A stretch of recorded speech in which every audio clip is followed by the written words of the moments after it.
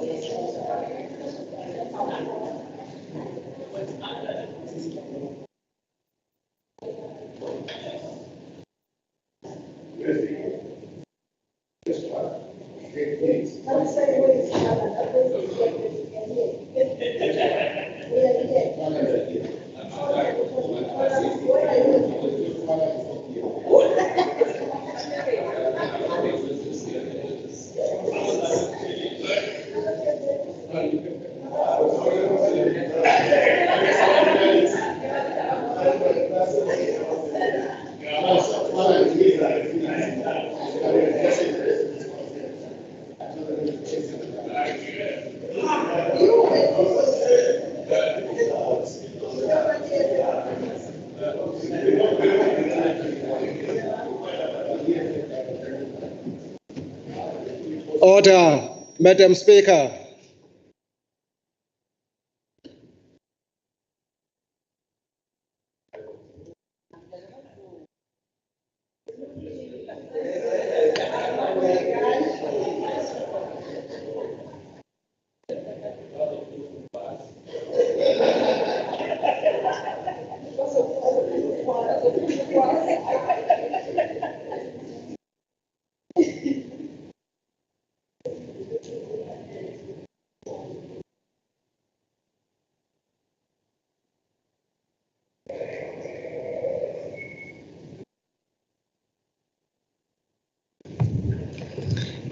Ngicela sikhuleke ngokuthi sikhuleke buthule.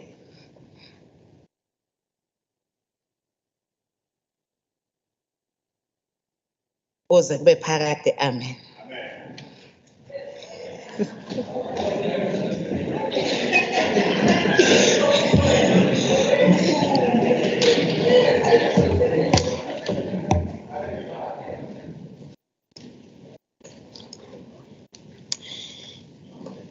Good morning, honorable members, the acting premier in the House, the executive, the chief whip of the majority party, and the chief whip of the official opposition, and all other honorable members in the House.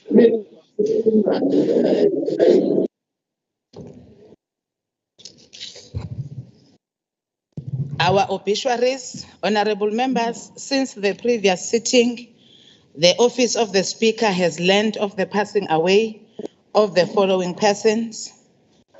Ubaba Ujini Patrick Khoza, husband to our Honorable Mrs. M.N. Khoza, the MEC for Social Development.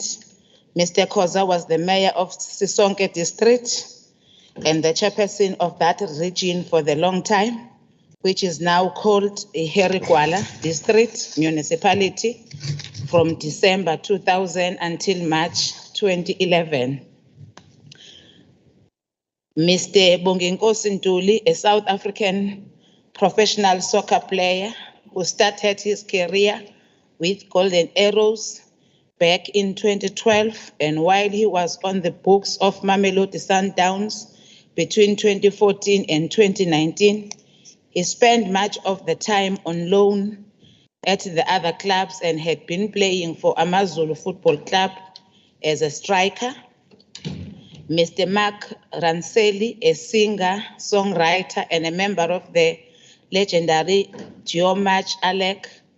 Mark Alex gained popularity in the 1980s with their hit song, Quick Quick, which reached the #1 on the South African music charts. Mark also spent a few years working at the Southern African Music Rights Organization, ISAMRO, advocating for the rights of the musician in this country. Mr. Xolile Ivan DJ Amen Sihlophe, Ukhozi FM sport presenter. Mr. Sihlophe worked in almost all departments at Ukhozi FM, including religious shows, sports, education.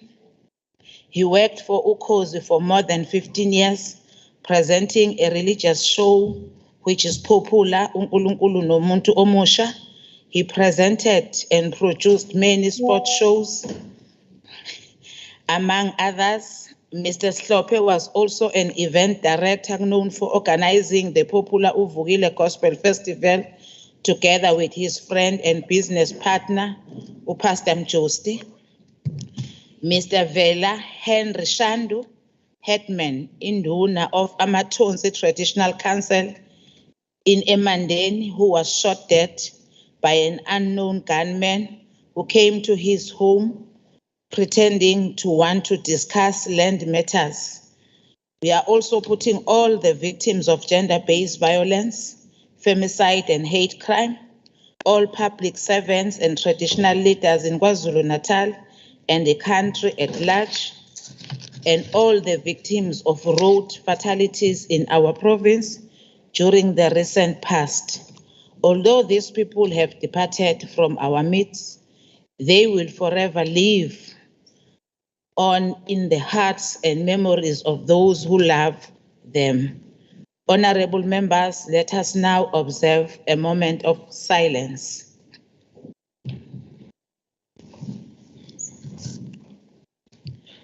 May their soul rest in peace.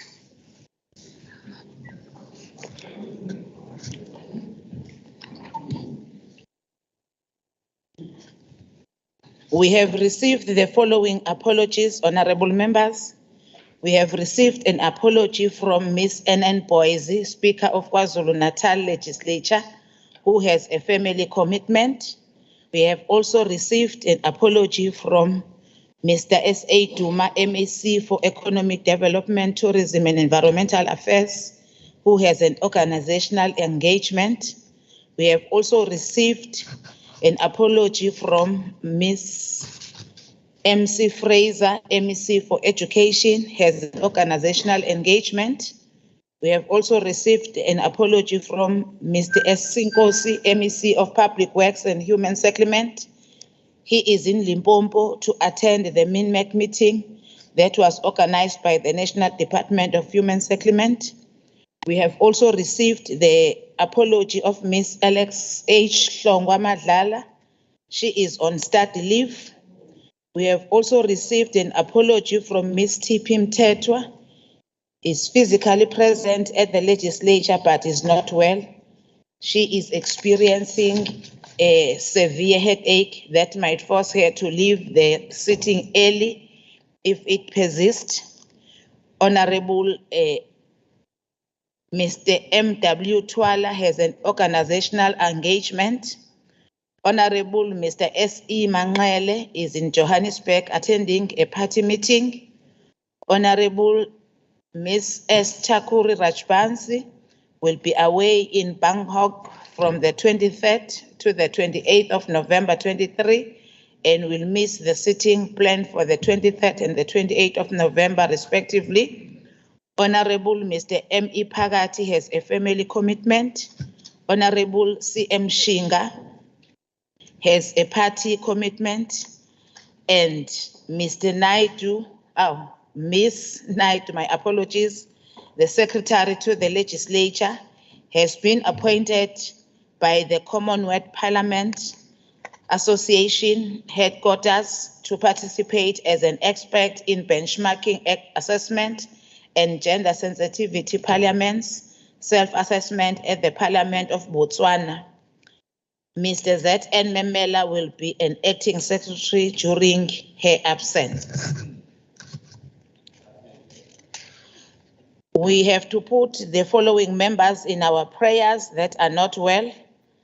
Honorable Miss Chinkosi. On birthdays, usuku olukhulu namhlanje la esishayamthetho saKwaZulu-Natal ngoba kuzalwa okaphunga noMageba umalume wesishayamthetho uHonorable MA Zulu ozalwayo namhlanje. We wish only the best for you now and in the future, ndaba zethu.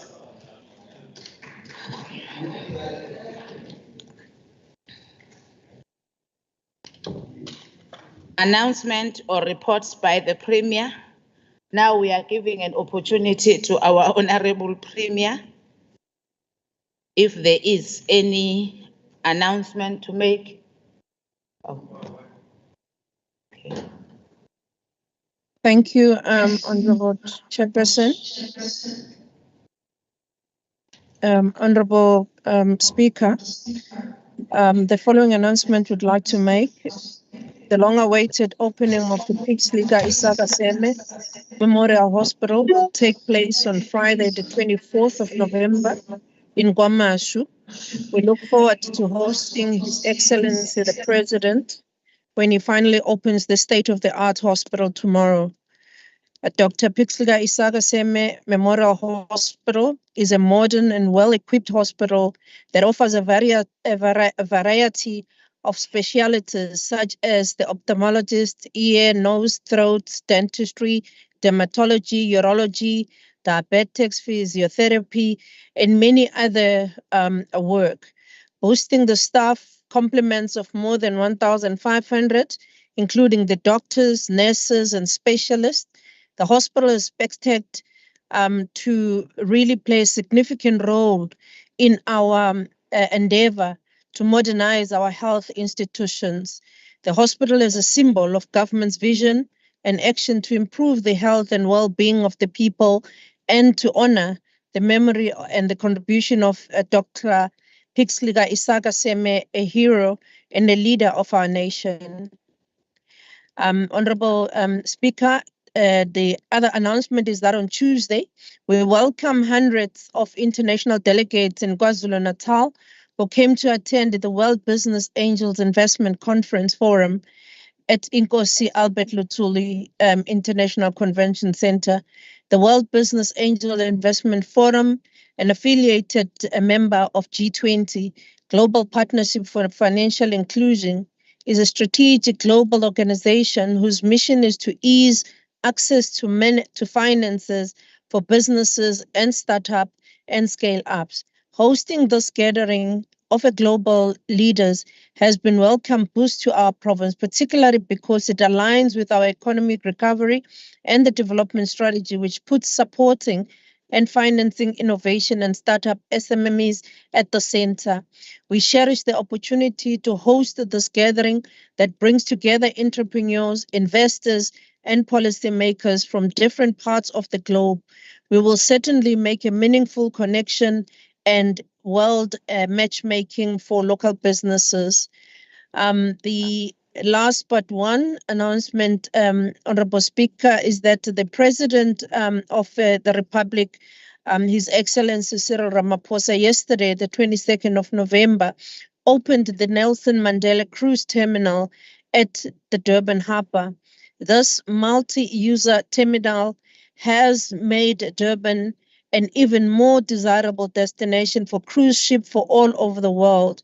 70% of procurement relating to terminal has been sourced in South Africa. In addition, all consultants and experts are South African, including architects, engineers, attorneys, and construction companies. The initial investment into the terminal was to the tune of more than 296 million. MSC Cruises believes the required expansion of the terminal is a positive indicator of the increased demands of cruising in our country. The last one, honorable members, is that KwaZulu-Natal is set to start the migration to the new ZN number plates by the 1st of December. The Executive Council received a presentation from the Department of Transport on the proposed number plate system for the province of KwaZulu-Natal. The Executive Council noted the urgency of changing the current system since a number plates or depicting 3 alphabets such as the NRB, NPN, and NPS are now exhausted. Motorists will be given 2 years to migrate from the current number plate system to a new numbering system.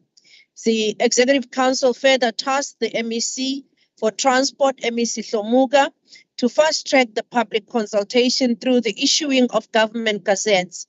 Governments will embark on the aggressive communication to ensure that motorists know about the changes and the benefits thereof, which will, amongst others, assist in the fight against crime and create a common sense of identity for our province.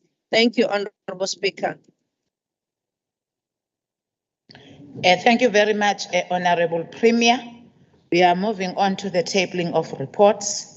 We have received the KwaZulu-Natal Legislature Budget Performance in-year monitoring report for the month of October 2023. The second report is the Standing Committee on Public Accounts hearings on the 2022-2023 reports of the Auditor General. The other report is the report of the Portfolio Committee on Finance 2023-2024 mid-year budget performance hearing.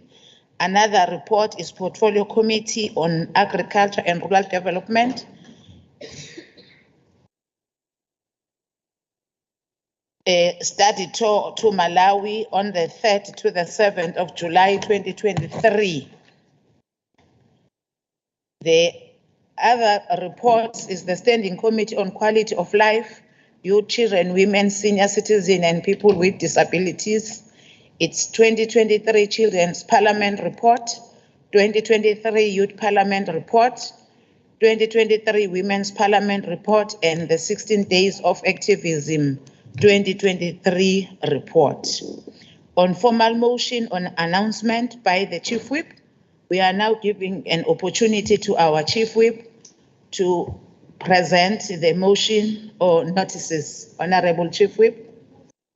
Thank you very much, Honorable Speaker. Greetings to Honorable MECs and honorable members. Honorable Speaker, there are no formal motions and notices by the Office of the Chief Whip. Thank you. Thank you very much, Honorable Chief Whip Mkhatshwa. We are moving on now to the questions and okay.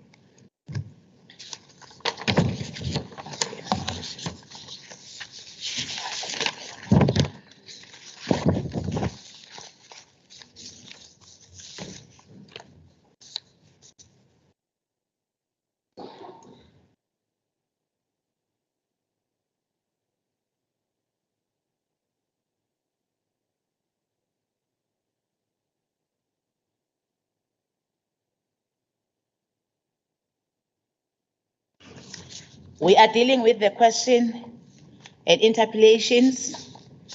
The first question, it's number 214 of 2023 from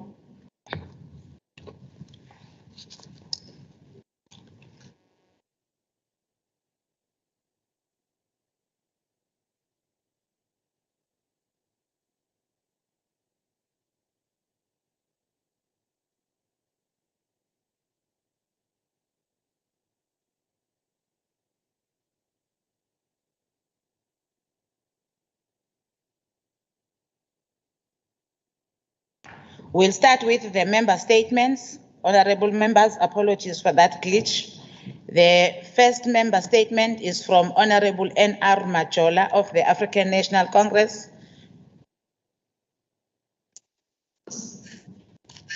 Thank you, Honorable Speaker. Colleagues, the Premier, Executive, the 21st of November 2023 was indeed a historic day where 8 legislatures submitted their support to the NCOP Select Committee, their final mandate of supporting the National Health Insurance. The only outstanding one is the one of the Western Cape, which is unlikely to support the national health insurance anyway because of it being a DA-led. We want to thank all the progressive members of the parliament in all the provinces who have submitted this vision of health for all citizens and the country.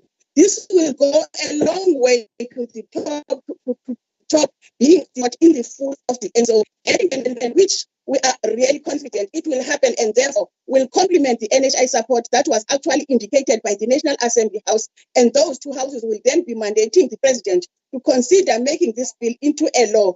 Viva National Health Insurance, viva universal health coverage, viva citizens of the South Africa, viva progressive members of the parliament and members of the provincial legislatures. Thank you. Thank you very much, Honorable Majola. The next member to present her member statement is Honorable N.N. Sipila.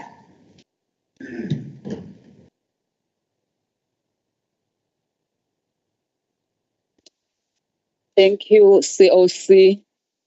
Chairperson uKhongolose ubonga kakhulu kumhlonishwa uZuma ongumphathiswa wezolimo ngomsebenzi awenzayo wokukhulula isithelo insangu kwiminyaka eminingi lesi sitshalo sicinezekile abanikazi baso bengakwazi ukuhweba ngokukhululeka nto leyo eyayenzelwe ukuthi indlu emnyama iphile ngaphansi kobubha nezifo insangu engazilapha nje kalula. Isinqumo sikamhlonishwa uZuma sokulekelela abalimi abasafufusa kulomkhakha ukuthi bathole ama-permit khona bezokwazi ukuhweba ngehempu ngokukhululeka. uKhongolose usishayela ihlombe elikhulu sithi qhuba nqamalala ukhulule insangu baphile abantu bakithi banothe. uKhongolose uyabonga.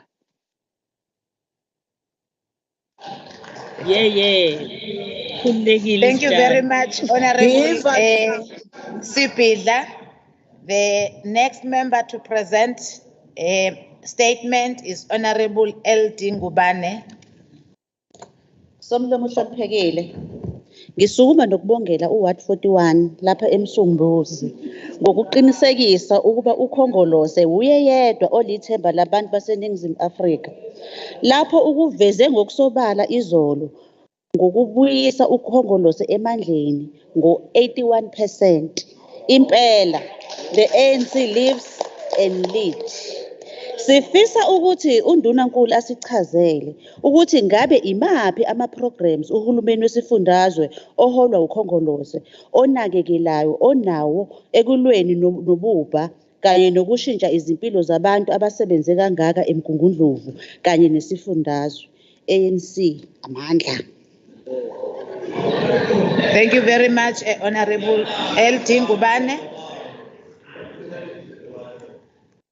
The following honorable members of the Inkatha Freedom Party will also present their member statement. I will start with Honorable P. Govender. Thank you, Honorable Acting Speaker. I arrive on behalf of the Inkatha Freedom Party to raise awareness of the challenges faced by non-profit organizations in KwaZulu-Natal due to ineptitude on the part of the Department of Social Development. A sorry situation that has been going on for many months on end. In spite of there being a service level agreement between the department and compliant NPOs, and in spite of funding having been budgeted for, a number of NPOs have still not received their funding regularly. For months, the department has been giving excuses such as cash flow problems, non-receipt of funds from provincial treasury, and IT problems. There's been a commitment from the department that NPOs will receive 3-month tranche payments commencing in October, but not all NPOs have received this funding. The difficulties faced by NPOs must be placed squarely at the doorstep of the KZN Department of Social Development. I was hopeful that this situation would be resolved when the new CFO took office, but this has not happened. This situation cannot be and must not be allowed to continue. Thank you very much, Honorable Govender. The next member is Honorable S. Bamprakash. Thank you, Honorable Speaker. Greetings to honorable members and all present. The Inkatha Freedom Party is calling on Parliament to review and increase the budget allocation for human settlements in KwaZulu-Natal. The current budget is insufficient and only serves to perpetuate poverty and inequality in the province. We are also urging the Minister of Human Settlements and Finance to explore additional funding options to address the housing crisis. It is imperative for the government to prioritize investments in human settlements and to create sustainable and inclusive communities. By doing so, we could address the critical need for decent housing and infrastructure and work towards breaking the cycle of poverty and inequality. We implore Parliament to take immediate action to rectify the low budget for human settlements in KwaZulu-Natal and commit to the development of affordable housing and infrastructure for all its residents. Thank you. Thank you very much, Honorable Pamprakash. The next member representing the Democratic Alliance, it's given an opportunity to present his statement. Honorable H.U. de Boer. Morning, Honourable Chairperson. I put it to this House that political bungling, administrative incompetence and bad budgeting has led to disastrous consequences for business and residents alike in eThekwini. Large-scale power outages coupled with crippling daily water cuts have stripped eThekwini of its status as an investment destination. Sabotage of both water and electrical installations seems rampant and must be urgently investigated by both the province and eThekwini. Jobs are being compromised as eThekwini municipality consistently fails to maintain its infrastructure, but its mayor and his executive find money for lavish party. Rome burns while Mayor Kaunda dances on TikTok. This, as some suburbs like Ntunzuba, Nanda, KwaMashu, Phoenix, Newlands, Greenwood Park, and North Durban have not even enjoyed 2 consecutive days of uninterrupted water supply for months. Madam Chair, the biggest city in KwaZulu-Natal is in crisis, and we call on the Premier and her cabinet to both politically and administratively intervene in the ongoing debacle that erodes the rights of both business and the ravaged ratepayers of eThekwini. I thank you. Thank you very much, Honorable de Boer. The next member representing Economic Freedom Fighters, Honorable G.F. Mjali, to present her statement. Thank you, Speaker. Njenge-EFF sizokalisa ukukhathazeka ngezinga eliphezulu lokubulawa kwabantu kulesi sifundazwe bebulawa ngezibhamu. Nakuba umthethosivivinyo owaziwa nge-Firearm Control Act ukhona ukuqinisekisa ukuthi izibhamu azitholwa noma ubani kuleli. Kuyacaca ukuthi lo mthetho uwodwa wanele njengoba bebaningi abantu abanezibhamu ezingekho emthethweni kuleli. Siyafisa ukwazi ukuthi umnyango wezokuphepha nokuxhumanisa umphakathi kakhulukazi esifundazweni sethu okuyilapho kudlange khona ukubulawa kwabantu ngezibhamu. Yiziphi izinhlelo onazo ukuqinisekisa ukuthi leyo miphakathi evezwa ama-statistics ukuthi kunezinga lobugebengu obuphezulu iyavakashela ukubheka ukuthi labo abangabanikazi bezibhamu banazo ngokusemthethweni yini? Thank you, Speaker.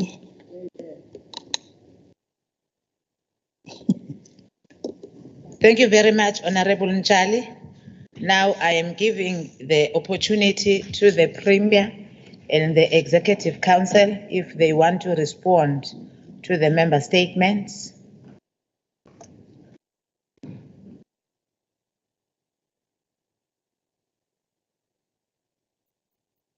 Okay. You are just allocated 2 minutes, Honorable Magujwa. It seems as if Honorable Msholozi is also indicating that he also wants to respond. Thank you, Honorable. Yes, they are allocated 2 minutes. I will start with Honorable Msholozi, the MEC of Agriculture and Rural Development.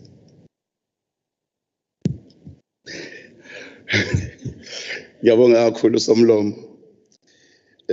Umlomo ufisa ukuthi sibonge umhlonishwa uSibhidla.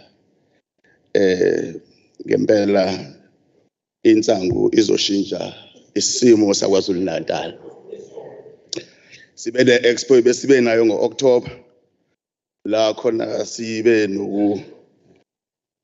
letha kwembono ehlukene sihamba nomhlonishwa uDuma ngani ngoba sithi thina sokwakha amafemu ngamasimu agriculture and rural development kodwa uDuma ngoba 8 uzokwakha amafemu angempela la kuzoprocesswa khona insangu. Sithi abantu bakithi bayiboshelwa insangu, abathi bakithi bayifela insangu, abantu bakithi bayihengela. Yabona nangithumini job. Into esesiyenzile si department kusukela ngoMay sesikwazi ukuthelela abantu bakithi mahala ama permit awu 664. Into esesiyenza manje ukuthi ngoba laba besibophela yona laba besibophela yona babhizi manje bamanipulate iprocess, bathatha imbewu zabantu bakithi bafuna ukuziregister bona, sizobarejistela manje ogogo bale Blackville imbewu ukuze bazi-ownishe imbewu mangabe befuna ukuzitshala abantu bathola ipermit kubona ngoba imbewu yala KwaZulu-Natal sithola ukuthi i-rich kakhulu nalezinye imbewu eziqhamuka kuthi. Sifuna siba-protecte abantu bakithi abebeziboshelwa enye uhlelo singongena kulona kodwa sithi ngensango sifuna ukuthi sakhe amafemu okwakha izitini, kwakhiwa izitini sokwazi sakhe izindlu ngazo ngensango kwakhiwa amajini abantu abakwazi ukuwaphuza ngensango kuzokwakhiwa ama-factory okwakha ingubo ngensango. So sizoyishintsha KwaZulu-Natal ngensango sawunga. Forward with the unbanning of Idaha. Forward. Forward. Honorable the next member of the executive to respond is Honorable Sithole Moloi, the MEC of Cooperative Governments and Traditional Affairs. Thank you, Honorable Speaker. Greetings to honorable members of the executive and honorable members present and the Premier. Honorable Speaker, I think I want is to respond on the matter that is raised by Honorable Debor, that Tegwini is stopping people to get services because of the interruption and the bursting of pipes in that municipality that also deprive the city the category of being the destination of choice to the investors and tourists. I think that is not fair and that is not true. In the light that yesterday the Premier was just saying that there is investment that is going to happen in eThekwini. But I think we must also indicate that all the time when we stand here, it's like eThekwini, when you just get to eThekwini, uhlangana namanzi, uhlangana nodaka, uhlangana nezibi. It's not true. And we travel there all the time. And the picture that is being depicted here, I can feel that we are contesting a metro. And it's fine, but contrast it with the truth. Because there are a number of investments that has taken place in eThekwini. Beyond that, a number of conferences, your BRICS conferences has been held in eThekwini, and there was no complaint. And water has been distributed to the people. And Minister of Water and Sanitation, Minister Mchunu, has been at eThekwini a number of times, intervening in the schemes that they were said that they need intervention. And money was put on those schemes, and engineers were brought to eThekwini so that they can intervene and assist the people to get water. And I'm certain that when we said Western Cape does not do anything for our people out there. Thank you very much, Honorable Sithole Moloi. Now we are giving an opportunity to Honorable Smelane, the MEC for Health. Thank you very much. Respond to the member statements. Siyabonga Sihlalo ngicela ukuqala ngiphendule kumhlonishwa uMajola, sibonge kakhulu ngestatement sakhe. Ngempela uqinisile universal health coverage iyona nto abantu bakwaZulu-Natal abayidingayo. Siyawezwa ke amanga esike sawezwa endabeni iDA nozakwabo bethi cha ayikho isidingo se-NHI ngoba vele abantu base South Africa ikhona universal coverage. Kulungile ke futhi kufanele ukuthi kube yibona abasho kanjalo ngoba phela bona banayo imali yokukhokhela ama private doctors, banayo imali yokukhokhela ama private hospitals, ingakho bengasiboni isidingo sokuthi kube khona lolu hlobo lokusebenza kwezempilo oluzokwazi ukuthi lisupporte bonke abantu ngendlela efanayo kungayi ngokuthi umuntu unamalini.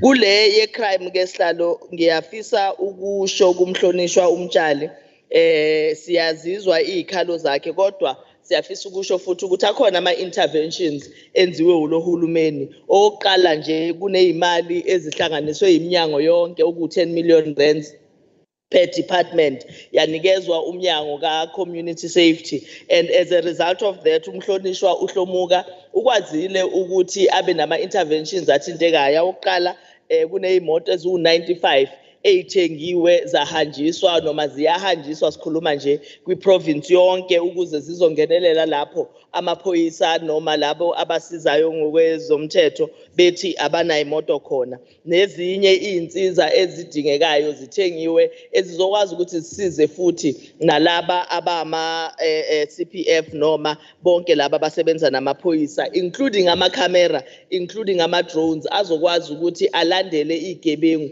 from N3 baze bafike lapho bayophuma ku N2. So siyajabula ke ukuthi khona umsebenzi oswenzekile and siyathemba ukuthi abantu bakithi bazobona leyo msebenzi futhi bawo appreciate. Siyabonga.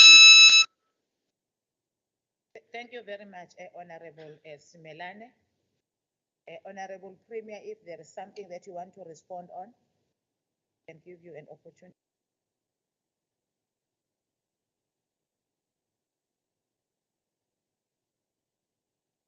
Thank you very much, Honorable Speaker and Honorable Members. Yes, Honorable Speaker, we wish to indicate that indeed the issues of eThekwini are improving a lot, Honorable Speaker. As we talk, the issues that have been raised about the pools, about the beaches, are being attended to by the municipalities. We talk, there is only 2 swimming pools now that are under a renovation that will be ready before the start of the peak of the festive season. eThekwini has implemented a maximum of 2 hourly load shedding in case of any stage of load shedding. And that, Honorable Chair and Honorable Members, is a huge progress compared to other municipalities where people go without electricity for hours, sometimes for days. So I think, as Honorable Member is saying, we need to give due respect to the good work that is being done, where it's being done, and criticize constructively where there needs to be an improvement. Thank you, Honorable Chair. Thank you very much, Honorable Premier. We have come to the end of the member statements and the responses. We are now going on to the questions and interpellations. We are beginning with the questions to the Honorable Premier. The first question, which is number 214 of 2023 from Ms. H.P. Chiliza of Economic Freedom Fighter. The scourge of violence in the schools in the province is a cause for concern. Our schools are slowly turning into a war zone. Honorable Premier, let me give you an opportunity to respond to that question.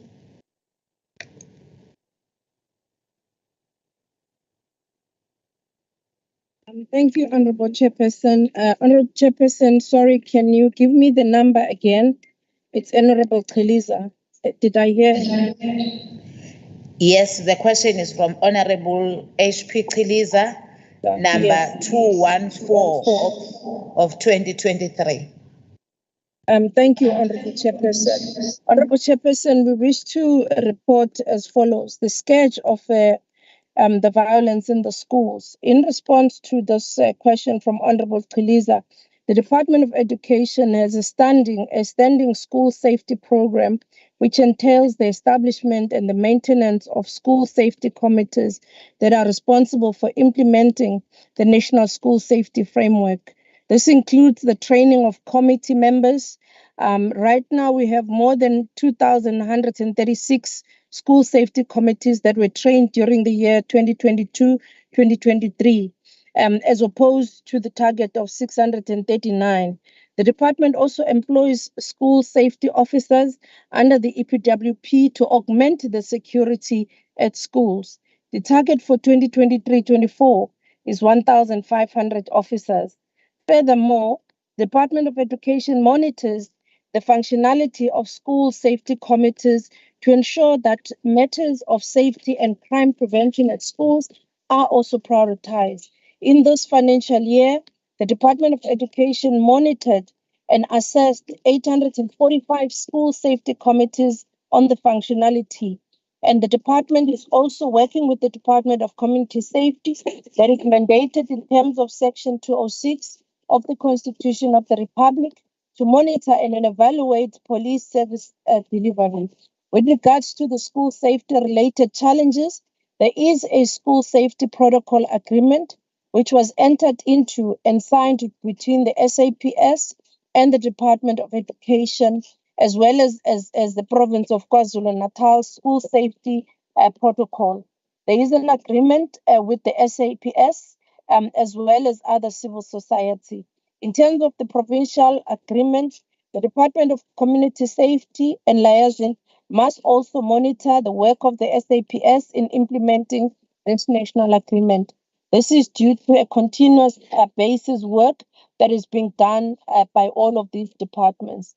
The Department of Community Safety also does visits on an ad hoc basis various schools, working with communities in dialogue, as well as other social community bodies.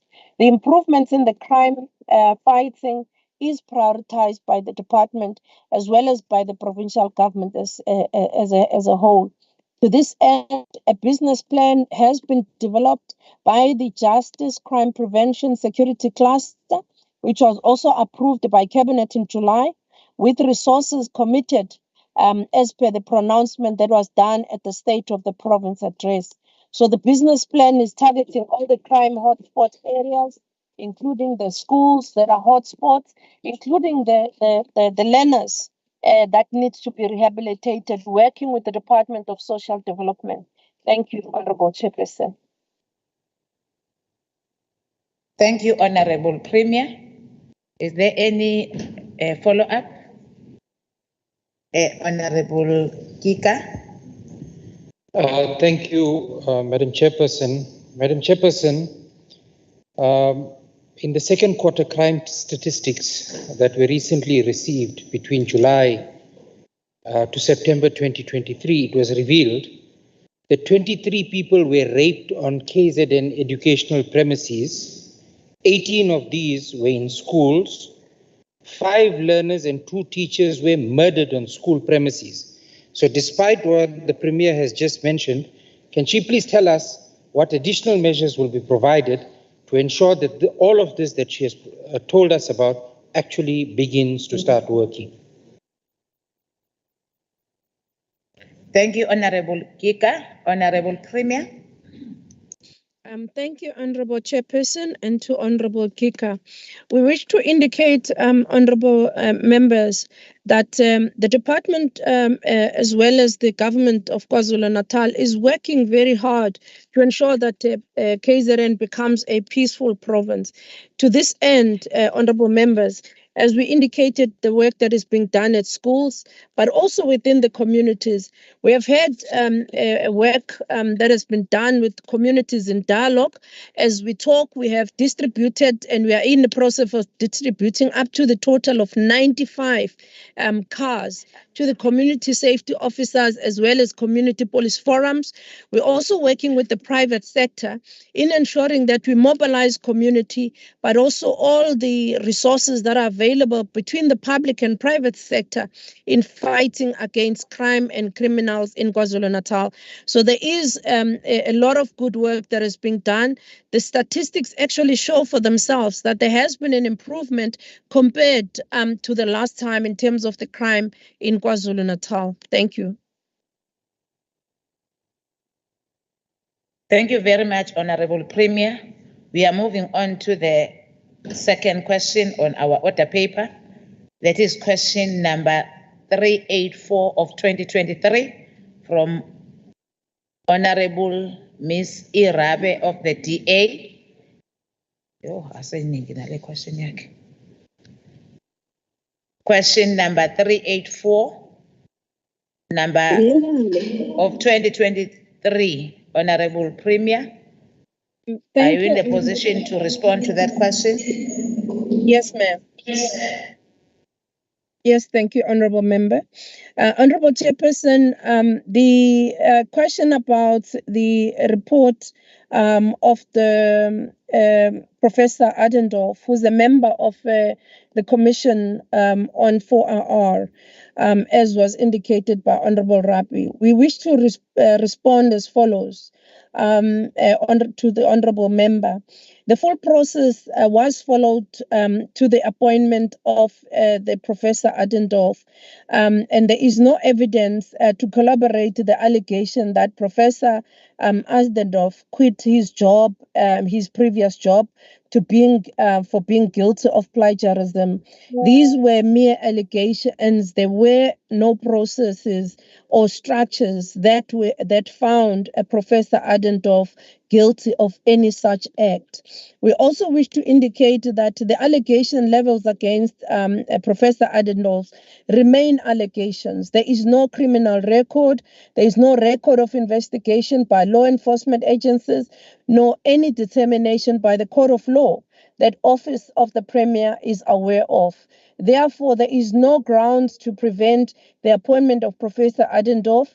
And we also wish to indicate that the Office of the Premier notes that the act of plagiarism in the academic community is a serious offense. However, in terms of the issues of Professor Adendorf, there's not been any a guilty verdict, nor any comprehensive investigation by any authority in this regard. We also wish to indicate that on terms of the answer on whether the commissioners do get remunerated, no, the commissioners get the allowance, the travel allowance for attending of meetings once in a quarter. And it must also be mentioned that Professor Adendorf is not employed nor is enrolled as a consultant. He's not a consultant, he's not employed as a state worker or functionary. He serves as a member of the Fourth Industrial Revolution Commission, which is an advisory body.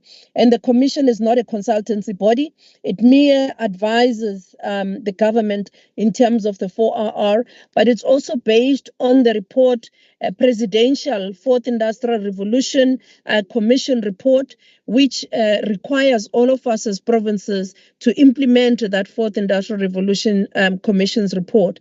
And Professor Adendorf was also part of the Presidential Fourth Industrial Revolution Commission. Thank you.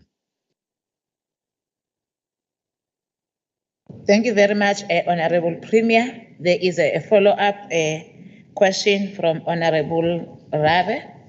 Honorable Rabe. Thank you, Honorable Speaker. Could the Premier please tell us, of all the individuals that have qualifications out there, why would her department or she feel that it is a good idea to hire somebody that is tainted with quite a serious allegation? And although it was not found, or he was not found to be guilty in a court of law yet, how does she feel that our province and the people of our province would manage to know that somebody of this stature or with this type of allegation is running such a serious commission and providing her and her department with information daily? Thank you. Thank you very much, Honorable Rabe. Honorable Premier, response. Thank you very much, Honorable Chairperson and Honorable Members. We wish to respond as follows, honorable members, that Professor Adendorf is a very highly respected professor in terms of the issues of technology and the fourth industrial revolution. He has worked with the likes of Google in the whole world, in the globe. And he has also served in the presidential fourth industrial revolution. I also wish to indicate that all members of the public were invited to apply to serve as an advisory body of the 4RR of KwaZulu-Natal. So these application and the selection was based on open applications and open assessment by an independent body that went through all the applicants that applied to serve in this advisory body of the province. Thank you. Thank you very much, Honorable Premier. We are now moving on to the questions to the Honorable MECs.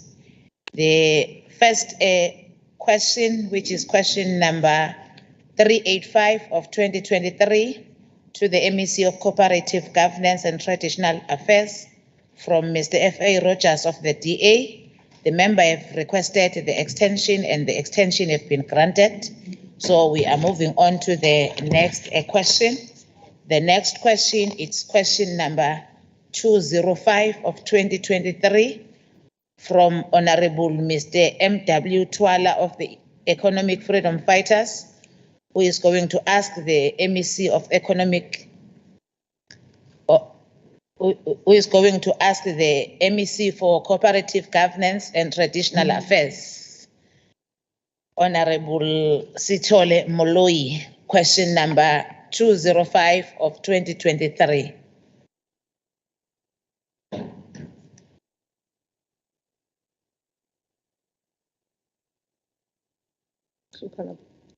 Thank you, Chair. Manje MEC ngaphethe ngiyabuza ukuthi ukhona yini member ngizwe ngathi apologize. The question was what monitoring systems does COGTA have in order to ensure that in those municipalities where there is critical need for infrastructure development, the MIG is spent accordingly? We are responding by saying that in the 2021 financial year, KwaZulu-Natal cooperative government adopted a risk adjustment approach in the implementation of the infrastructure grant in order to mitigate risk through early planning across project development, register, procurement, and implementation. The same approach also encouraged completion of old ongoing projects and abandoned projects.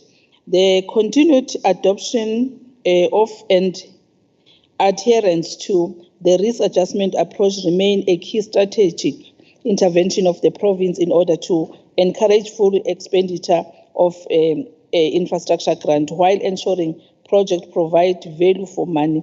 As part of this approach, projects will be registered in advance of the year of implementation to encourage peak procurement and peak planning session that allow the commencement of the work at the start of the financial year.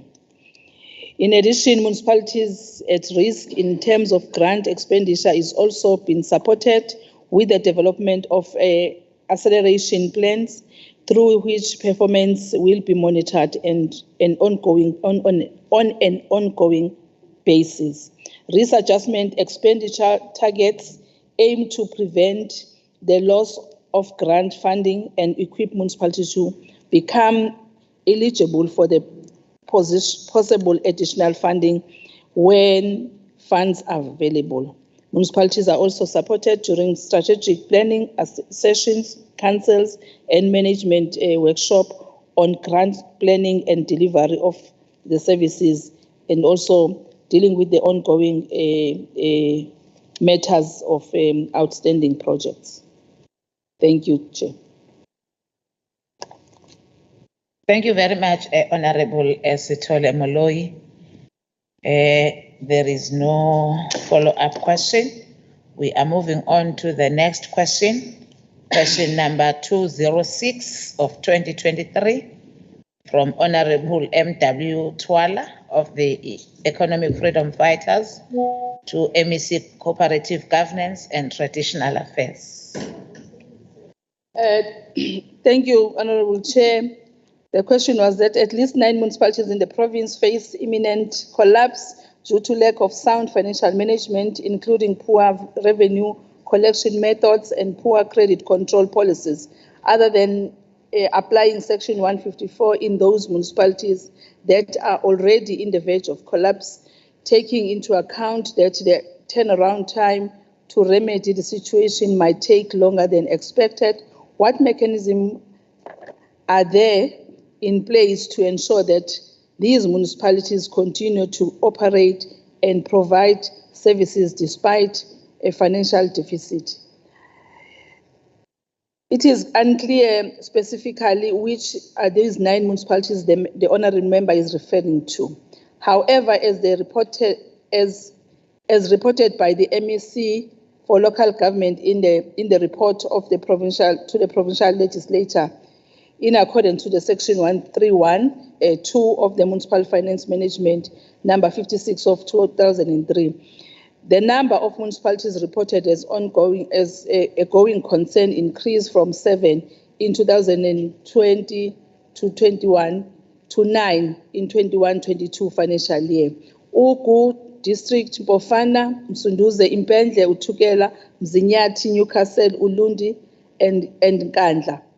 A finding on a going concern was raised by the GCA, indicating that the financial sustainability of the municipality is weak and the future sustainability is at risk, indicating by the current liabilities exceeding current assets with other financial ratios which are generally below the norm, and with financial reserves being utilized for operations. 4 of the above 9 municipalities are under intervention in terms of Section 139 of the Constitution and are provided with extensive support through a ministerial representative and expert in areas of governance, finance, and technical services. A comparative recovery plan is also developed to address various institutional challenges, including revenue raising strategy, cost containment, and general financial management. Such support is ongoing at Bofana, Msunduze, Utukela District, and Umzinyathi District, and also management of expenditure through an interim finance committee, as well as the support and monitoring to ensure adequate prioritization of service delivery, adequate SCM procedures, managing of a budget to avoid payment on unfunded mandates, implementation of cost-containing measures to minimize operating expenditure with high-cost drivers, and payment of creditors within 30 days. Appointed financial experts were placed in Ugu, Bofana, Utukela, Umsunduze, and Umzinyathi based on the negative audit outcome with the objective to improve audit outcome, improve financial reporting controls and processes, in addition to improve data and indigent management system. Financial experts have also been appointed to undertake a revenue and debt pilot project at Newcastle municipality, amongst others. The expert outcome of the project is reduction of municipal consumer debt by at least 20% as reflected in the 2021 financial statement. It must also result in the protection and enhancement of the municipality's revenue collection potential and make recommendations based on the audit findings relating thereto through the desktop study. The remaining 3 municipalities receive a focused attention on the following aspect. Ulundi municipality is primarily in a financial distress due to the ESCOM debt and electricity provision not being profitable in certain wards. Municipality has been assisted through negotiations with Eskom to consider a review of the electricity license and takeover of the function by Eskom.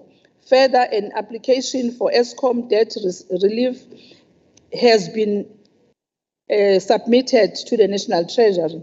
Aside from the Eskom debt, the municipality is also to meet all other commitments and perform its functions. Impendle municipality is assisted with the revenue enhancement, the increased salary cost as a result of the increase in the number of councillors post the local government election, as well as the low revenue base, had led to the precarious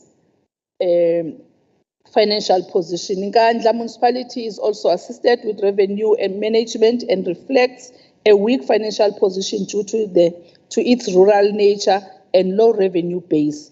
In addition to the above, these municipalities are further supported by the department and the provincial treasury are as follows: in ensuring a funded budget with adequate cost containment and realistic revenue projections, monitoring the spending on conditional grant to sustain service delivery, revenue and monitoring implementation of customer care, credit control and debt collection policies, indigent policies and Municipal Property Rates Act annually to ensure that relief is affordable.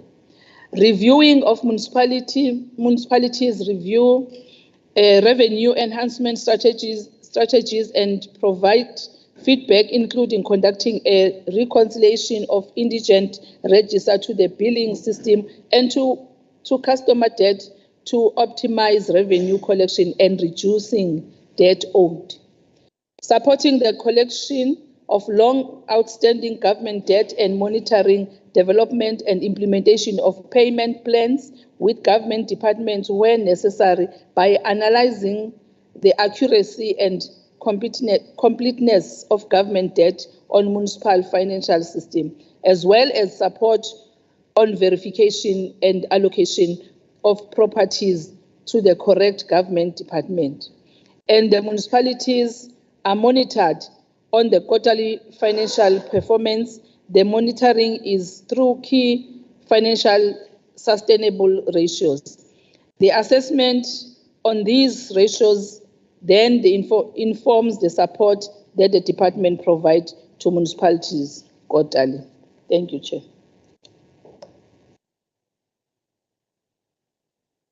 Thank you very much, Honorable Stole Moloi.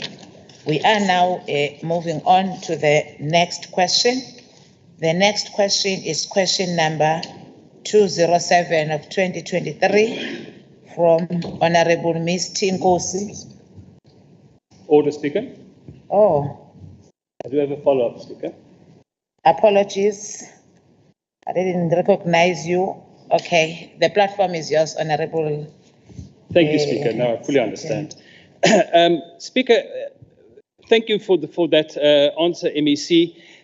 But considering that there is one municipality in this province that went from financial distress to being totally debt-free in only 10 months, I need to ask the Speaker that there are some of these municipalities who I've mentioned that are under administration, that's been under administration for years, from Pufana since 2014, and we're seeing things going backwards, not going forwards.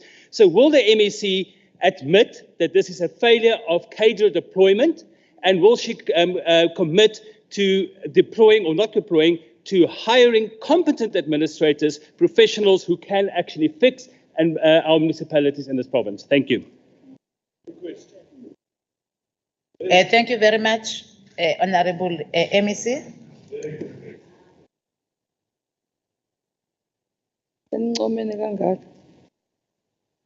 Ngicabanga ukuthi uhonorable ungizwe kahle ukuthi ngithi kukhona esikwenzayo ngalabo masipala. Sithumele ama-expert ukuthi ayosilekelela kulabo masipala ukuze akwazi ukuthi abuyisele isimo. Kodwa ngiyafuna ukuthi ngisho ukuthi kuthatha ababili kuba bakwazi.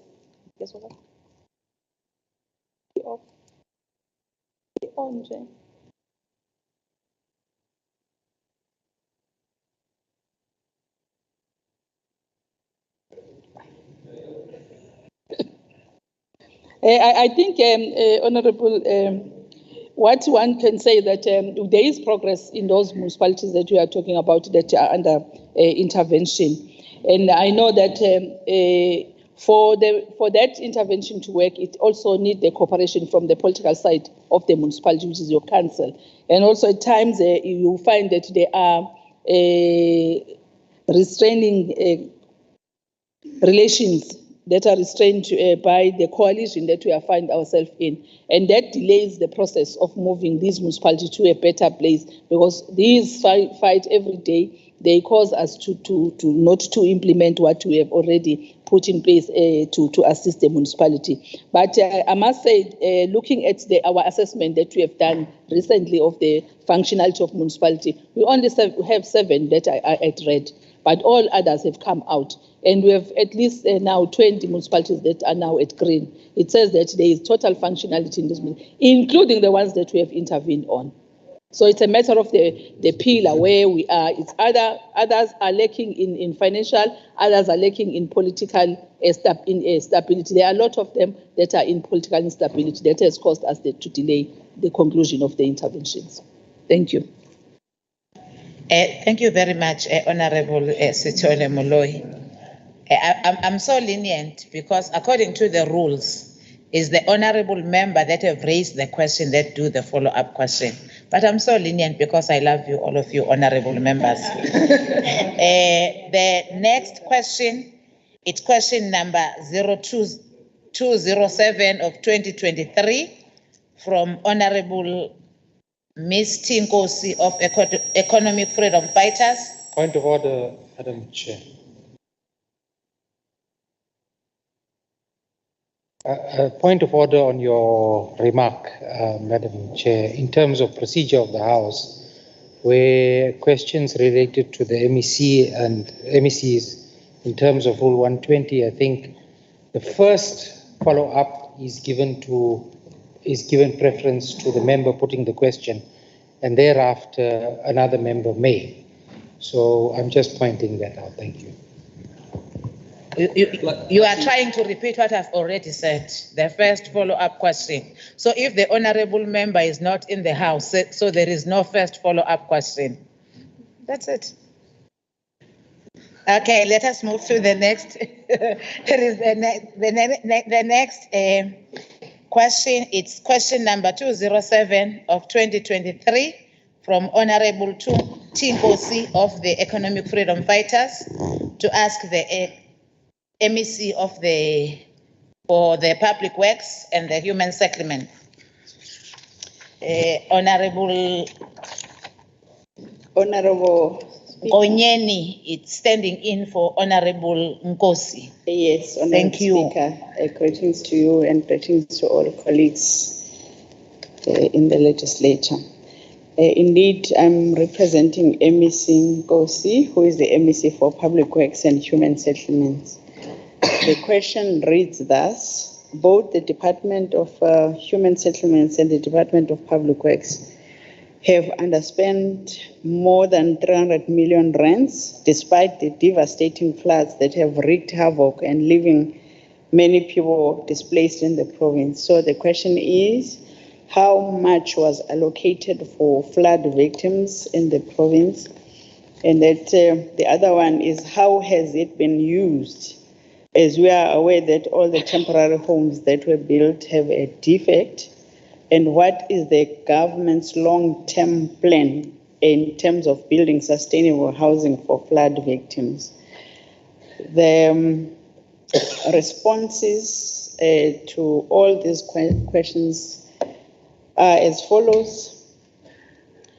An amount of 342 million and 127,797 rands was allocated for disaster response.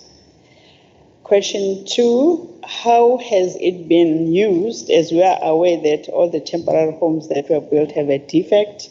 The response is that construction of 1,766 temporary residential units have been built, and the procurement of 11 transitional emergency accommodation areas have been acquired, and that the department has also acquired Montclair building in eThekwini, and that all TRUs with defects were revisited and fixed by contractors, and the department has identified 15 land parcels that are currently at various planning stages for the building of permanent houses. Thank you very much, Honourable Speaker.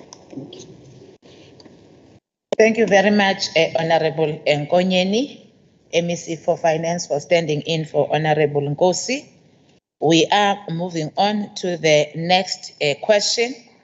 The question is question number 208 of 2023 from Honourable Ms. Tinkosi of Economic Freedom Fighters, directed to the MEC of Health. Honourable Magujwa. Thank you very much, Chairperson. Question from Ms. Nkosi, or Honourable Nkosi, says the national government has given the Department of Health more than 78 million rands for infrastructure development. Firstly, how much has been allocated towards remedying the appalling state of mortuaries in the province?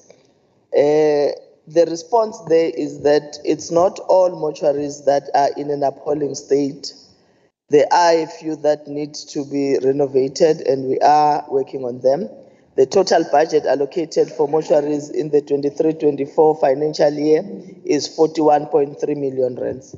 Second question, how far is the department with regards to revamping infrastructure in the province's morgue?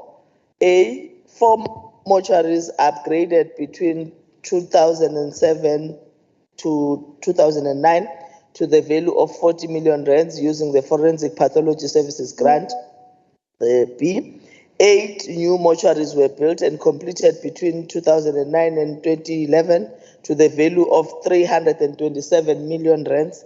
C, a total of 10.3 million rands is currently being utilized for the forensic mortuary maintenance, renovations and upgrading program. D, 7 projects are currently underway to the value of 5.9 million rands. Thank you.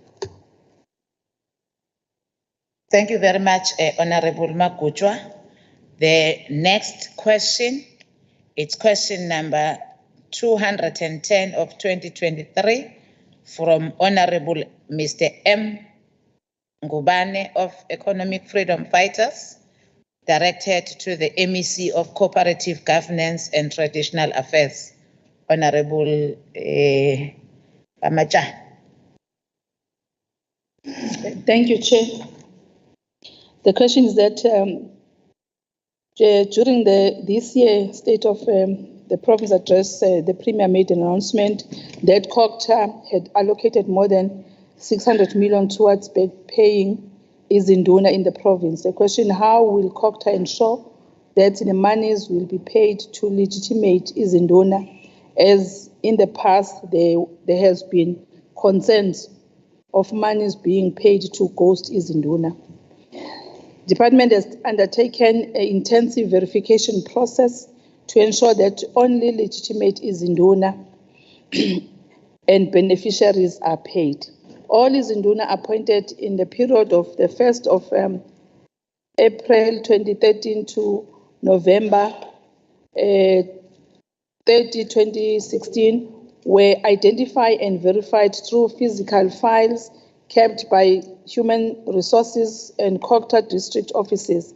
The verification entails the process of checking appointment dates from the appointment letters, the perusal system, as well as izinduna database maintained by the department. Secondly, as additional measure, department appointed external service provider to perform verification of back pay documents to ensure that the payment are made to izinduna are valid, accurate, and complete. Lastly, the department appointed attorneys to facilitate consultation with families of deceased izinduna where applicable. to ensure that payments are made to legitimate beneficiaries. Thank you, Chair. Thank you very much, Ramachane. We are moving on to the next question, which is question number 211 of 2023 from Honorable Mr. N. Ngubane of the Economic Freedom Fighters, directed to MEC for Finance. MEC Kamapela. Thank you very much, Honorable Speaker. The question reads thus: with irregular expenditure reported in many provincial departments and municipalities due to disregard of Public Finance Management Act and Treasury regulations, what mechanisms does the Department of Treasury have in place to exercise rigid oversight and apply consequence management where applicable? The response is as follows. The Provincial Treasury has provided departments and entities specific irregular expenditure training, focusing on the root causes of irregular expenditure as identified in the condonation requests of the respective organs of state. The objective of the training is to empower departments and public entities with knowledge in order for them to prevent the recurrence of irregular expenditure. National Treasury has also provided training to assist departments and public entities in understanding the PFMA, compliance and reporting framework. The current framework that is applicable for the condonation of irregular expenditure has also been dealt with in those training sessions. The PFMA framework, compliance and reporting framework, also makes provisions for the timeframes for institutions to complete the determination process. The determination tests referred to in Chapter 4 of the revised framework must be finalized within a period of 30 days after assessment of irregular expenditure. If there are any disputes, the determination process must be completed within a period of 4 months after confirmation of irregular expenditure. The determination process is a formal assessment process that is conducted by a loss control function or another relevant function in order to examine or analyze the particulars of confirmed irregular expenditure to establish the facts, assess any allegations of criminal conduct and losses incurred as it relates to the transaction. Departments and entities are required to complete the determination process and submit requests for condonation of irregular expenditure to the relevant authority in accordance with the time frames stated above, in order to ensure that the root causes are identified and that remedial measures are also implemented on a timely basis in order to prevent the recurrence of irregular expenditure. Accounting officers are required to submit on a monthly basis the status of addressing irregular expenditure to the member of the Executive Council and to further enhance the oversight of the MEC. Monitoring of the submission thereof is performed by the Provincial Treasury. An integral part of the application for the condonation of irregular expenditure is the confirmation that appropriate disciplinary action or actions have been taken or are in the process of being taken against the responsible officials in accordance with the consequence management framework issued by the Office of the Premier by the relevant accounting officer. The condemnation submission is verified by the Provincial Treasury in order to confirm that consequence management is being applied indeed.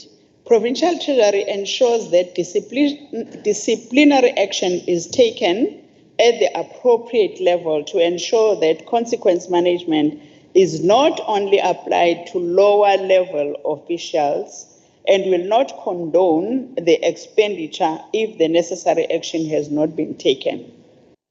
And given that irregular expenditure as a result of non-compliance to supply chain management prescripts, Provincial Treasury undertakes supply chain management policy reviews and provides guidance aimed at ensuring that the SCM policies comply with legislative prescripts. Ongoing supply chain management training is being offered to SCM officials and bid committee members. And poor contract management has been identified as a major contributor to irregular expenditure in the province of KwaZulu-Natal. A review of contract registers is being undertaken, and provincial institutions have been trained on the contract management framework, which should ensure that SCM processes commence timeously in order to avoid contracts expiring without a suitable replacement. The Provincial Treasury further reviews all deviations made by departments during the year and advises where the prescripts have not been complied with in order that the department can correct the error before the external audit processes commence. SCM is a high risk for all departments given the impact it has on service delivery if not functioning efficiently, as well as the budget where ineffective processes are followed. Provincial internal audit therefore undertakes SCM audits during the year to provide assurance to accounting officers that their internal controls are indeed effective and will identify areas of non-compliance in order for the department to proactively correct these weaknesses.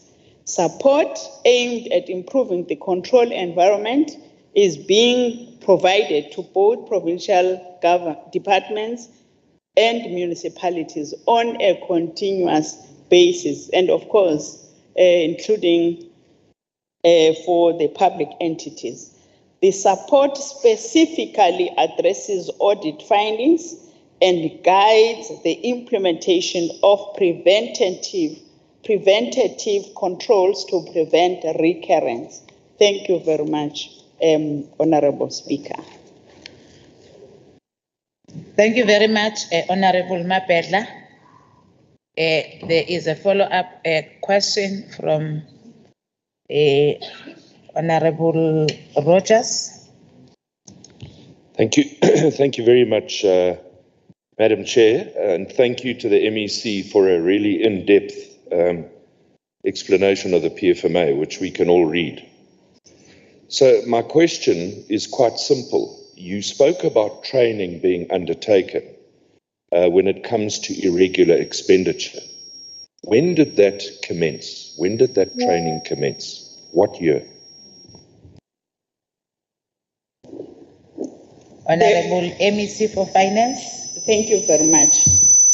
We have been dealing, as Provincial Treasury, we have been dealing with the challenges that all government departments, or most government departments and public entities are facing when it comes to irregular expenditures.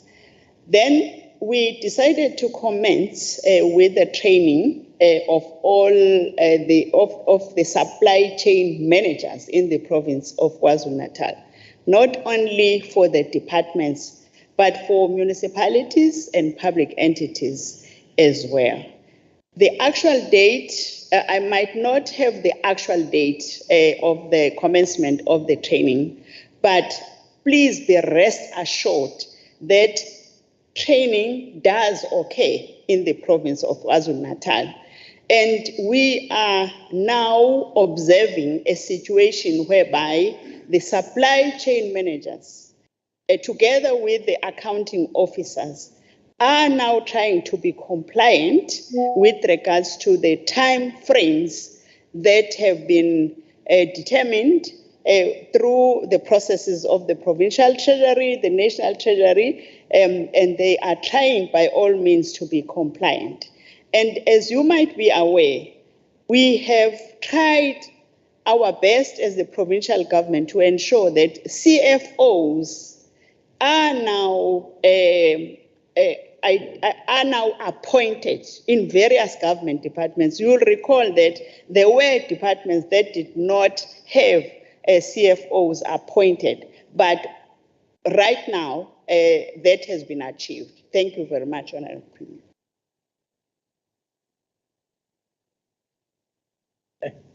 Thank you very much, Honorable Nkonyeni. The last follow-up question from Honorable Rogers.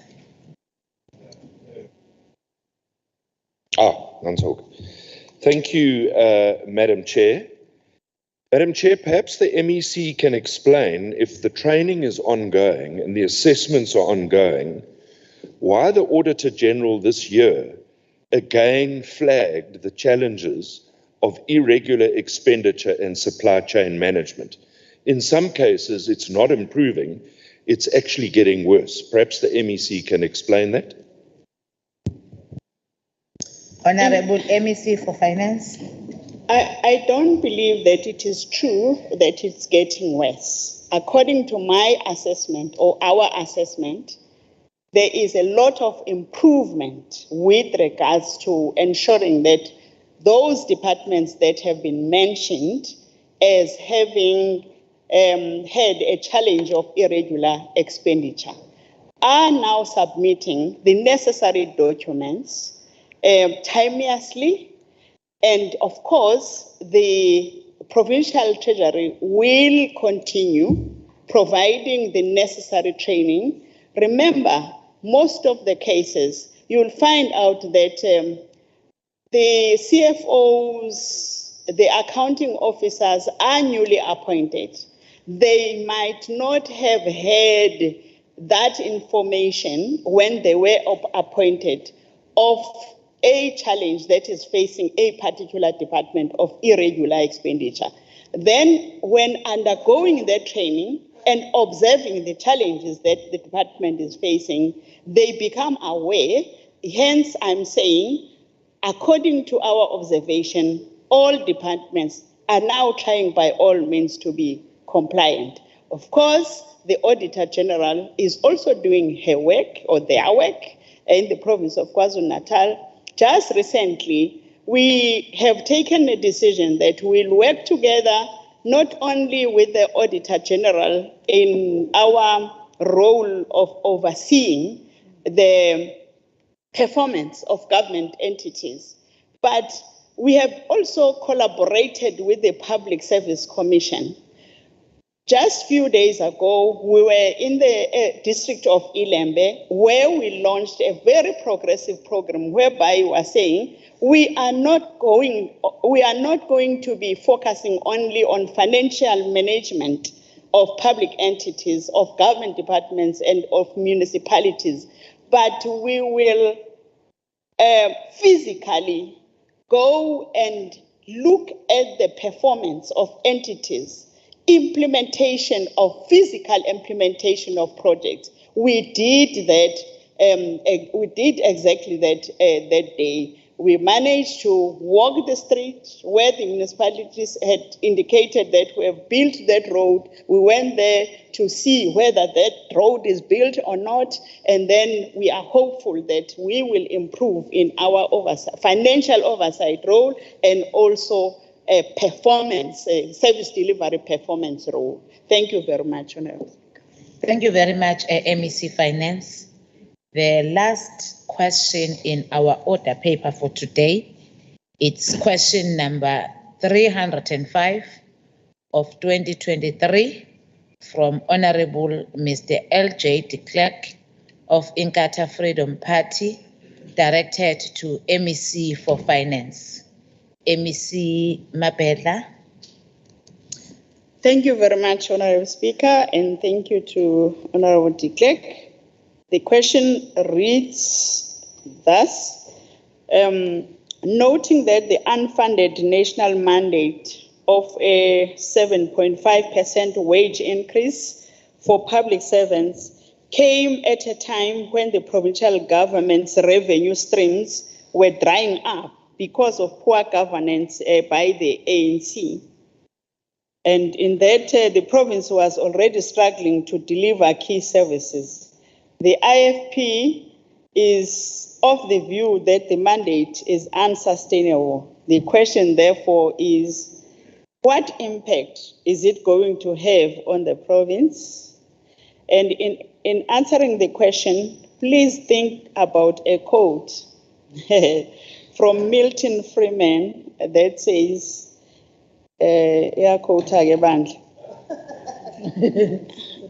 if you put a socialist government in charge of a Sahara desert, in 5 years there would be a shortage of sand. Emphasis, close quotes, emphasis added. Iqiniso ke engifuna ukulisho kwena mfoka ka-de Klerk elokuthi yini enenza iSahara desert uma kukhona iSahara desert. Ngakho ke le government izama ngayo yonke indlela ukuthi ikhiphe abantu kwi-desert. Okay, let me respond to the question. National Treasury has been engaging with the province with respect to the initial decision taken to not fund the 2023 wage agreement. And since National Treasury initially indicated that none of the cost implications of the 2023 wage agreement would be funded from additional funding from the national fiscus, this decision was amended with funds allocated to provinces when the National Minister of Finance tabled his medium-term budget policy statement and national adjustment estimate of revenue and expenditure. This was tabled in Parliament on the 1st of November 2023. The cost for KwaZulu-Natal was calculated at 5.355 billion rands, with the largest impact being on the most labor-intensive departments in the province. Those are the Department of Health and the Department of Education. National Treasury has notified the province that they will be allocating some funds to the province towards these costs, but these funds are allocated only for the Department of Education and that of Health. The amount provided covers about 78% of the costs required by these two departments, with the balance having to be covered through internal reprioritization of the budget. Provincial Treasury met with all departments in the August bilateral meetings, where each accounting officer and each chief financial officer was made aware of the fact that National Treasury was unlikely to fund or fully fund the 2023 wage agreement costs, and it was indicated that immediate steps must be taken to remain within budget.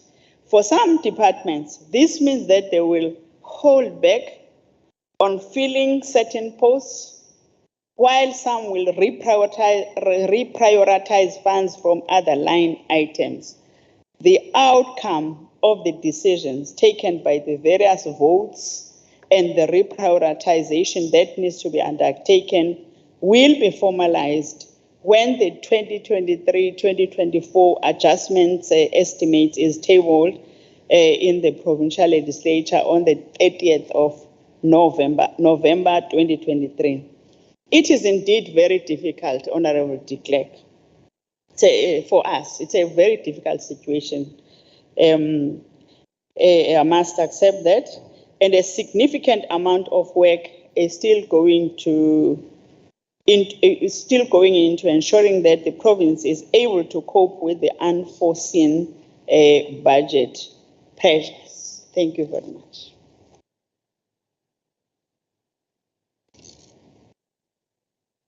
Thank you very much, Honorable Nkonyeni. There is a follow-up question from Honorable de Klerk. Thank you, Honorable MEC. Yes, it's true. It's a difficult position, but it is a position brought on by government. Government knew that if they increase civil servant salaries, it's going to cause a big problem. It doesn't really help to only give 78% of the unfunded mandate, because what is left is still billions. It's, I think, if I'm not mistaken, 1.7 billion. Now, R1 billion is 1,000 million. It's 9 zeros. And if you take it in seconds, 1 billion in seconds is, can I finish? Can I finish? May I allow? Is 37 years. So 1 billion seconds is 37 years. How long will it take for this backlog to be dealt with? Because it cannot. It's an impossibility. So the reason There is an why order, Honorable de Klerk. Can you take your seat so that we allow Honorable Kaluza with an order? Honorable Deputy Chief Whip. Yeah. Thank you very much, Chair. I want to raise a point of order on the member. We are taking supplementary questions, not comments and statements.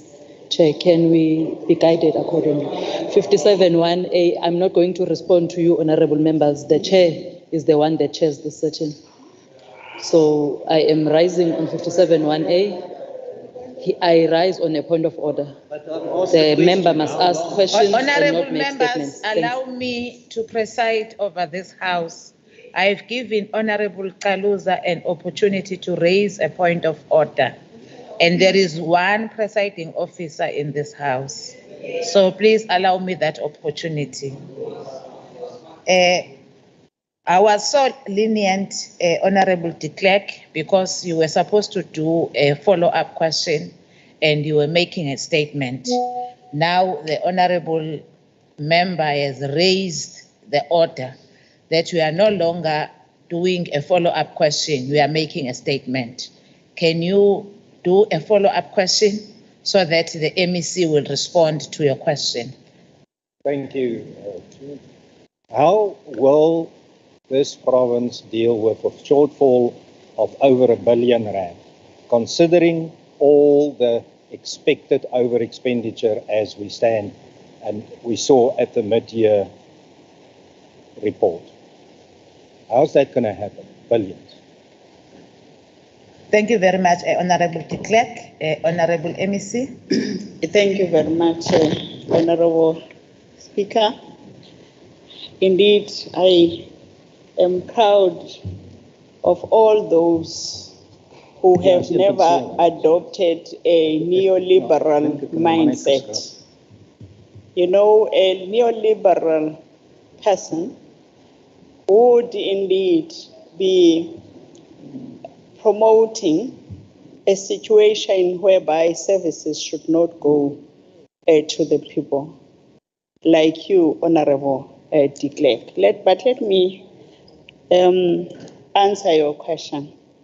I have indicated that we met with all accounting officers, with the MECs, in the Provincial Executive Council that is presided over by Honorable Premier Nomusa Dube-Ncube.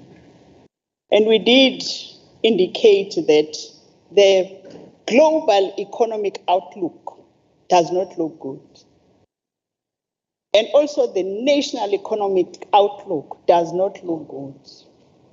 And that can not be attributed to poor governance only here in the Republic of South Africa. Even in your allies, they are facing a similar fiscal challenge. In that, everybody is aware of the war that is ongoing between Russia and Ukraine. You know that very well. It has impacted negatively on all of us, not only on us as a country, but on everybody else, on other countries as well. The illicit financial outflows is also contributing to the situation that we are facing right now.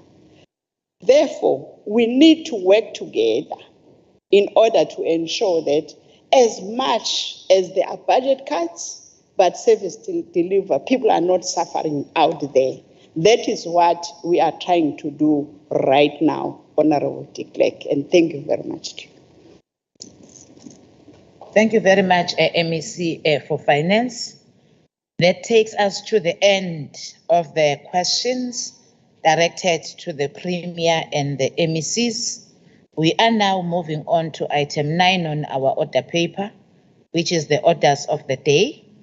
We are starting with 9.1, the debate on programs aimed at ending the tragedy of gender-based violence and femicide in our lifetime, as highlighted in the 2023 State of the Province Address.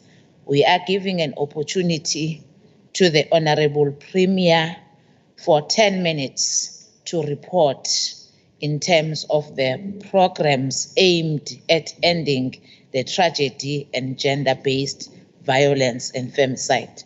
Honorable Nzwagele.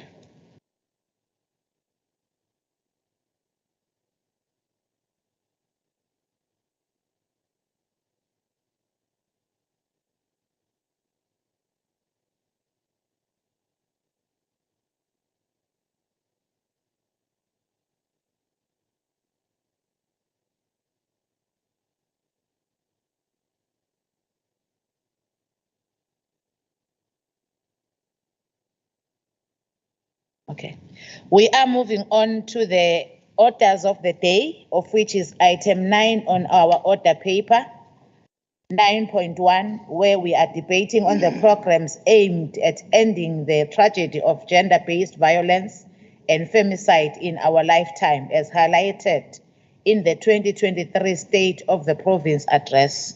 We are giving an opportunity to the Honorable Premier, Honorable Nzwagele, for 10 minutes to give us the programs aimed at ending the tragedy of gender-based violence and femicide. Honorable Nzwagele.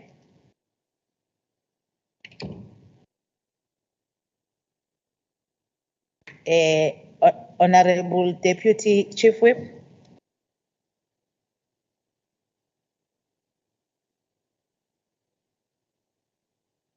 Thank you, Chair. The Honourable Premier is online.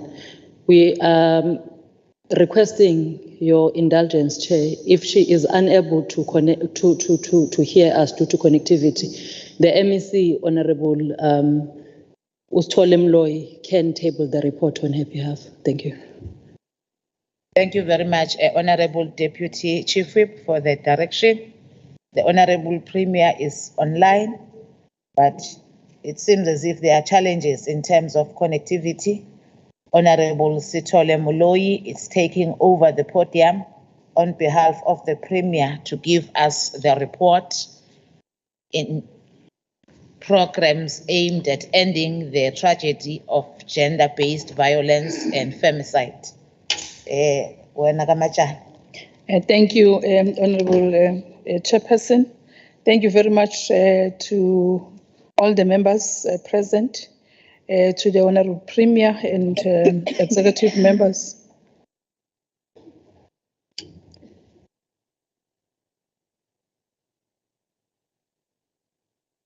Can I allow you? Continue, Honorable Sithole. Honorable Sithole Mloyi. I think the whippery is going to communicate with the Honorable Premier. It seems as if now she had gone the connectivity. Just continue, Honorable Sithole Mloyi. Thank you, Chair. I stand on the mandate of the African National Congress, which as far back as 1955 adopted the Freedom Charter, declaring that South Africa belongs to all who live in it. Freedom Charter further declares that the rights of people shall be the same regardless of race, color, and or sex. Today we stand on this podium to address what has become a national shame, and a national crisis, the wanton violence and femicide meted out on women and children in KwaZulu-Natal and the rest of South Africa. Honorable Chairperson, the most recent statistics from the Statistic SA and SAPS report a rise in the reporting of violence against women and children, but a decreased trend in the noticeable in KwaZulu-Natal. Even as we may be seeing minor decrease in such crimes, we have no reason to celebrate because the scourge remains. In fact, on the 7th of November this year, independent newspapers reported that 2 women were shot and killed near a sports ground in Matigwe, Inanda. A month ago, in October, the same publication published a story of a woman who was stabbed to death in Upmarket, Musgrave, Durban. Recently, in a different case, a man was sentenced to 12 years in jail term for robbing and stabbing a woman who was on her way to work. In August, a security guard was arrested after he was linked to the killing of 2 elderly women who has gone missing in Women's Day and were buried in a shallow grave in Umkababa. Honorable Chair, gender-based violence and femicide has indeed become a pandemic in KwaZulu-Natal.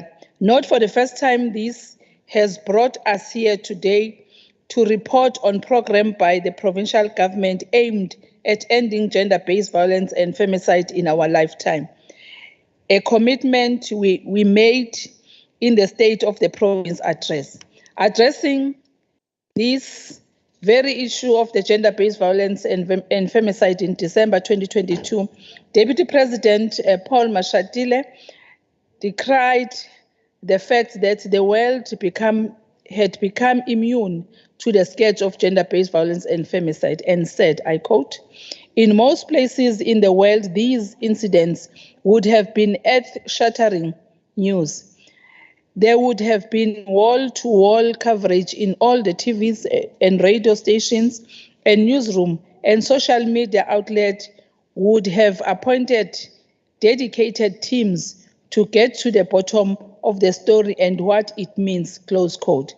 Open quote, and there would be no arrest for anyone, not an editors, the police, the government, and certainly not the usual suspects until someone has been paraded in public as the monster responsible, tried, convicted, and set away for a long time, close quote. Honorable Chairperson, since 2018, when His Excellency the President Cyril Ramaphosa declared gender-based violence and femicide a national crisis, a number of developments has taken place. South Africa is signatory to the international treaties on gender-based violence and has strong legislative frameworks. These include the Domestic Violence Act, DVA 1998, the Sexual Offences Act of 2007, and the Prevention and Combating of Trafficking in Human Persons 2013. At the international level, South Africa is signatory to the, amongst others, the Convention on the Elimination of All Forms of Discriminations Against Women. General Recommendation 197 defines gender-based violence as a violence that is directed against a woman because she is a woman, or that affects women disproportionately. This includes facts that inflicts physical, mental, or sexual harm or suffering. The threat of such acts coincide and in other deprivations of freedom of movement. Together with sexual violence and violence against women, gender-based violence is used interchangeable. Amongst other development has been the adoption of the Gender-Based Violence and Femicide Emergency Response Action Plan in 2019, which became the forerunner of the National Strategic Plan adopted in April 2020. These initiatives, for the first time, brought together multi-stakeholders, including government, business, non-governmental organizations, and civil sector together. This was the first time in Africa and probably in the world that such an issue has brought so many people together.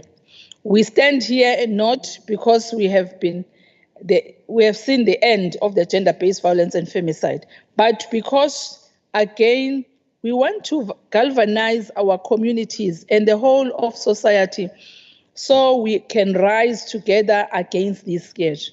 This is because, as the President has cautioned, despite our efforts, violence against women and children continues unabated in our country, open, close, and quotes and close quotes. Yet we stand here prepared not to be defeated, but to soldier on with the best of our effort to improve the environment in which the women of Inanda and elsewhere find themselves where it gets dark.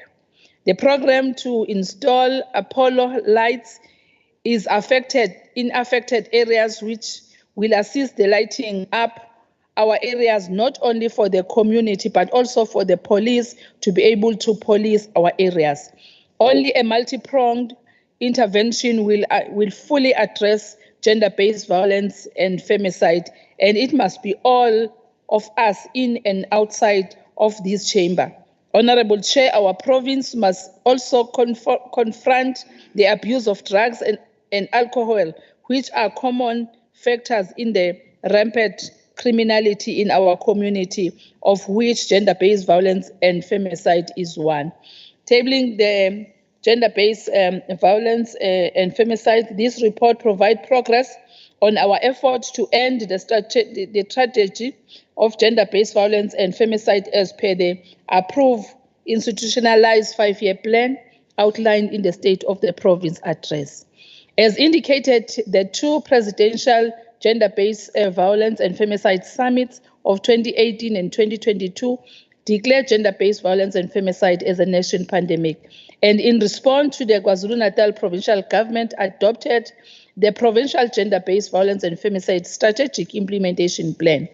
The province's plan responds to the national strategic plan on gender-based violence and femicide as government comprehensive strategy to tackling violence and abuse against women and children. National strategic plan on gender-based violence and femicide provides a cohesive strategic framework to guide the national response on endemic gender-based violence and femicide crisis. As detailed in the report, the province strategic implementation plan is aligned to the national strategic plan, which is made up of 6 pillars, namely Pillar 1, accountability, coordination, and leadership. Pillar 2, prevention and rebuilding social cohesion. Pillar 3, justice, safety, and protection. Pillar 4, response, care, support, and healing. Pillar 5, economic power, and Pillar 6, research, information, and information management. Since the launch of the strategic plan in 2022, several new interventions has been implemented. These have spanned across extensive legal reform, support for survivors through the provision of evidence kits at police station, psychological and social services, and the establishment of a gender-based violence response fund. It has also led to support for Tutuzela and Kuseleka care centers, which provide vital services for the gender-based violence survivors. Nationally, 21 billion has been dedicated over the 6 pillars of the plan, economic empowerment of women. Thank you, Honorable MEC Tulemloi, with the report of the tragedy of gender-based violence and femicide.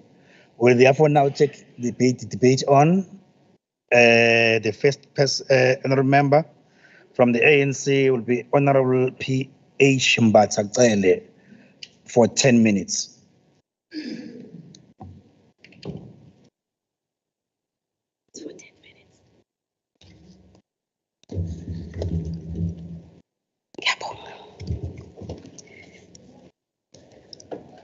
Honorable Speaker of the Legislature in absentia, Honorable Chief Whip, Honorable Premier, Leader of Government Business, Honorable Members of the Executive Council present, Honorable Members of the Provincial Legislature, staff of the Legislature, all departments present, esteemed citizens of KZN who are watching these proceedings online, sanibonani.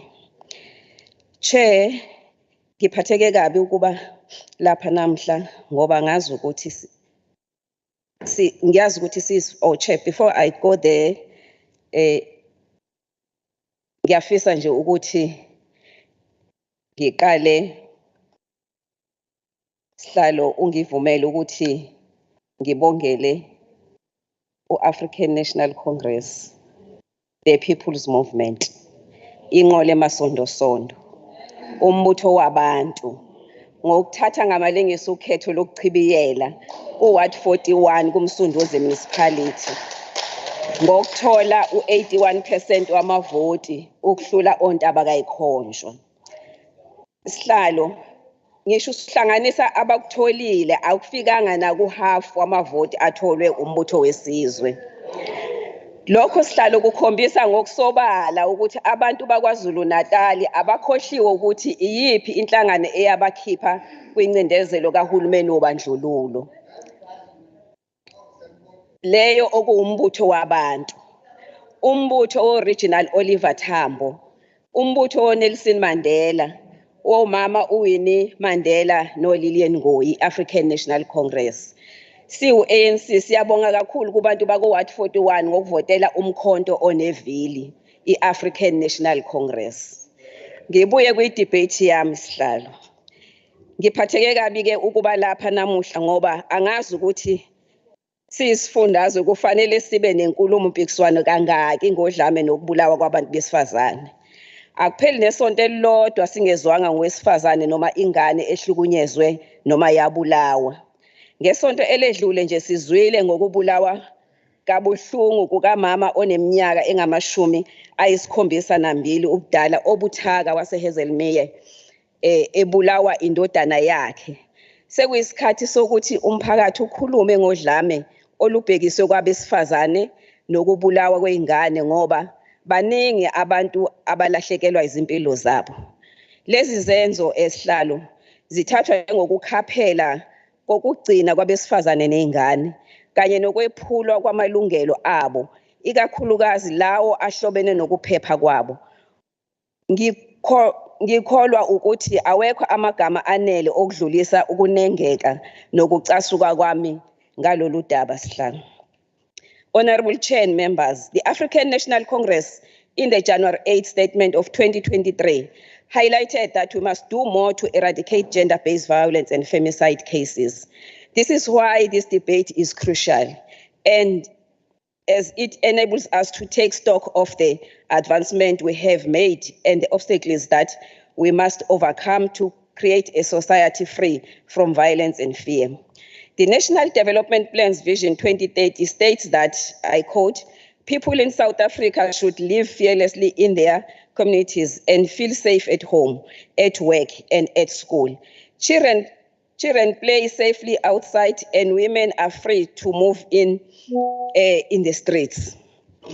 However, if women and children are not allowed to walk freely in our streets, then freedom has no real meaning. If our kids cannot play unhindered in their neighborhoods, then freedom will not even mean anything. If women and children can no longer feel safe in their homes, then freedom will have lost all significance. One notable advancement is the implementation of the National Strategic Plan on Gender-Based Violence and Femicide.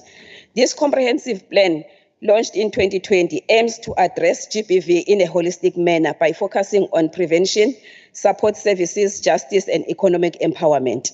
The NSP GBV, Gender-Based Violence Femicide, outlines specific targets and indicators to measure progress, emphasizing the government's commitment to combating GBV effective.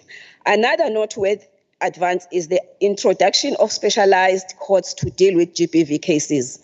The Sexual Offences courts are dedicated to handling GBV cases, providing a more victim-centered and sensitive approach. These courts prioritize the speedy resolution of cases, ensuring that justice is served and perpetrators are held accountable.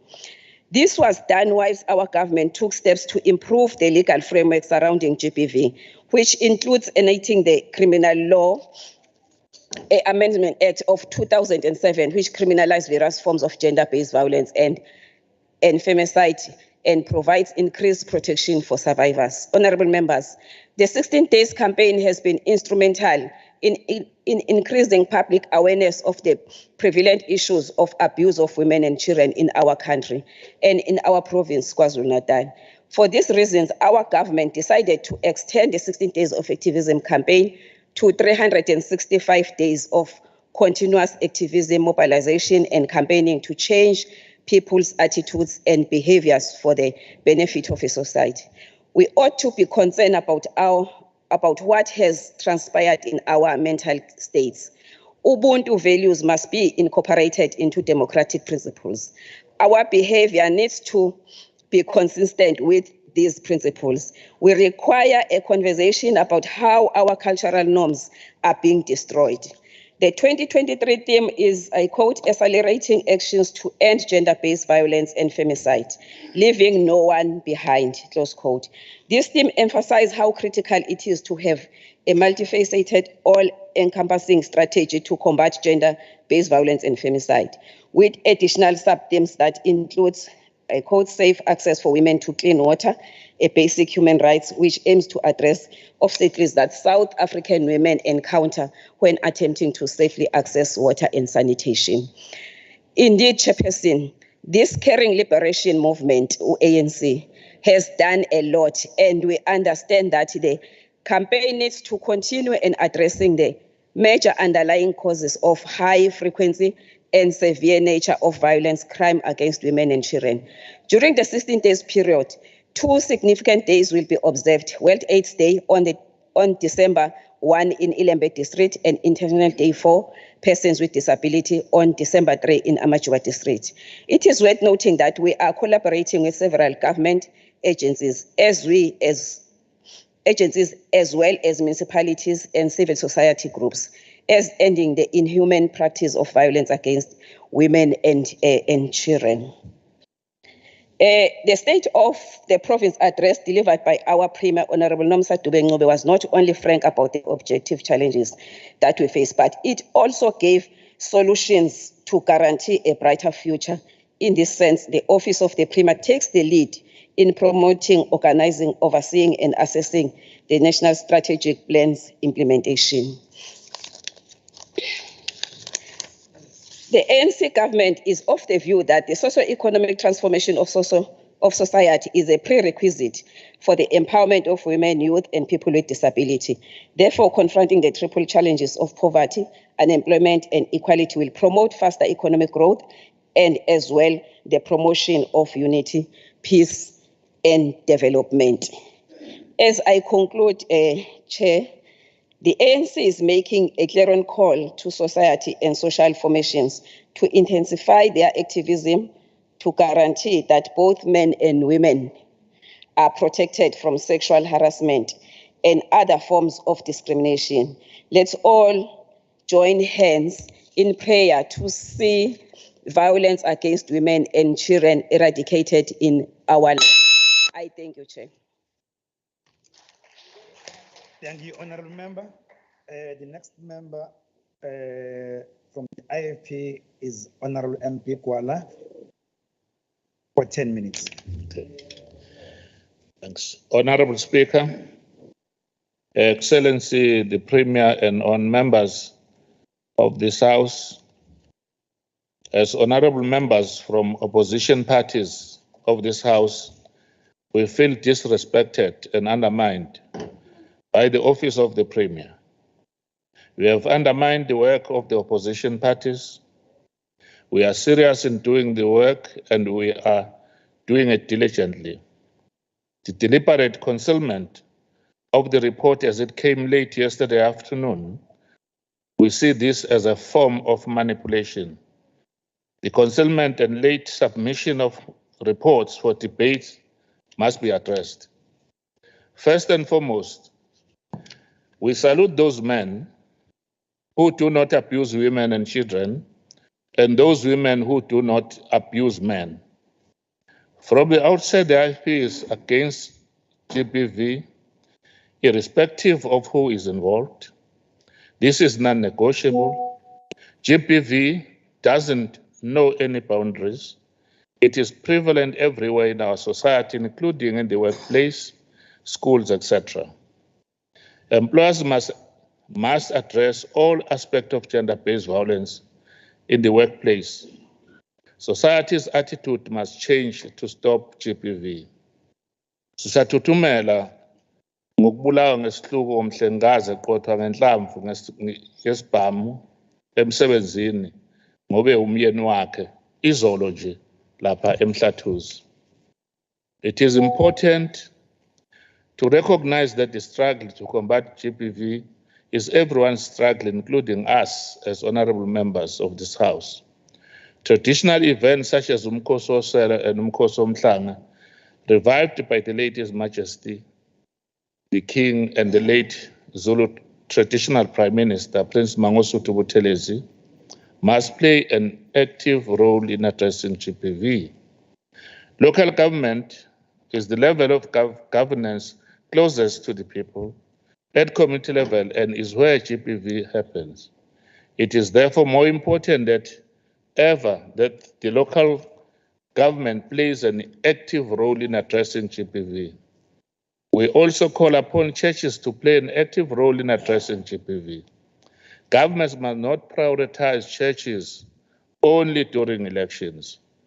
Amakhosi are influential agents at community level and that they can play a significant role in eradicating GBV.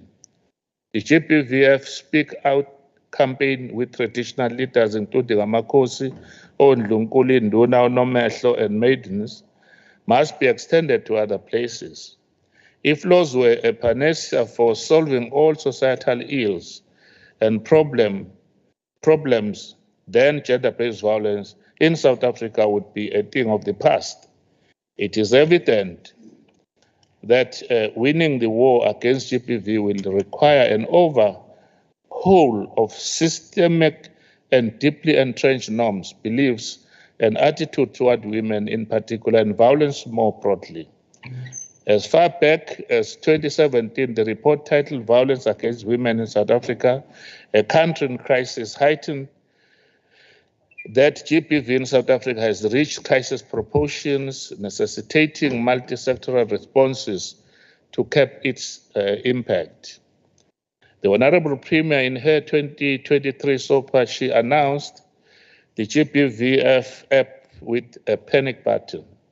We are very perplexed that almost a year later, the GBVF app is still not operational, but it will be effective in 2024, and no clear timeframes is provided about when in 2024. The Premier also announced the 10 million funding from the Gaming and Betting Board. Where is the 10 million rand and what has been done with it so far? According to the second quarter national crime statistics that were released by Police Minister Bheki Cele recently, of the 10,506 rapes reported cases between the 1st July and 30 September 2023, at least 4,723 occurred either at victim's house or at the home of the perpetrator who is known to the victim, such as a family member, a friend, or a neighbor. In the same period, 6,945 murders were recorded, including the murders of 881 women and 293 children.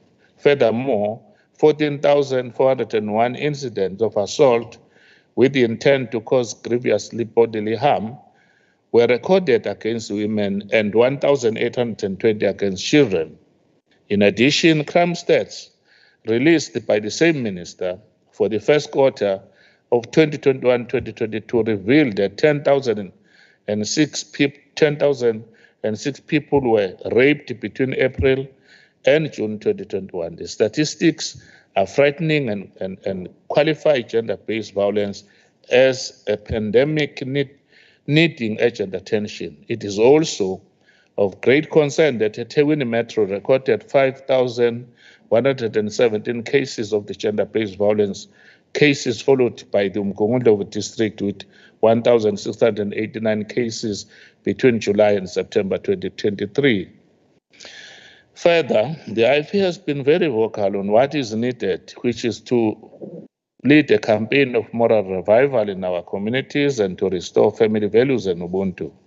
The IFP believes that fight against GBV must be a 365-day project, not only during 16 days of activism. In 2019, the IFP staged a march to highlight the plight, agony, and distress of all South Africans due to escalating brutal killings of South Africans. But in particular, women and children are to call on the National Department of Police in particular and the South African government in general to put an end to these criminal aggressors. In that march, the IFP raised the following issues on its memorandum. One, to call on the government to expedite a national cost plan to fight gender-based violence as the current legal framework does not support and protect women. Next is to call on the government to recognize that it has lost the war against crime in our country and that its strategy to fight gender-based violence must be overhauled. To call on businesses, the private sector, and government to support NGOs who fight and champion issues on behalf of the women and children, in particular those who run shelters for abused women and children. To call for reforms with the justice system and for more to be done by the government in the fight against violence, crime, and gender-based violence in South Africa. Our laws must be sharp teeth to bite. Crime is high and it is getting worse by the day, with no hopes of abating any time soon. If the laws of the country are weak and soft to criminals, brazen criminals will continue to terrorize communities with impunity, knowing there are few, if any, consequences. If the criminals are protected by laws of the country, then only the laws and criminals will see the light of the day, with the citizens 6 feet underground. More resources must be deployed to eradicate crime. The IFP believes that GBV victims must have access to justice. We are concerned about the delay in DNA analysis with regard to rape cases, which has led to low conviction rates in the province. We support the NPA, which has advocated for the establishment of a DNA lab in KwaZulu-Natal, and this issue must be expedited. We still believe that more Tutuzela care centers must be built, and every police station must have a desk that prioritizes GBV victims. While it is worth noting that the Department of Public Works has identified 3 unoccupied government properties that may be renovated and used as shelter for victims of GBVF, but it is of great concern that no clear time frame is provided on when these buildings will be fully utilized. The 95 vehicles which will be utilized by community policing forums and other safety and security structures must be monitored to prevent the misuse of state vehicles. Ngiyathokoza kakhulu Somlong. Thank you very much, Honorable Mpepete. The next member to debate from the Democratic Alliance is Honorable E. Rabe for 8 minutes.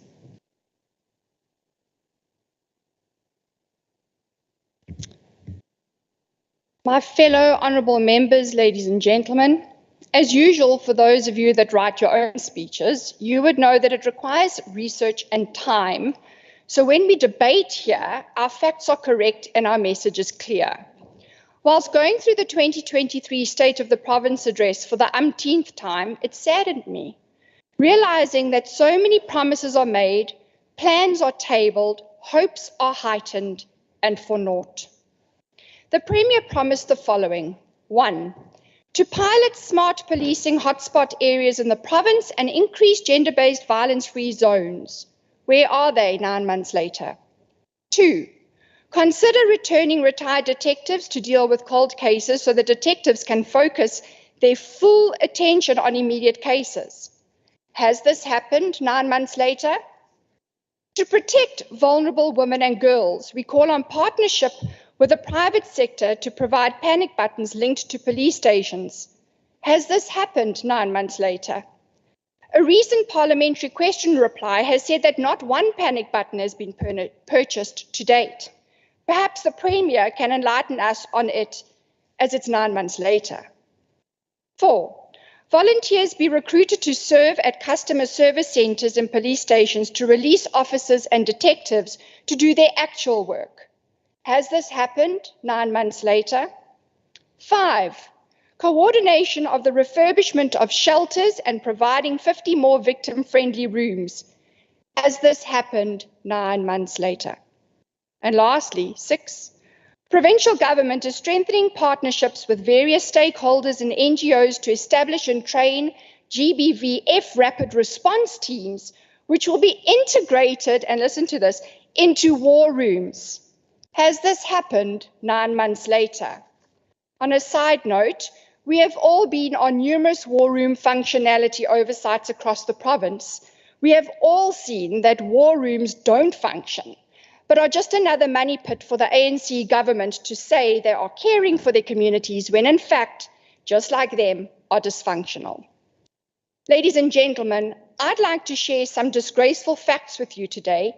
Unlike the ANC who spoke before me, I treat this debate with the seriousness it deserves. KwaZulu-Natal has recorded the highest number of rape cases and second highest sexual assault cases in the country. And these are only those that have been reported. Who knows how many go unreported? Little wonder we hold the coveted title of being the rape capital of this country. We also hold on to one of the top prizes for murder and attempted murder in the country. Did you know that most victims of rape are assaulted at their own residence or that of the perpetrator, and those perpetrators are known to the victims? The balance of the cases are in public places. Another trophy for KZN is that we have the highest rape cases at school. So much for schools being safe spaces for our children. This truly does break my heart. Every year we talk about this issue, and every year there are workshops and darbas, dialogues, etc. And whilst there is place for such things, government should be fast-tracking their actual promised interventions before it's too late. A new year is about to begin with another State of the Province address, and the same empty promises will be regurgitated with a few more ideas added to the pot. And we'll be debating the same old again. This has got to be the most frustrating experience. Ladies and gentlemen, 40 years ago, I became a victim of sexual assault to a perpetrator that was a very close family member. I was too frightened to say anything at the time. I was only 5. And years later, when I did say something, no one would believe me. Did I let this define me? No. Did it change me forever? Yes. I was lucky. I cannot fathom now an actual rape victim, how they must be feeling or how they feel. I was taught that sex is special, not violent, something that is God-given and should be cherished. Many people do not have that experience. The chances of the person sitting next to you having a similar or even worse story to mine is very likely, the chances are you would never know. So we can stand here and talk about the statistics and the wonderful plans we must use to tackle the scourge. But let me tell you, while we talk, our society, our mothers, sisters, daughters are being killed, both physically, psychologically, and not to mention emotionally. Some people, like me, will use this experience to call themselves survivors, not victims. Yet others will forever remain victims. This is not a life I envisioned for myself, but for my children's sake, I am here trying to make a difference in people's lives every single day. Ladies and gentlemen, 40 years ago, I survived a sexual assault. Until the day I die, I will forever be changed by my experience. I don't expect pity. I seek understanding and justice for those like me. My heart goes out to the families that are affected by the scourge. It is not a joke. It will take a lifetime to process what has happened to them. Until a government that cares actually cares, does something drastic to stop enabling perpetrators, there will be lots of talk, lots, with no hope. Thank you.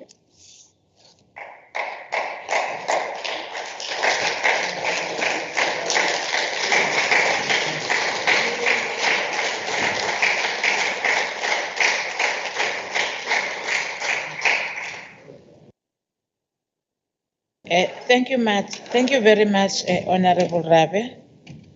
And we felt the pain as you were presenting your debate. But I think it's also assisting when you are sharing these experiences, that it's not only the vulnerable people that are experiencing such, but we also experiencing such ourselves. The next member to debate, it's Honorable S.E. Hlomuga of the African National Congress for 9 minutes. Honorable Hlomuga.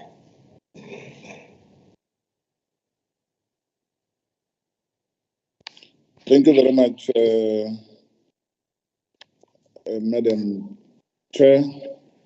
Greetings to Honorable Speaker, in her absence, Deputy Speaker, Honorable Premier, and all honorable members. Madam Chair, the African National Congress, led provincial government, has a proven track record, drawing its inspiration from the liberation struggle to fight for equal right for all, other than other organizations who have experienced to oppress us. This fundamental idea also extends to an unwavering commitment to champion for the protection of the rights, dignity, and security of women, children alike. These are the key founding principles of our Constitution and all our human rights, laws, and policies. History has not been checked, Madam Chair. Our glorious movement, the ANC, has been a trailblazer leading from the front when it comes to the protection and empowerment of women in our society. The Freedom Charter proclaims that all shall have equal human rights. It's fair to say, Madam Chair, that there shall be houses, security, and comfort. Hence, our government are building free houses for our people, are protecting our people. Hence, they are comfortable with the ANC-led government. Our government has made tremendous strides to ensure that these are not just slogans or chants, but indeed guiding the principle as we work towards building a society that cares and cherishes its women, and that ensure that it provides a safe, secure environment where they are always safe from harm and victimization. I must, Madam Chair, indicate, having listened to the previous speakers, it is not true that the Premier, what in her State of the Province address, she indicated that there are things that the provincial government is going to do. It was not going to be done by an OTP or a Premier herself, but because as the head of provincial government, he already gave various departments to implement the decision or the announcement that were made by the Premier. I must indicate maybe the honourable members, they didn't read the report that was sent by the Premier, which articulate and give a report on number of progress or program that the Premier have promised to implement. That's why I must confirm that the office of the Premier have secured the budget from the private partners working with government to build the panic button, even in schools. That's why I'm saying all members, they must read the report so that whatever that they raise in this August House is something that is informed and is correct, not something that they think is not provided by the government. I must also indicate that the Office of the Premier of the provincial government have a public-private partnership with a number of companies, including Nambiti Group, which also assisting in providing solar-powered street lights at Inanda, KwaMashu, and KwaNtuzuma, by also trying to ensure that we create a safe environment. That's why, Madam Speaker, it's important that when we come in this August House, at least we do research, so that when we debate here, we debate based on the correct information. Our people now, they understand that some of the opposition, they just talk for the sake of talking. Madam Chairperson, our government has enacted a number of legislation to maximize the protection of women from being victimized based on other gender. The Domestic Violence Act of 116 of 1998 gives survivors of violence a maximum protection from domestic abuse. The ANC-led government has also established Thuthuzela care centers throughout the province. These care centers are strategically placed inside the hospitals to ensure easy access to medical care for all victims and survivors of gender-based violence. These centers, Madam Chair, they are response to an urgent need for an integrated strategy, prevent, response, and support for victims of rape and sexual abuse.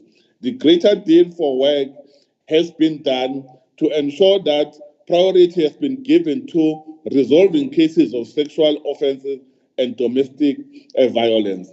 We will continue, Madam Chair, to work toward preventing and combating trafficking of women as well as distribution of children pornography. The ANC-led government has made giant strides in the fight for stricter bail conditions for all perpetrators of sexual violence, and we continue to advocate harsher sentences for all those who have been found guilty by court of law. We have seen communities protecting outside courts, protecting us against bail for perpetrators in this for this crime. That in its own is a sign of brave and escalating the campaign in the society on gender-based violence. Our government, led by the ANC, Madam Speaker, working closely with the police, has continued to implement programs aimed at preventing gender-based violence as part of provincial crime prevention strategy. Also, on the sexual offence court have been established to ensure that such cases are expedited and victims and survivors are served justice efficiently and without any prejudice. Chairperson, the war against GBV and femicides continue to intensify. Since June 2023, police have arrested more than 213 suspects for rape in the province. 27 people were arrested for sexual assault. More than 10 life sentences were secured by the Family Violence, Children Protection, Sexual Offence Unit. This indeed, Madam Chair, must be applauded for the good work that the police they are doing, for the good work that the government of the day is doing to arrest those that are found doing wrong things in undermining our women and children. Despite some of the policing challenges like Inandam, still leading in the crimes against women and children. That's why, Madam Chair, yesterday, 2 days ago, we were in Nanda with the Provincial Commissioner, HODs, and various stakeholders to also deal with crime in general, which GPV was part of it.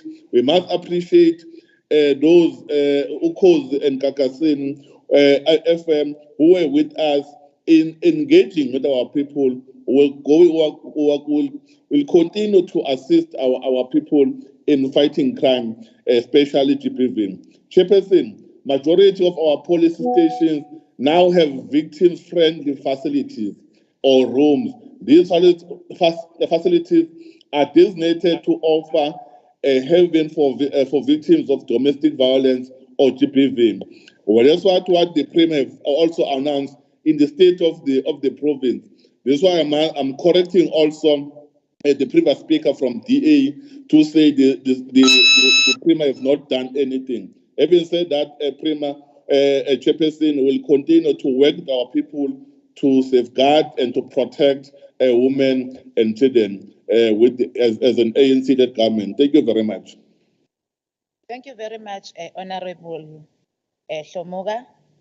The next member to debate from Economic Freedom Fighters for 6 minutes, it's Honorable M.W. Twala and Honorable N.L. Baipeli. It's going to stand in for Honorable Twala. Honorable Baipeli.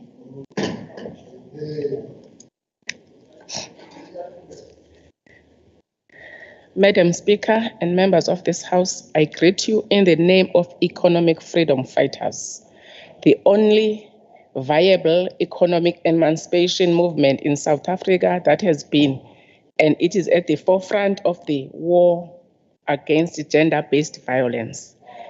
The only organization that recognizes that patriarchy and sexism in our society and should be buried in a shame. Allow me to begin this debate by expressing my dissatisfaction with the delay in the Premier's office providing this report. It seems that there is a big cover-up. Meanwhile, we all know that the Premier's office has really not done much in terms of combating GBV in the province. It's all on paper, but there has been no implementation. It is nauseatic to note how the provincial government continues to downplay the issue of GBV, with many of our public representatives harboring perpetrators of GBV, like it is the case with rape allegations involving IFP members and councillors who may have been asked to resign instead of being arrested. This year marks exactly 32 years since the United Nations declared the 25th of November to 10th December the 16 days of activism against gender-based violence campaign. But year in and out, we continue chanting slogans of no violence against women and children abuse, while GBV and femicides continue to top the crime scale. According to second quarter crime statistic released by SAPS, the attacks and violence meted on women, children, the elderly, and the most vulnerable remain shameful in this country, with 10,516 rape cases reported between July to September, 1,514 incidents of attempted murder involving women, and 293 children between July and September. La enqulwini eNanda, iNanda police station remains one of the leading stations in South Africa with GBV cases. Umthwalume in the South Coast, which is known for harrowing cases of violence against women and children, has become a no-go area for women and children with random murderers. Zonke lezi zindawo okwenzeka khona izigameko zodlame asikazi silibone iqhaza likahulumeni ngaphandle kokubhonga emswaneni bese kuphelela lapho without proper rehabilitation programs that serve to educate communities. GBV victims from rural areas suffer the most, with provincial government departments playing the blame game and shifting the responsibilities to amakhosi, who do not have the powers to apprehend perpetrators except asking them to pay fines for the crime committed. During Women's Month this year, the Premier announced that as a part of the government's effort to combat GBV, the provincial government has created white door sites, which are assessment and referral sites for GBV victims, 21 shelters for abused men and women, and also running empowerment exhibition for GBV victims to exhibit their work and to impact economic empowerment skills. But today, we have not seen those centers being operational or those programs being implemented. As the next government, talk shops, Izimbizo, and all these showstopper events and campaigns that are aimed at combating GBV are not enough. Our mothers, grannies, sisters, aunts, and children are in distress because the South African justice system has failed them. It is the slight that we call for harsher sentences against GBV perpetrators, and we also call for the independent police investigation to create a division that will investigate those police who victimize and do not allow victims to open GBV cases. Thank you, Honorable Speaker. Thank you very much, Honorable Baipeli. The next member to debate, because we have received apology from the NFP, the MF, and ATM, and ACDP, is Honorable N. Simelane of the African National Congress, with allocated 10 minutes. Makujwa. Thank you very much, Chairperson. Chair, I think honorable members really should read the reports that they have been given, because if they had, they would receive the responses that they are demanding. Honorable Kwala, Honorable Rabi. Kodwa ke Mrs. Tolemlo will speak to that. I want to just firstly comment, Chair, on the issues of war rooms, and I don't want to speak to everything that Honorable Rabi spoke to in relation to sexual assault, because there we support and agree with her entirely. However, it's politicking when you speak about such serious issues and then you just, in the midst of all of that, you slot in a point that says war rooms are not functional and war rooms are a money pit for the ANC. Now, that makes me wonder whether Honorable Rabi actually knows or understands what a war room is. Ngoba phela, if you knew and understood it, you would know that there are no funds that are being put in any war room. You would understand how a war room functions. Kodwa ke phela, sitting in her privileged existence, it's not possible for her to know ngoba uhlala lapha ehlala khona. But those of us abahlala emphakathini siyayazi, siya-understand war room isebenza kanjani. Akukho futhi lapha engathi kungakhona i-opportunity yokuthi kube khona abantu abadla imali. Kodwa ke sizomxolela ke ngoba kusho ukuthi akazi.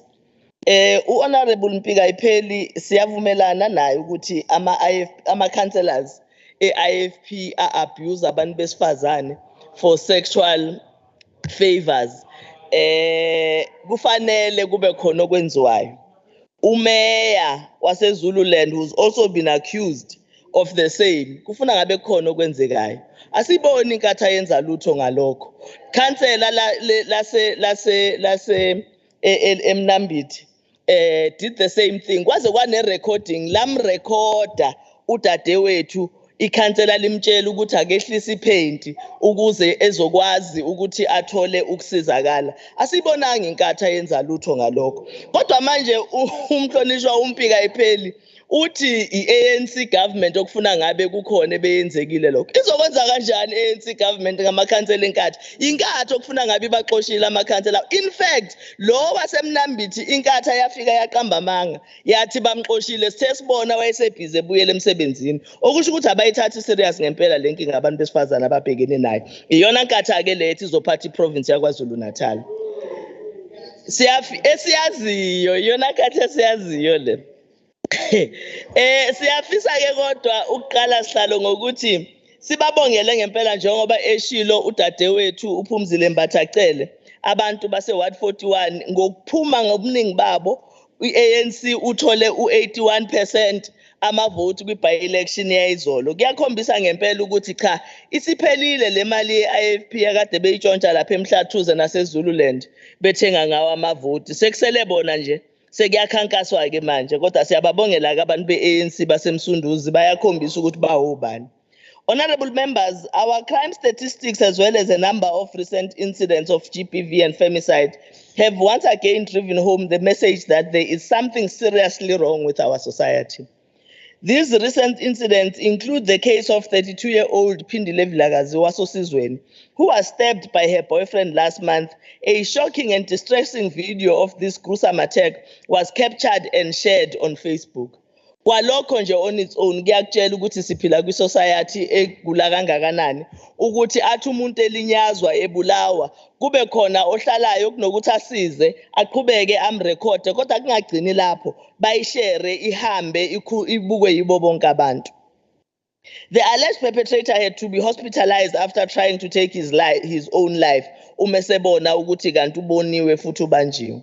We have also become aware of the case of a 6-year-old child from Esipahleni in Bazwana, Mkhanyakude district, who was repeatedly assaulted by her guardian. Last week, this child was severely assaulted with an electricity cable after being accused of stealing a cell phone, a 6-year-old.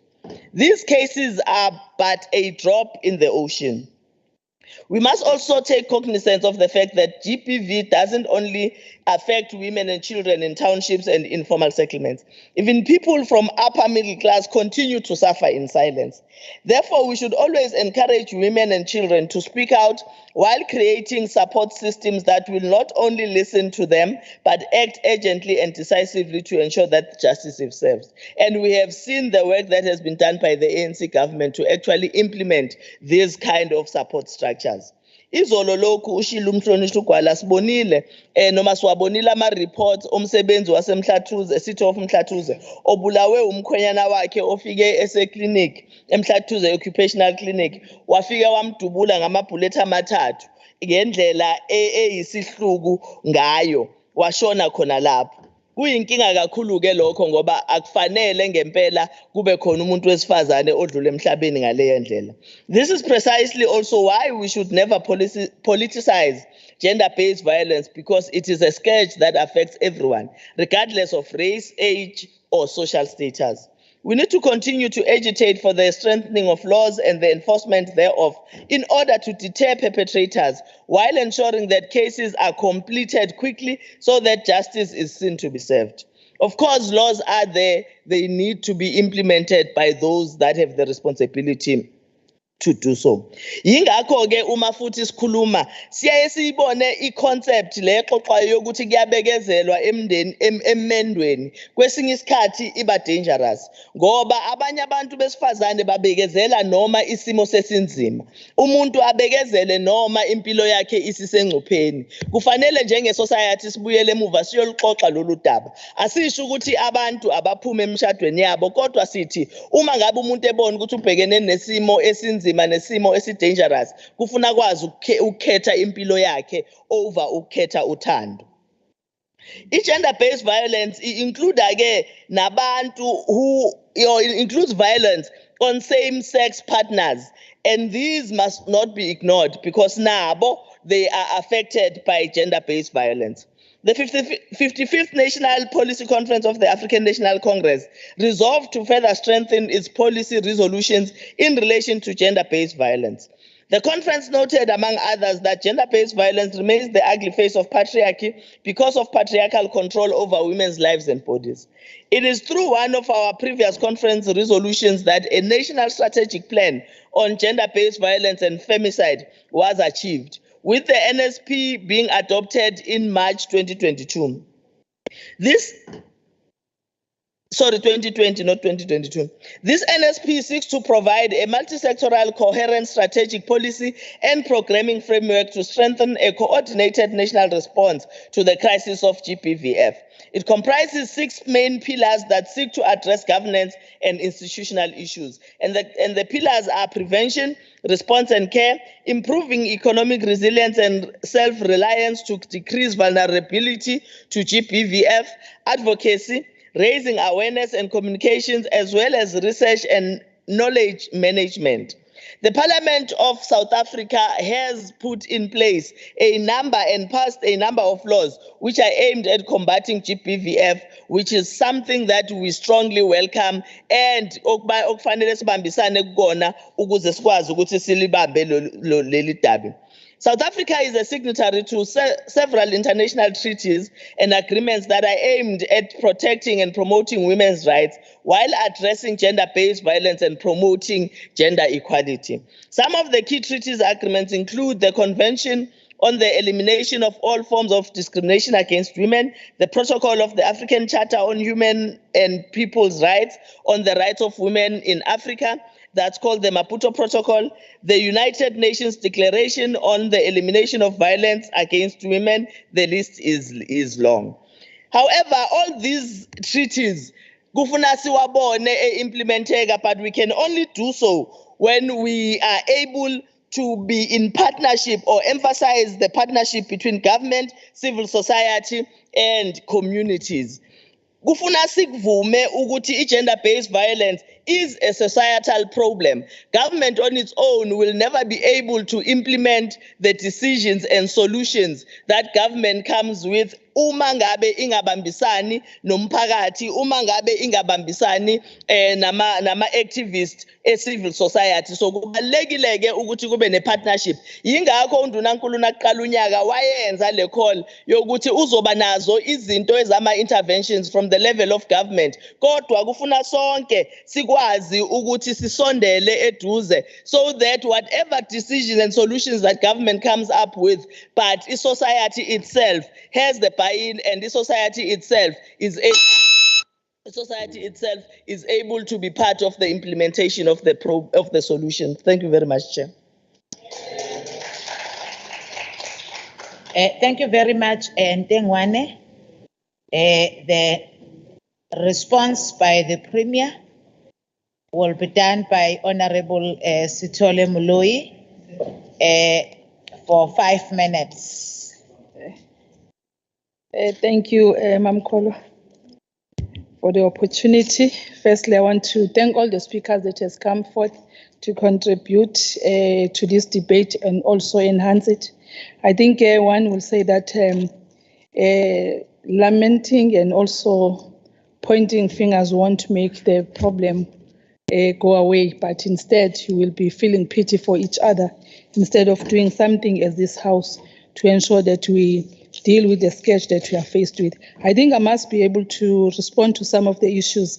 When we were talking about the issue of accountability coordination, the Office of the Premier, it is not true that the Office of the Premier has not responded or has not done anything in respect to the plan that she put before this House. On that part, Pillar 1, there has been a master training workshop conducted for gender-based violence and femicide field workers, and the establishment of the ward-based rapid response teams by the Office of the Premier. That was done in all districts from the 24th of July to the 19th of September 2023. So it means the work has been done in respect to that pillar. And also with Pillar 2, the prevention and rebuilding of social cohesion, a workshop or a forum session was held on the 18th of May 2023 at Zinkwazi, where we had about 150 attendees that attended, including Amakosi Ondlunkulu Zinduna, Onomehlo maidens were also having a meeting in Bergville where all these things were discussed, including issues such as Utwala. We're also discussing that. It means that the Premier is consistent in what she has pronounced in this meeting, in this House, and is doing something about all these pillars of justice, safety, and protection. I think we must also indicate that a lot has been done, including to ensure that there are victim-friendly rooms in these police stations. Out of 884 police stations, 154 have victim-friendly rooms, and that 12 out of the 28 park homes has been installed in police station, which to be used as victim-friendly rooms. I'm not going to list all those areas that are in the report. If members will then refer to that report. On the app, we are activating the app, and it will be up and running in the beginning of 2024. We want also to indicate that with regard to issues that we have not put the panic buttons, there is a process that the Premier is embarking on, the Office of the Premier, in ensuring that we get all the gadget as expected. But I want also to indicate that all this work can be done with the cooperation and working together. I'm not going to go to each and every member of the opposition on the matters that they've raised. I think one will have to work together on this matter. Unless we work together, we are not going to deal with the matter and dispense with this matter amicably, because every time we come here, we look at each other, we say to each other that we are responsible, we are not responsible. I feel bad when Honorable Rabi was crying, and I could feel the pain, but on the other matters that she raised, I think we must not not respond to that. All the matters that you have raised, Honorable Rabe, is in the report, and I think Honorable Prima says that she did actually brought the report earlier as prescribed by the legislature, but if members did not get the report as expected, she wants me to convey her apology on that, not because she wanted to disarm you not to be able to debate in this debate. She would love you to do that. Lastly, I want to quote to say that Honorable Chairperson, these occasions remind us of while some progress is being seen, more needs to be done in the war against gender-based violence and femicide. As Nelson Mandela reminds us in his long walk to freedom, I quote, "I have discovered the secret that after climbing a great hill, one only finds that there are many more hills to climb. I have taken a moment here to rest, to still a view of the glorious vista that surrounds me, to look back on the distance I have come. But I can only rest for a moment, for with freedom come responsibility, and I dare not linger, for my life is not ended." Those are the words were said by our first president of our democratic country to encourage us to look forward, to say, even if we deal with matters, there will still be more matters to deal with. Thank you, Chairperson. Thank you very much, honorable members who have debated on the matter. The time is exactly 12 o'clock. In terms of the schedule, we are supposed to break for lunch, but I think it's still early, honorable members. I'm just consulting whether we are continuing or we break for lunch.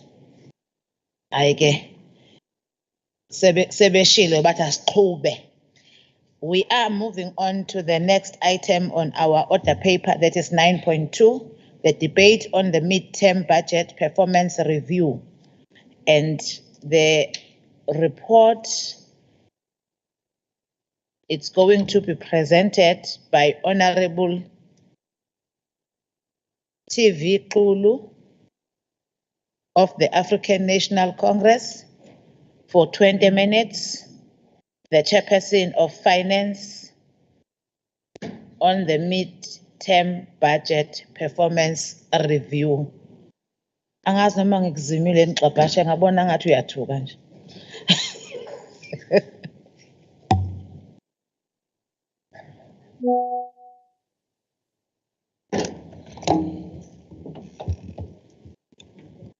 Thank you, Honorable Speaker. In absentia, Honorable Chairperson of the session, honorable members, our executive president, Sanbonan. I'm here to present the report of the Finance Portfolio Committee of 2023-2024 mid-year budget performance hearings. On the 14th of November 2023, the Finance Portfolio Committee received a comprehensive briefing from the Provincial Treasurer on the mid-year budget performance report for the 2023-2024 financial year. The committee, with assistance of Provincial Treasurer, identified a sample of 6 departments which were invited to attend mid-year budget performance reviews with the Finance Portfolio Committee over 2 days. Provincial Treasurer also assisted the Finance Portfolio Committee with the pre-hearings briefings prior to each hearing. The committee extended its sincere appreciation to Provincial Treasurer for its support during these hearings. On pre-hearings briefings, prior to each hearing, the committee received a comprehensive briefing from Provincial Treasurer on each department's mid-year budget performance. These briefings included each department's revenue collection at mid-year projected end-of-year expenditure, budget performance including expenditure rollovers, varments, shifts and other adjustments, conditional grants expenditure, infrastructure spendings, expenditure of specifically and exclusively appropriated funds, and matters for discussion. The pre-hearing briefings were very important in empowering committee members for the hearings. On matters considered in the hearings. During the hearings, departments had to respond to all the issues raised by Provincial Treasury during the pre-hearing briefings, as well as to matters raised by members of the Finance Portfolio Committee based on the 2023-2024 mid-year budget performance report. This pertained to the expenditure of the department's budget at mid-year as well as projected expenditure at year-end. On Portfolio Committee attendance, Portfolio Committee chairpersons and members were invited to attend hearings relevant to their portfolios. Some Portfolio Committee members attended the hearings and participated in discussions. The role of the Portfolio Committee in follow-up during the financial year on the recurring and transversal findings is extremely important.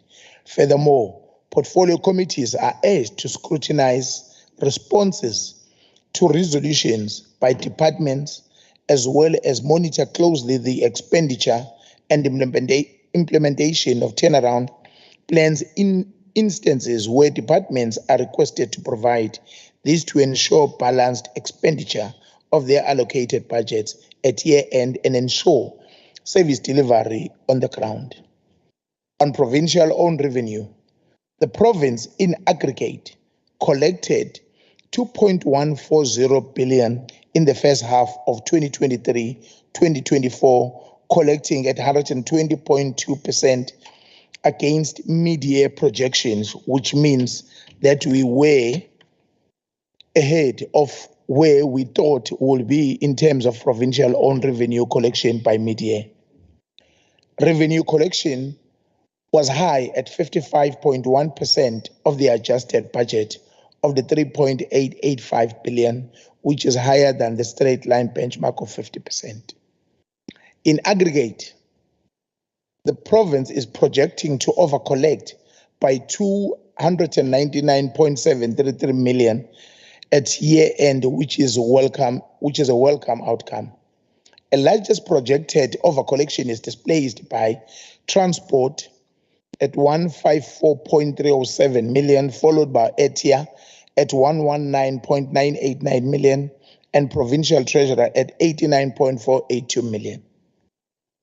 On mid-year expenditure, the total spending for the first 6 months was 75.860 billion compared to the adjusted budget of 146.759 billion, with the province showing projected overspending of 9.748 billion. Spending pressure are already visible, with 51.8% of the annual budget spent by mid-year compared to the 50% straight line benchmark. It is noted that a large portion of the projected overspending relates to the 2023 wage agreement, as well as the carry-through impact of the 2021-2022 MTEF budget cuts, which some departments continue to find it difficult to adjust to. Some of this projected overspending will be offset by the additional allocation from the National Treasurer for the 2023 wage agreement, as well as various allocations to be made from the provincial cash resources. On conditional grants, all grants reflect a balanced budget at year end, except for the Early Childhood Development Grant, which is showing projected overspending of 63.291 million. Some grants are showing concerning low levels of spending, which is less than 40% of the annual budget spent. National Treasury has granted conditional grant rollovers final approval based on the audited outcome to the amount of 589.472 million. Accounting officers are urged to report accurately and timeously on conditional grant expenditure to avoid reduced allocations for their departments in future. They are further urged to ensure that funds are committed where funds could not be spent in full, so that their rollovers requests may be approved by National Treasury. On projected over expenditure at mid-year, the Finance Portfolio Committee urges accounting officers to comply with Section 39 of 2 of the PFMA, which places the responsibility of not overspending on the accounting officer. Accounting officers are urged to take urgent and immediate steps to remain within budget by developing and implementing turnaround plans for their departments.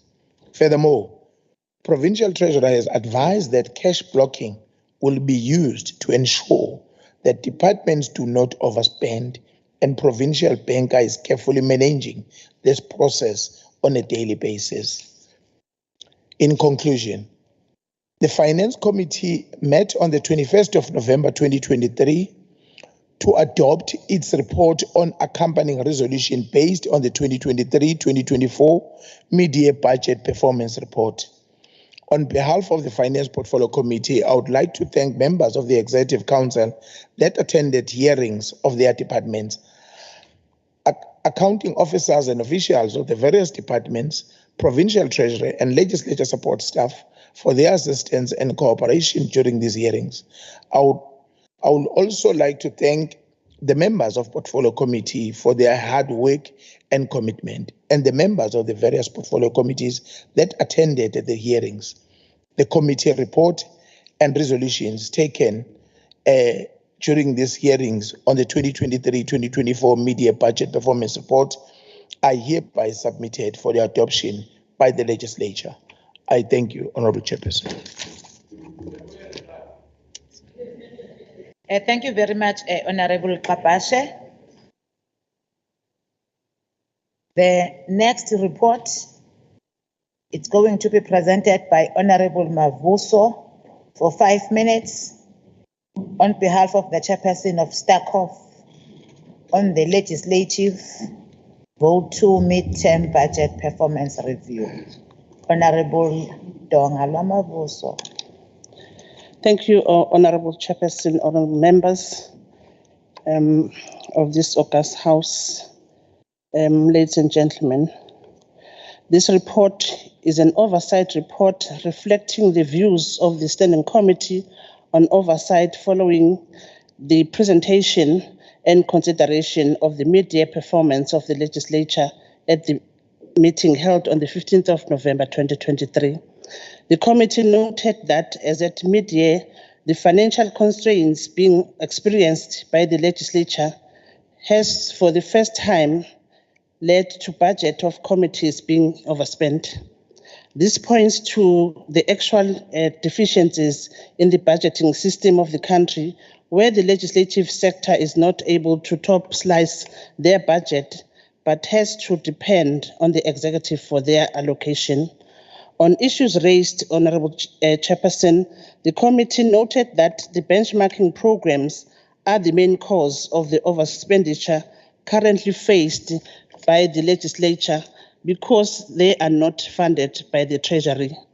The legislature was tasked to ensure that in future, proper budgeting and allocation are prepared accurately for these programs.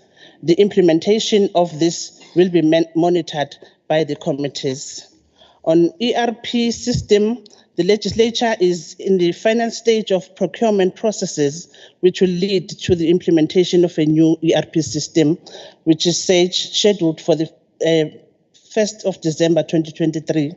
SAGE is widely used predominantly by the medium-sized companies. Within the legislative sector, 4 out of 9 legislatures have implemented SAGE ERP system. On adjustments to the budget, having raised the above concerns, we do want to acknowledge that there is additional funding that was reported to have been made available to the legislature as follows. The main budget was adjusted by an additional allocation of 58.1 million as follows. On Program 1, Administration was allocated 28.4 million for the following: 5.0 million towards main chamber and admin building structural repairs, 2.0 million towards upgrade and repairs of old aircons electrical works, and 10.2 million towards ERP system upgrade and Microsoft annual subscription. 7.7 million towards 2022-23 commitments on travel-related expenses, audit fees, and IT. 3.5 million to address spending pressures under Secretary and Social Responsibility Office. On Program 2, Parliamentary Business was allocated 24.3 million for 15.0 million towards voter education, 2.8 million towards last year's commitments, mainly travel-related expenses, and 8.5 million for partially offset overspending under committee's budget. And members' remuneration, an amount of 5.4 million was allocated to fund the back pay and carry through effect of 2022-23 increase of 3%. On environments, Honourable Chairperson, both programs are experiencing spending pressures, therefore no areas for environments. The recommendations, the committee noted the issues raised and is supportive of the adjustments on Vote 2 legislature budget. Thank you, Honourable Chairperson. Thank you very much, Honourable Mavuso. The first member to debate is Honourable M. Govender of the African National Congress for 10 minutes. Honourable Govender.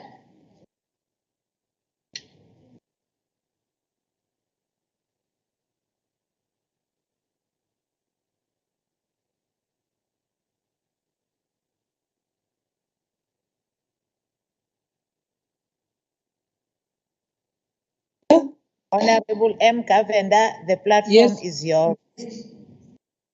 Thank you, Speaker. Let me just open my mic briefly and then I'll switch off. Thank you, Honourable Speaker.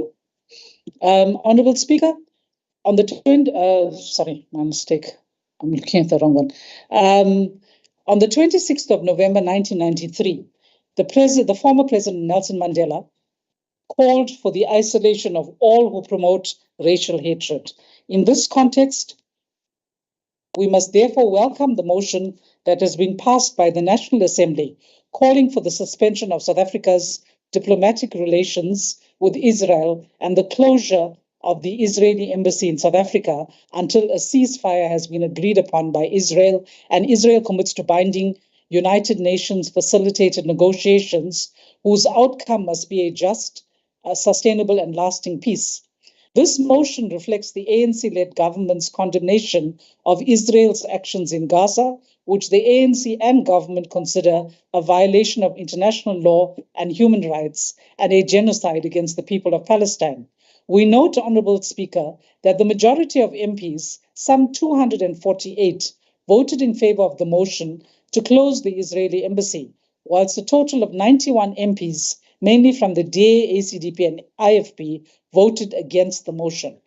Honourable Speaker, over 13,000 Palestinians have been killed in this conflict, and it is untenable that people cannot vote to end this conflict and to do whatever is necessary to bring about an end to it.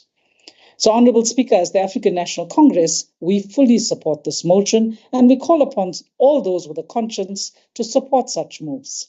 I will be speaking on provincial-owned revenue as it stands in relation to the midterm budget review, and my colleagues will address other aspects as raised in the committee report. It comes as a glimmer of hope, Honourable Speaker, in these financially trying times to announce that the province has been doing very well in regard to revenue collection and has actually exceeded its own mid-year projections.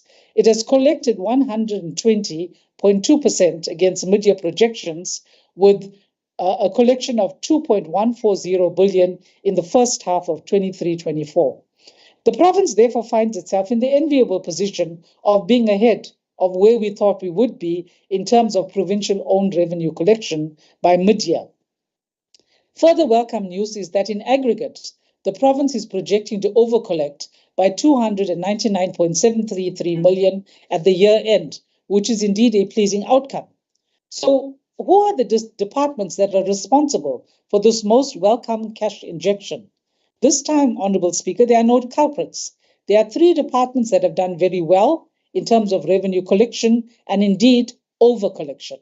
They are the departments of transport, followed by ETIA and provincial treasury. So well done to the trio and to the leadership of these departments as well. We need more of this. Honourable Speaker, transport's projected over-collection is largely in respect of motor vehicle licenses, with the applications for new and renewal of motor vehicle licenses being higher than anticipated. This is a category that's difficult to project for accurately because it depends on the public buying new vehicles and on the public renewing the vehicle licenses.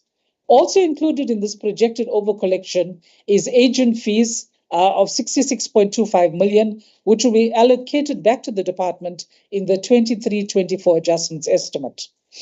ETIA reflects a projected overcollection of 119.989 million, and this is attributed to an amount mainly of 100 million that the Dubai Trade Port Corporation surrendered in relation to funds that the entity was not able to spend in the prior year on constructing mini factories in Trade Zone 2, where the bids exceeded funds allocated for the project, and therefore the entity could not continue with this project. The entity then agreed to surrender the funds towards increasing the provincial contingency reserve so that urgent spending pressures could be funded, excuse me, Honourable Speaker, in the 23-24 adjustments estimate.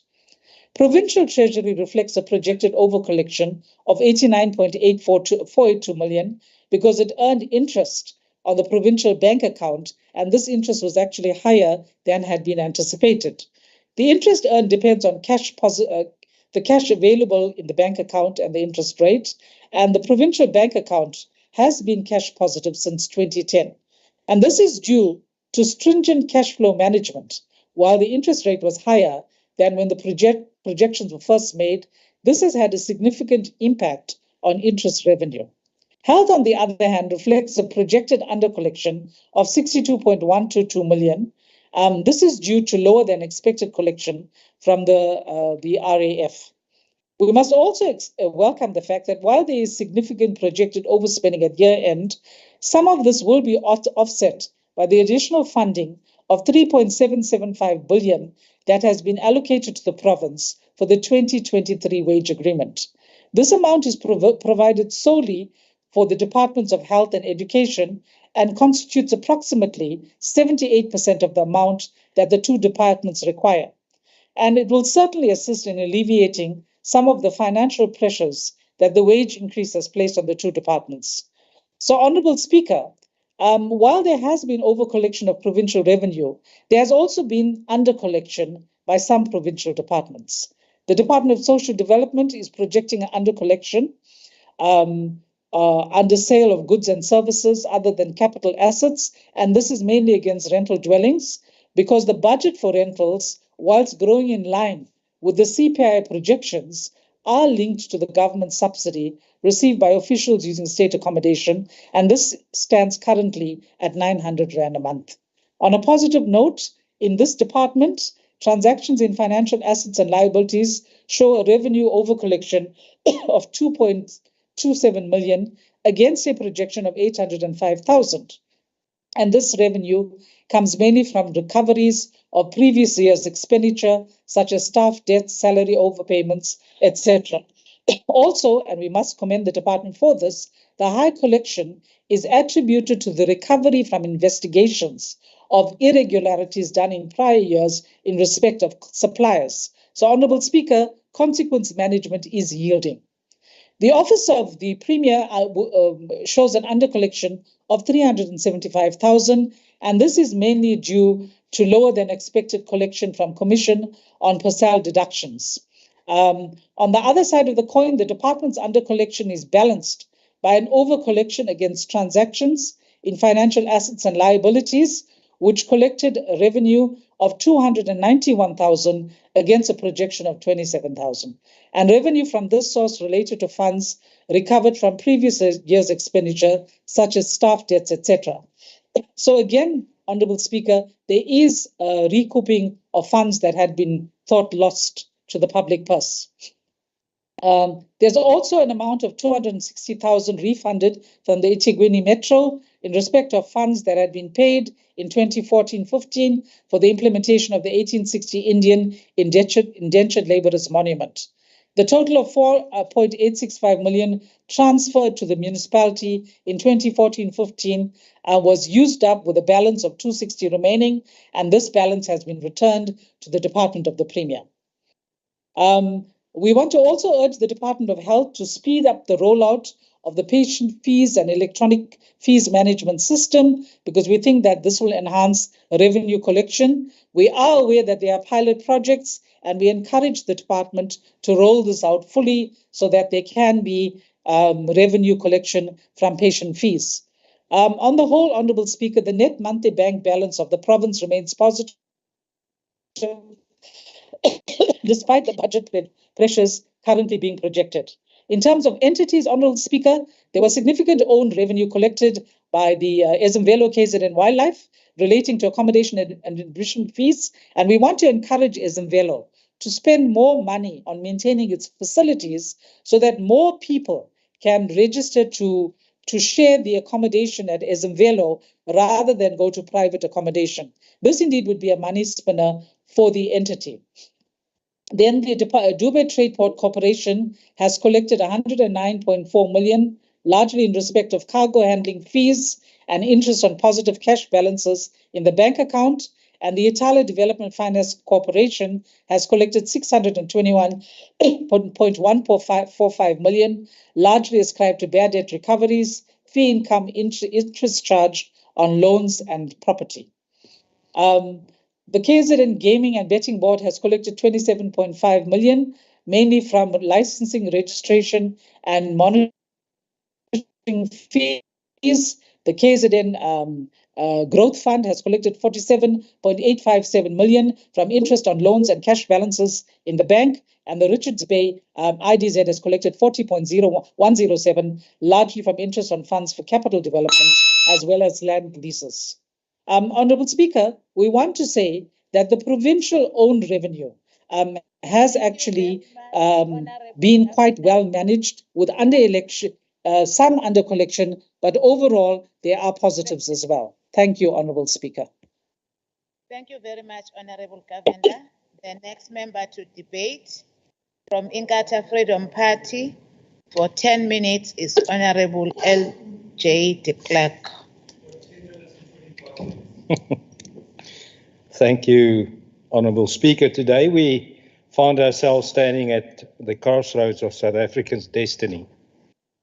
Burdened by an economic strife that has engulfed our nation, the latest research from Harvard University, Growth Lab, has laid bare the severe economic underperformance of South Africa under the African National Congress and President Cyril Ramaphosa. The research identified key areas of concern that are hindering the country's growth and inclusivity. The study highlights issues such as inadequate infrastructure investment, bureaucratic hurdles stifling entrepreneurship, and a lack of effective policies to address unemployment.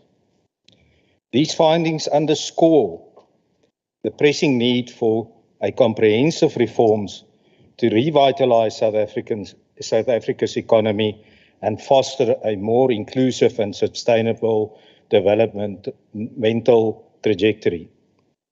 Built upon 9 papers and extensive collaboration with various stakeholders, the report underscores that South Africa is falling short of its objectives in terms of inclusion, empowerment, and transformation.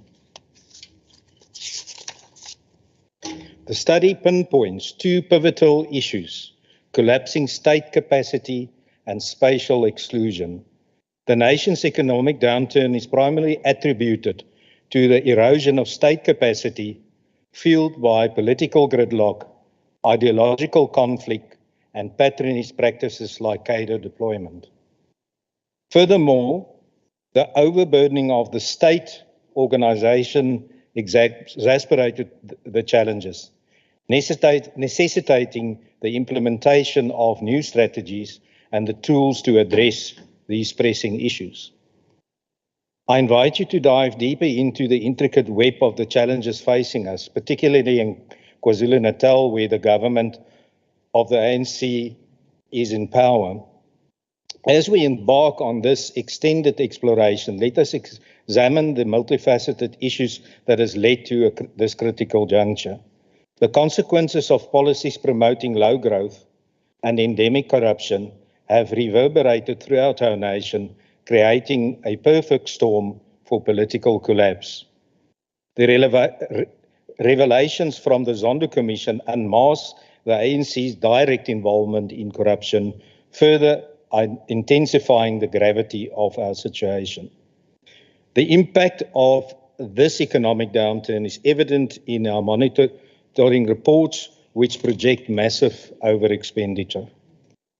It is a fiscal crisis exacerbated by a tightening of the belt, a euphemism for cost-cutting that has been underway for years.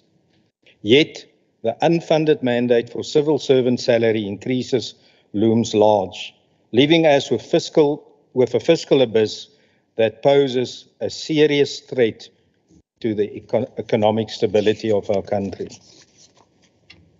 Consider the consequences of such fiscal mismanagement, the spectre of Eskom power outages, the decline in basic services, and the lack of infrastructure maintenance. The very fabric of our society is fraying, and the people are bearing the brunt of the ANC's failures in government. It is a dire situation that demands our attention, particularly as we approach the imminent elections next year. The winds of change are blowing, and the people have grown wary of the ANC's ruling. The Finance Committee warnings and suggestions have fallen on deaf ears, with government remaining aloof and arrogant. The lack of consequence management for officials perpetrates a culture of disregard for financial prudence. Let's delve deeper into the specifics of the problem, which paints a distressing picture of the financial predicament of KZN. The Office of the Premier predicted to overexpend exemplifies the lack of financial control. This mismanagement is not limited to a single department, but right across the spectrum. Symptomatic to a larger issue, a government that receives funds without the know-how how to wield them effectively. The socialist policies that underpin our economic framework have led us to a point of no return.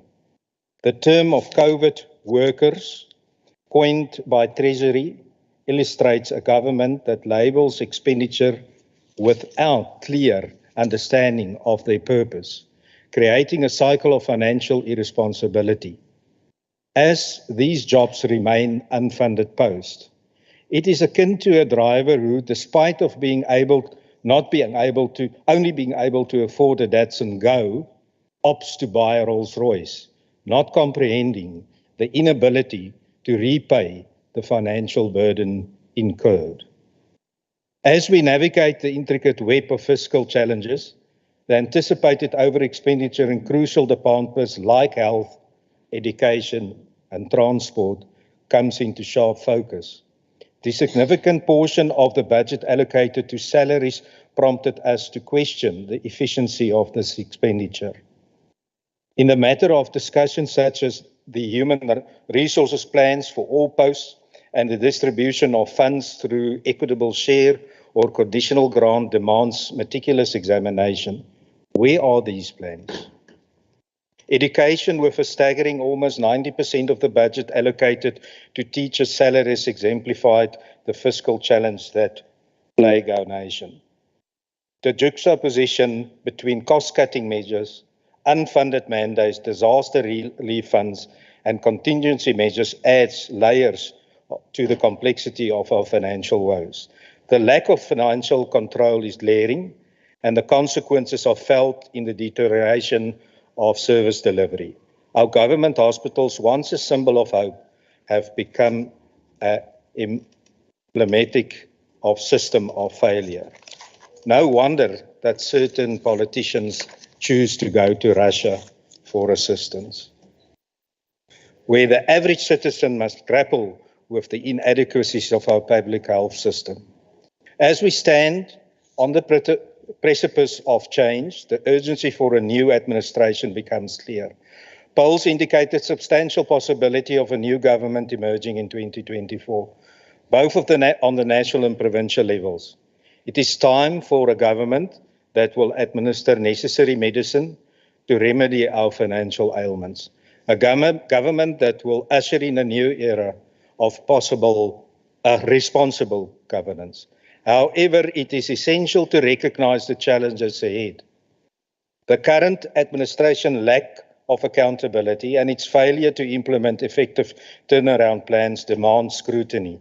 The buck stops with the MECs, and the ultimate result is getting kicked out. It is time for a paradigm shift, a recognition that policies must be carefully crafted, devoid of ideological entanglement, and allowing space for alternative views. The cries for change resonate not just in the halls of this House, but also in the hearts and minds of the people. The winds of change beckon us to embrace a new era, responsible governments, where fiscal prudence, accountability, and effective policy making are paramount. The choice is ours as we navigate these challenging times. Let us forge a path towards a brighter, more prosperous future for South Africa. I thank you.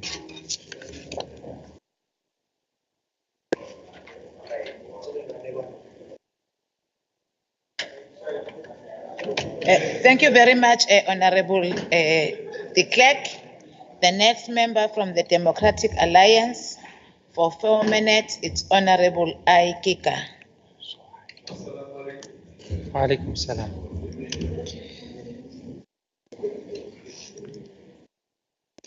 Greetings, Madam Chairperson and honorable members. Michael Poulan said, I think perfect objectivity is an unrealistic goal. Fairness, however, is not. Rule 14.2 of this House dictates that the Speaker must discharge his or her responsibilities in an impartial manner. This is applicable to the presiding officers as well. I continue to wonder who once said that when fairness is abandoned in society, that society is seriously in trouble. Make no mistake, honorable members, that these benches here are able to sniff out even the slightest hint of unfairness when it arises. We cannot, to continue, disagree with the challenges presented by the budget cuts, and we have supported all of the austerity measures as reasonable, those that are included in the chairperson's report. Despite these challenges, improper face-to-face engagements, for example, Honorable Ntimande has raised at some point, we continue to stagger from one problem to the other. Madam Chairperson, the battle between Cyril's national government and Bin Laden Mtolo's arrogant KZN government continues. Notwithstanding, we have noted that the clean audit in the legislature has been maintained, and indeed, this is one of those things that is meritorious. We are very concerned, however, about the impact of poor planning and implementation by national government on this sphere of government. The processing of national Section 76 bills requires meaningful and thorough public participation as part of the lawmaking process. Bad timing, poor budgeting, budget cuts have affected the manner in which these engagements will ensure quality and validity of the process. And one example is how the Bella Bill is going to be processed. We are certainly going to mount a constitutional challenge given these very things.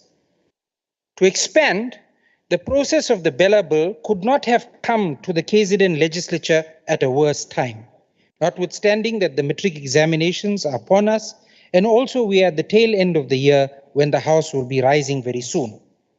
The reality is that under this KZN Taliban faction of the ANC, we continue to run ramshot through many of the processes that are going to result in all of these challenges occurring. There are various committee chairs that sit here, presided over by the chair of chairs, who's in the chair today, who could have been dragged and should be dragged over the hot coals for extracting explanations out of them for the massive over expenditure in their committees. Most notably, the Women's Caucus has spent 677% from its baseline. Honorable CQ is not here to hear this. Human Settlements follows, Public Works follows, and embarrassing the chairperson's committee at 345% of its budget. These are some of the big hitters. And then, of course, we can't forget a department like transport at 250%. Under expenditure by committees does not allow committees to do their proper work. One of those committees is COCTA, which has a vital role, and there's no bang for the buck, like the municipalities where the ANC governs. eThekwini and Sunduzi are in shambles, yet the committee is unable to do its work by making interventions there, and the Honorable Zinhle Cele is not here to listen to this today. For the effective running of this institution, there must be effective oversight. There must be functioning committees, properly managed and performing structures of the legislature.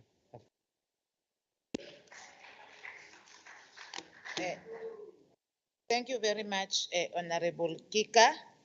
The next member to debate from the African National Congress for 10 minutes, it's Honorable RZP Zulu, but Honorable MA Zulu is standing in for RZP Zulu. No. Honorable Chair, members of the Executive Council present, members of the Legislature.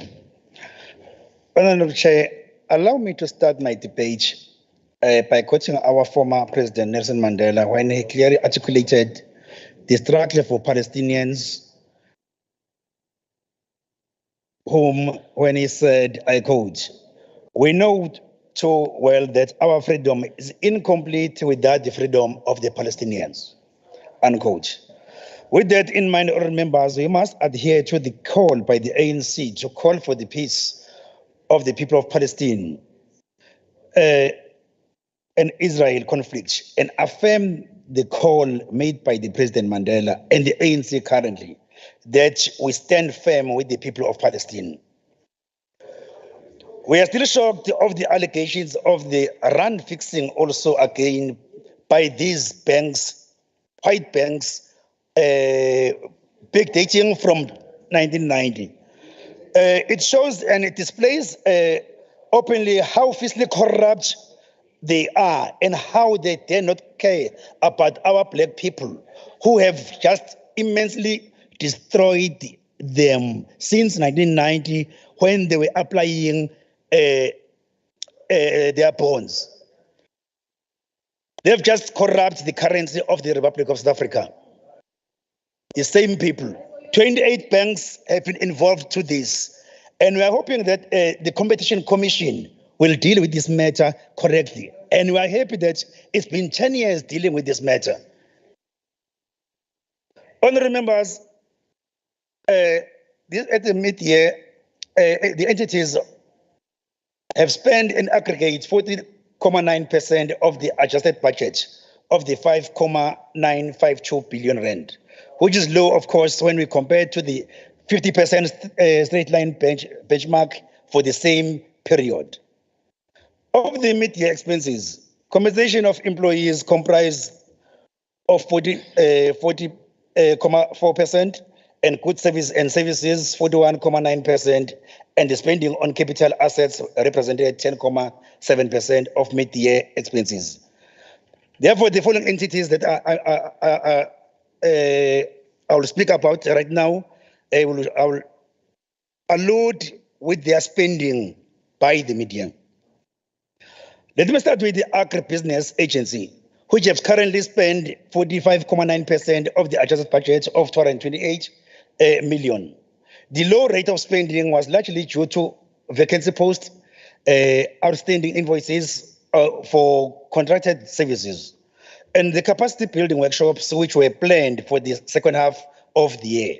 Furthermore, of course, there are delays of the funding from the Department of Agriculture at the end of July 2023. Azemvelo KwaZulu-Natal Wildlife has spent also 47.9% of the adjusted budget of the 1.170 billion rand. This low spending can mainly be ascribed to the vacant post also, and this has included the seasonal post for the commercial services. The road maintenance projects at Mitma and Itala reserves has experienced some delays in the first half of the year, which is similarly a demolition of some of the abattoirs at the Etembe Ndomiso projects, and is also, of course, we are waiting for the NDG approval. And the CIR Coastal Development Project requires an additional funding or a change in the scope of the project. And a decision also is awaiting for the approval from ATIA.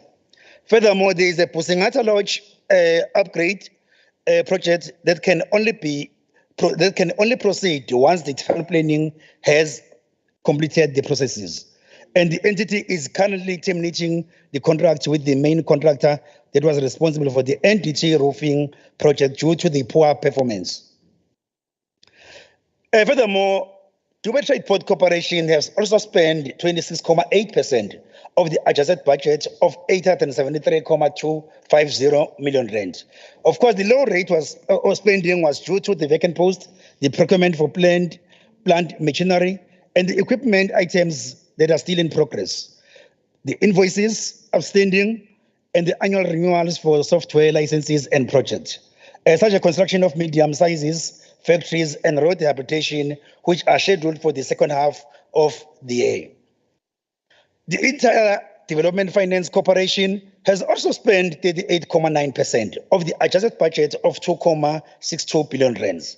This is largely ascribed to vacancies, also savings on insurances, and the high-risk properties not fully covered. The security and cleaning services, marketing and advertising cost, subscription of the IT cost, the late receipt of the invoices for property rates from the municipalities, as well as the fact that the expenses for the recapitalization of Itala Limited are only expected to be incurred, and as well and when the milestone is achieved. KwaZulu-Natal Gaming and Betting Board has spent 39.9% of the adjusted budget of 123 million rands. The low rate of spending is largely due to vacant posts and also the KZN spend that have 43.8% of the adjusted budget of 98.488 million rands. This is largely because of the same problem of the vacant posts that are not filled because of the rationalization of these two entities. Honorable members, Tourism KZN has spent 48.1% of the adjusted budget of 185 million rand, and the low spending also was largely to the vacant posts and projects, including the NDT funded Nelson Mandela capture sites at Howick and the Watolo Caves precinct upgrade project, in terms of which tender processes were delayed. Furthermore, no spending was incurred in respect of the Tseni May Lodge upgrade project, pending the establishment of the community trust to get by in agreement of the project deliverables. KwaZulu-Natal Sharks Board has spent 42.7% of the adjusted budget of 114.668 million rand. And this was mainly due to the vacant post again and delayed processes on the research project to develop a sharks repellent cable, pending provincial treasury approval for the rollout of funds from prior years. The RTZ has also 39.6% of the adjusted budget of 524.703 billion rand, and the low rate of spending can be attributed to vacancies as well as the slow progress on the electrical upgrade at phase 1A and the construction of the Wilma project.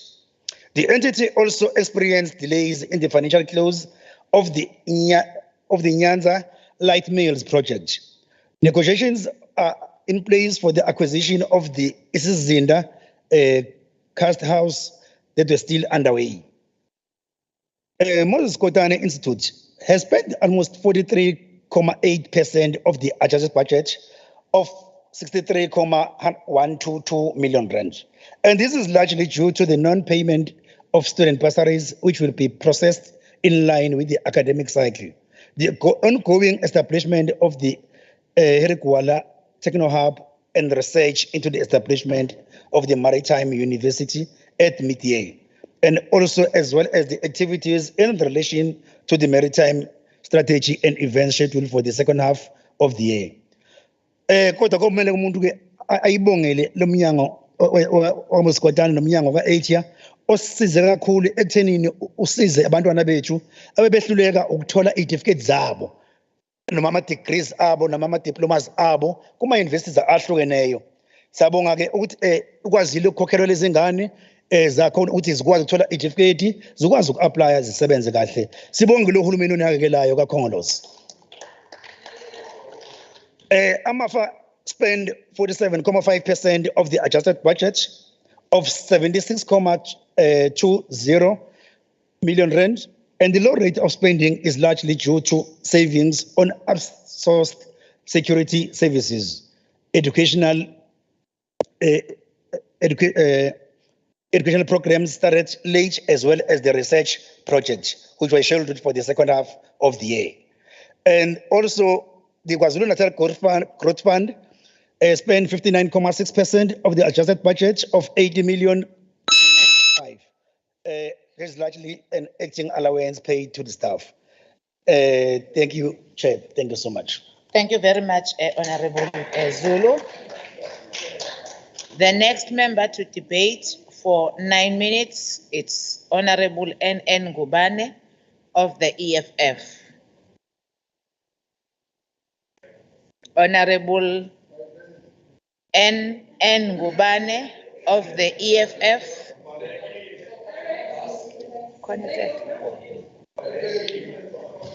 Honorable N.N. Ngubane, the platform is yours.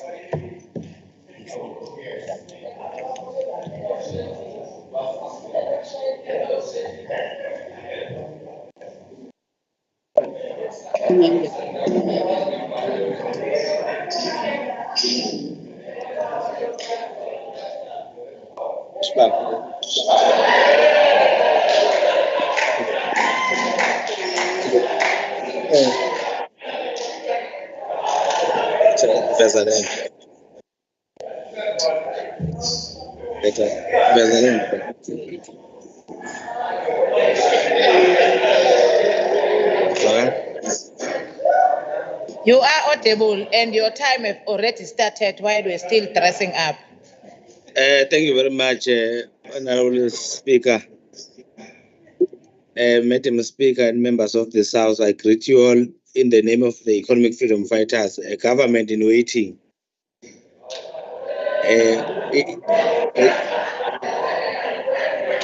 Indeed, we've made history in succeeding in its proposal to call for the closure of Israel embassy amidst ethnic cleansing and genocide at the hands of the terrorist state of Israel.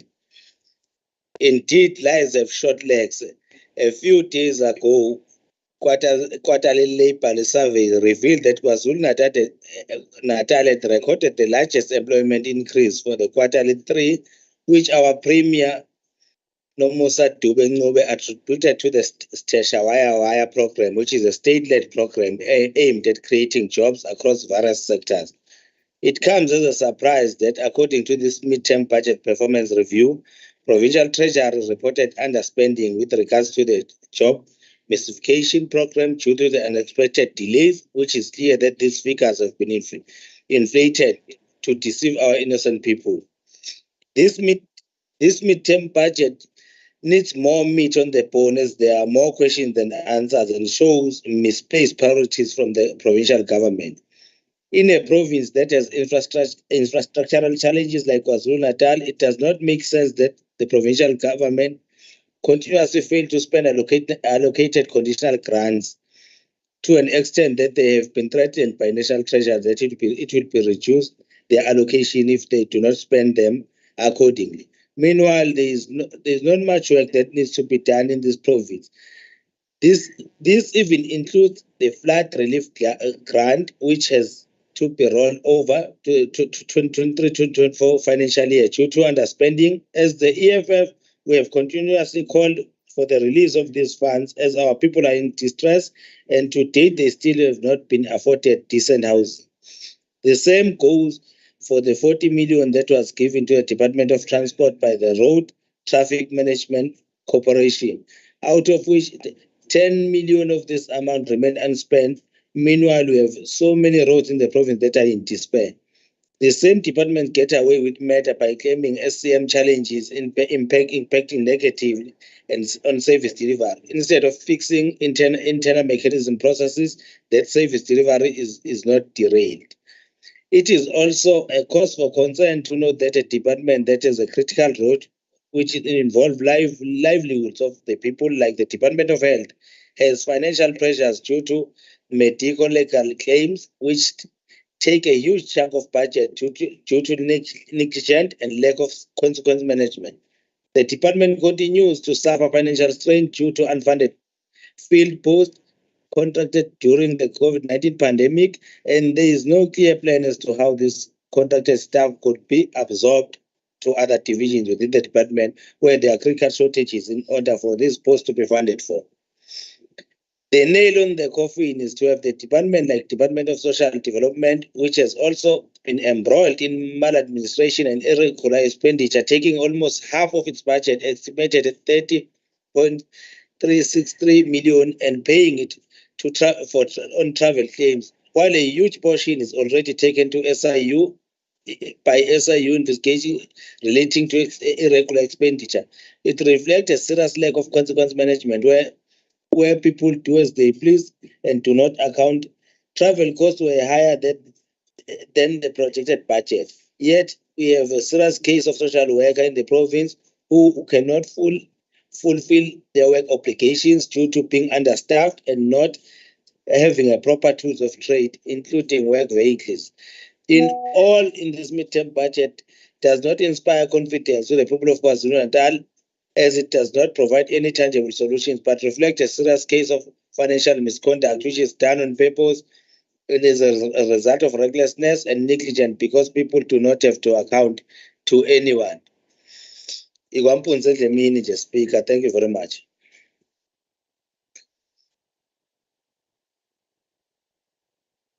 Thank you very much, Honorable Ngubane.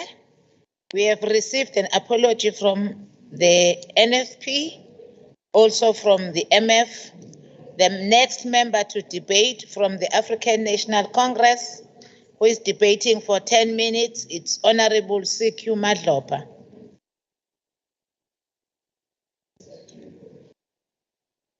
Honorable CQ Madlopa. Honorable House Chair, can I request that I open the camera and then as I have opened Chair to see me that I'm here so that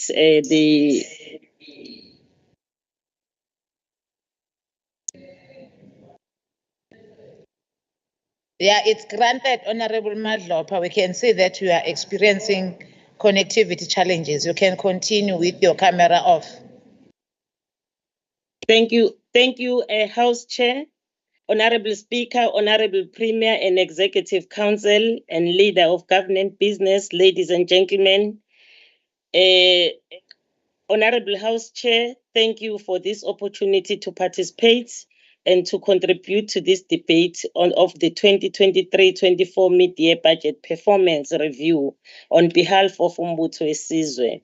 Honorable House Chair, the Finance Committee has noted that the province is facing major challenges with budget cuts taking place during the year in terms of conditional grant, as well as spending pressures. As much as the departments are on track on their spending patterns, we are observing a projection of a significant overspend. Spending pressures are already visible with 51.8% of the annual budget spent by mid-year compared to 50% straight line benchmark. It is noted that a large portion of the projected overspending relates to the 2023 wage agreement, as well as the carry-through impact of the 2021-22 medium-term expenditure framework budget cuts, which some departments continue to find it difficult to adjust to it. Some of this projected overspending will be offset by the additional allocation from National Treasury for the 2023 wage agreement, as well as various allocations to be made from provincial cash resources. The conditional grant expenditure is 12,122 billion, or 45.1% of the adjusted budget of 26.857 billion spent by mid-year.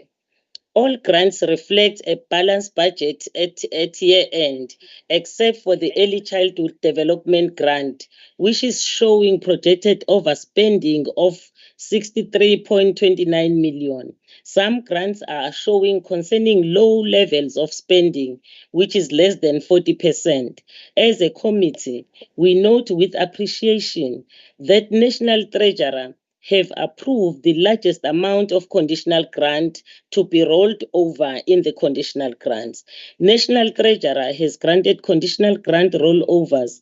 Final approval will be based on the audited outcome to the amount of 589,472 million. Accounting officers are urged to report accurately and timeously on conditional grant expenditure to avoid reduced allocations for their departments in future. They are further urged to ensure that funds are committed where funds could not be spent in full, so that their rollover request may be approved by the National Treasury. Honorable House Chair, spending against the ECD grant was higher than the straight line benchmark at 62.9 against the adjusted budget.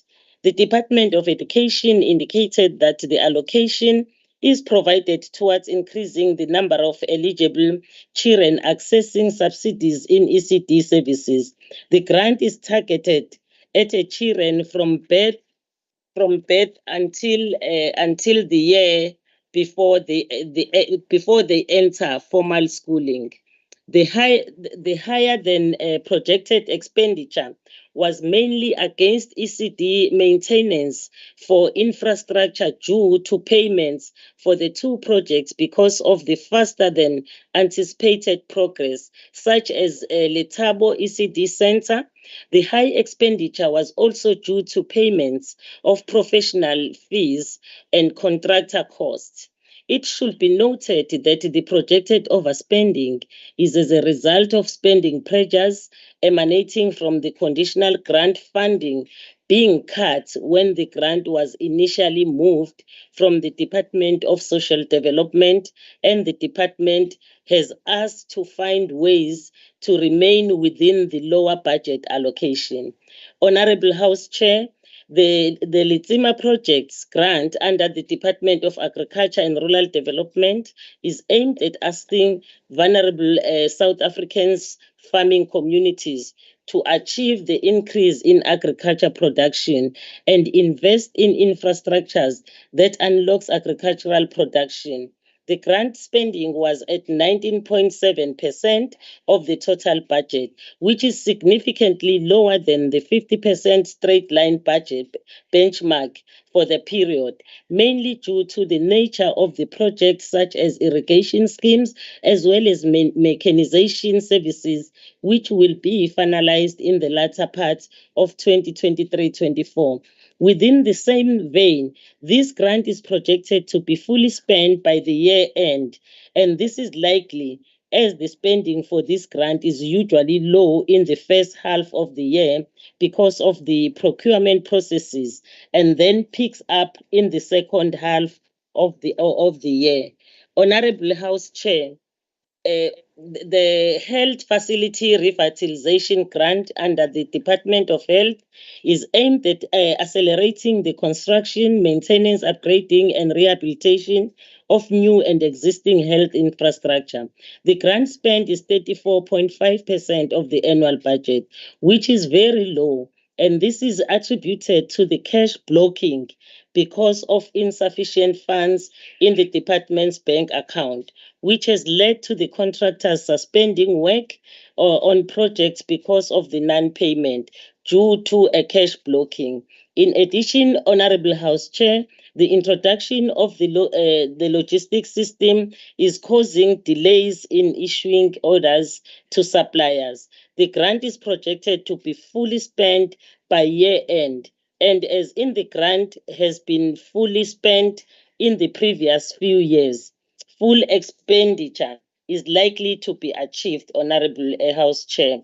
House Chair, spending against the Human Settlement Development Grant was low at only 37% of the annual budget. This is partly due to the work related to the 2019 flood disasters, where some projects encountered various delays. This was happening because the contractors were not able to work because the problem of the infrastructure, the road were removed and so on. So it led to them not spending this particular grant. Contractors are currently busy with the pre-construction activities such as beneficiary administration, geotechnical studies, project and home enrollment, while projects in districts such as Amajuba, Herigwala, King Cetshwayo, and Umgungundlovu have started construction works. Therefore, expenditure is expected to pick up in the third quarter. Other housing projects were also delayed, including the Baling Extension housing projects in the eThekwini Metro, which was stalled due to the discovery of hard rock on the construction site, which hindered progress on construction. The Charlestown housing project in the Newcastle municipality, which was delayed by the unavailability of bulk infrastructure services such as water, electricity, and sewer connection that were not set up at the construction site, thus making it difficult to continue with construction. The KwaMaphumulo Rural Housing Construction Project Maphumulo municipality was delayed by a dispute between the implementing agent and local business forums on the rate that was being offered to the forum by the agent. The Sakamkanya housing project in Watukuza municipality was also paused due to the implementing agent's non-performance as per the contracted development program, and the result in the termination of the agent's contracts, among others. These projects are expected to resume in the third quarter as some of the delays have since been resolved, and the department is in the process of resolving the rest. Moreover, spending against the informal settlement upgrading partnership grant by mid-year was significantly low, only 21.2% of the annual budget. This low level of spending was mainly due to delays experienced at various construction sites, including the Shaga Spring housing project in the Watukuza and others. But all the projects that have not continued, they have the reason why it has not been continued. As we all know that the floods really take a lot of time and also delayed all the projects that were supposed to take place, because even if it has gone past, but the problem was still there because the infrastructure, the roads were removed. It was not easy to access the site of the project. Those projects are expected to resume in the third quarter, as some of the delays have since been resolved, and the department is in the process of resolving the rest. Honorable House Chair, the Community Library Services grant spent on 25.1. Honorable Speaker, thank you very much for the opportunity. We call all the departments to really stand and hard. Thank you so much. We have received an apology from Honorable Pagati, Honorable S.E. Manxele. So the next member to debate from the Democratic Alliance, allocated 8 minutes, it's Honorable F.A. Rogers. Thank you very much, House Chair. House Chair, allow me to give the House and the province the true state of the provincial finances. Uyeze imoya. 23-24, the mid-year budget performance hearings places the province of KZN in a precarious fiscal space, the magnitude of which this province has not seen before, not during my tenure anyway on the Finance Portfolio Committee. We found ourselves in the mid-year with a projected over-expenditure of over 9 billion rand. We're lucky in that some of this will be offset by additional funding of 3.7 billion rand allocated to the province for the 23 wage agreement, education and health, as we've heard earlier. It's interesting to note, those of you that have seen the Division of Revenue bill, it looks like part of that 3.7 billion is coming out of cuts on our conditional grants, which is going to add some more stress to our department. And obviously other departments will not receive any additional income for the negotiated wage agreement. You see, Chair, herein lies the problem to me. The province budgets for a projected wage increase, and then after the fact, national wage negotiations are concluded, and only then is the actual wage increase concluded. Surely this is a case of putting the cart before the horse or counting your chickens before they hatch. It's just absurd. It doesn't make sense. In the past, National Treasury had always been in a financial position to fund the wage agreement. This year, however, we've been exposed and left in the lurch to fund a portion of the unfunded wage agreement. This is certainly not the first time KwaZulu-Natal has faced unfunded mandates. We can think back to some of the mandates we were given, and we had to cut our provincial budgets to fund those. Added to this, we've seen over the MTEF the below inflationary increases on our equitable share allocation, and in some cases, reductions. The reality is that our province has become beholden to National Treasury. The weaker and more constrained National Treasury becomes, the more it will impact on our provincial fiscus. This is not a new phenomenon. The writing has been on the wall for some time. It appears that some are not able to read the writing on the wall. I recall when Ravi Pillay was the MEC of Finance, and during debates on finance, I warned of the province falling over the fiscal cliff, and his response was merely to refer to myself and the DA as naysayers and doomsday theorists. Well, doomsday seems to be upon us. Listening to the National Minister of Finance puts everything into very clear context, and I quote, "Government spending has exceeded revenue since the 2008 global financial crisis." So this is not new. These rising annual budget deficits have reached an extent where the government will have to borrow an average 553 billion rand per year over the medium term. That's almost our entire budget in the province. As a result, gross debt rises from 4.8 trillion in 23-24 to 5.2 trillion in the next financial year. By 25-26, when we're in government, I don't know what we're going to do, it's going to exceed the 6 trillion mark. He goes on to say we now expect gross government debt to reach 77% of the GDP by 25-26. This is higher than the level they forecast in February. The cost of interest on this debt alone, honourable members, for the next year is 385.9 billion rand. Over the MTF, interest costs on this amount to 1.3 trillion rand. This is more, and I'm still quoting the National Minister, this is more than we spend on police, education and health.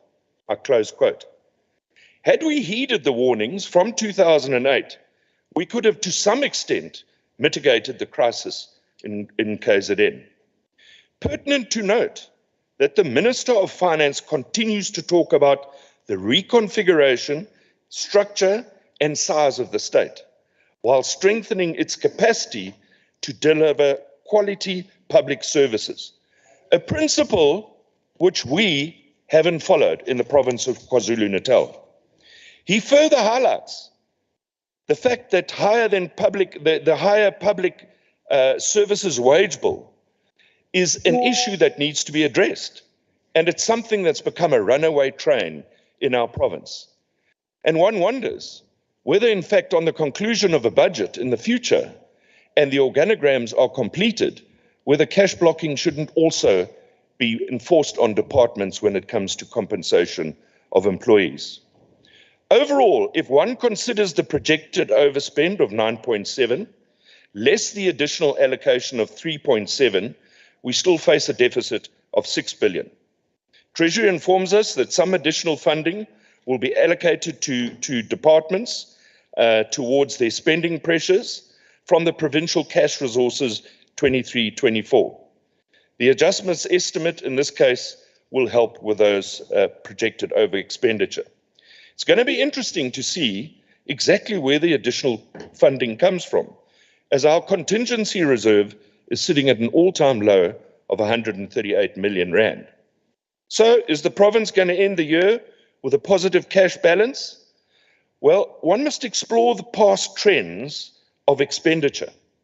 Last year, the province at this very time faced a mid-year projected deficit of 2.9 billion, a lot less than where we are now.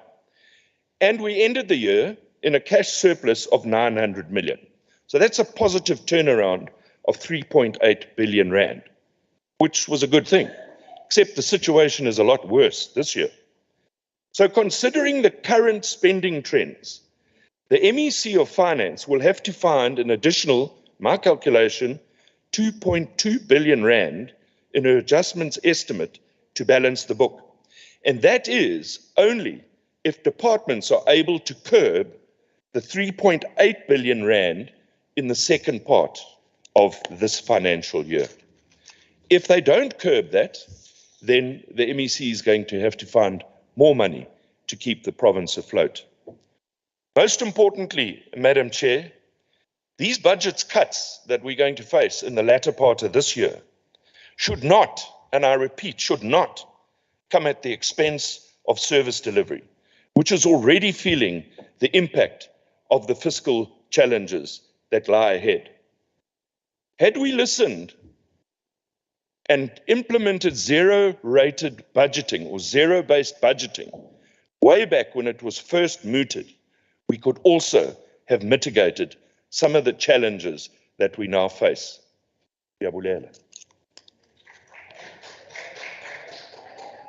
Thank you very much. Thank you very much, Honorable Rogers. We are moving on. The next member to debate from Inkatha Freedom Party is Honorable O.B. Kunene for 5 minutes.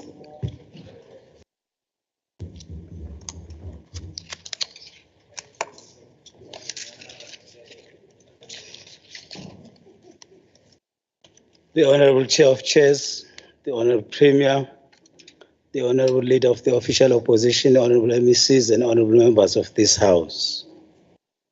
I feel honored to represent my party, the IFP, in this debate on Starkov.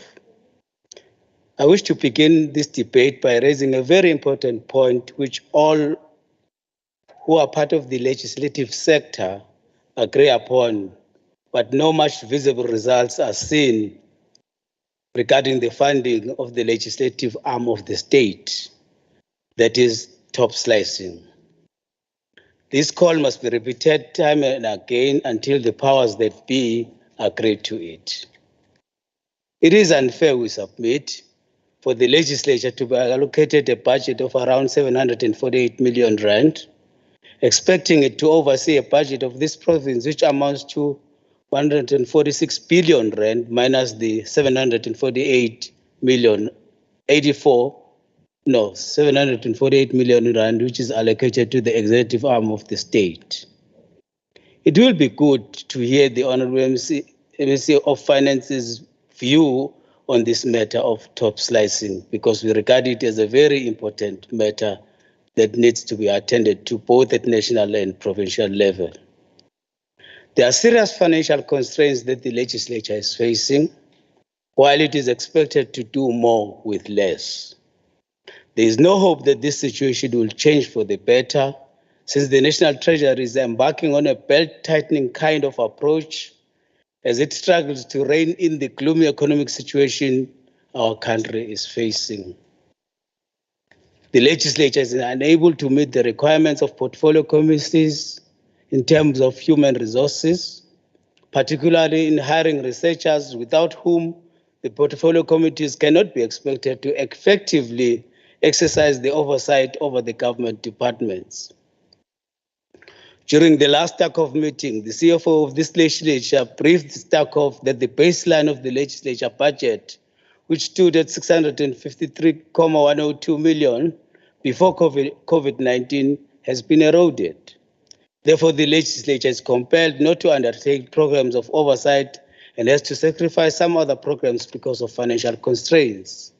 Having said so, we appreciate that this legislature still allocates funding to political parties that are represented in it, which enables these parties to fulfill their mandates, which the electorate gave to them in the 2019 national and provincial elections.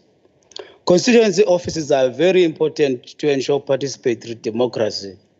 The funding of political parties also enables political parties to establish these offices in the different parts of the province.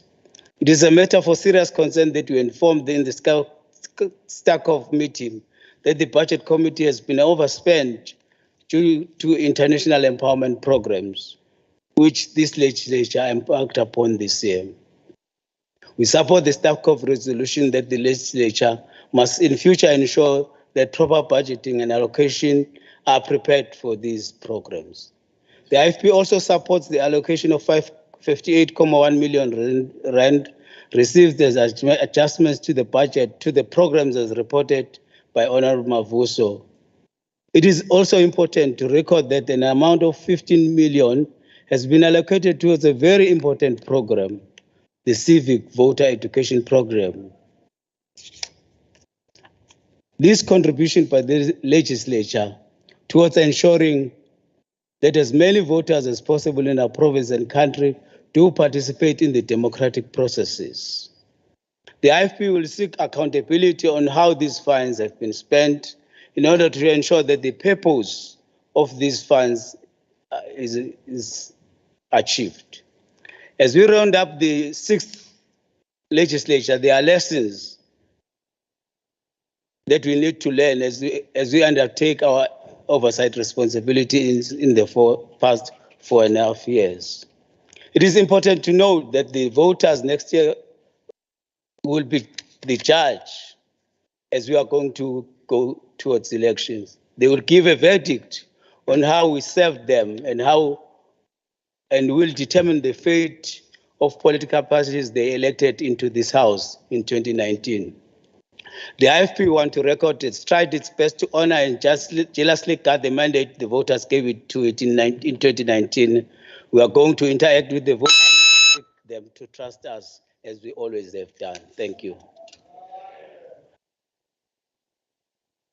Thank you very much, Honorable Kunene. The next member to debate from the African National Congress, with allocated 12 minutes, it's Honorable T.S. Mjali.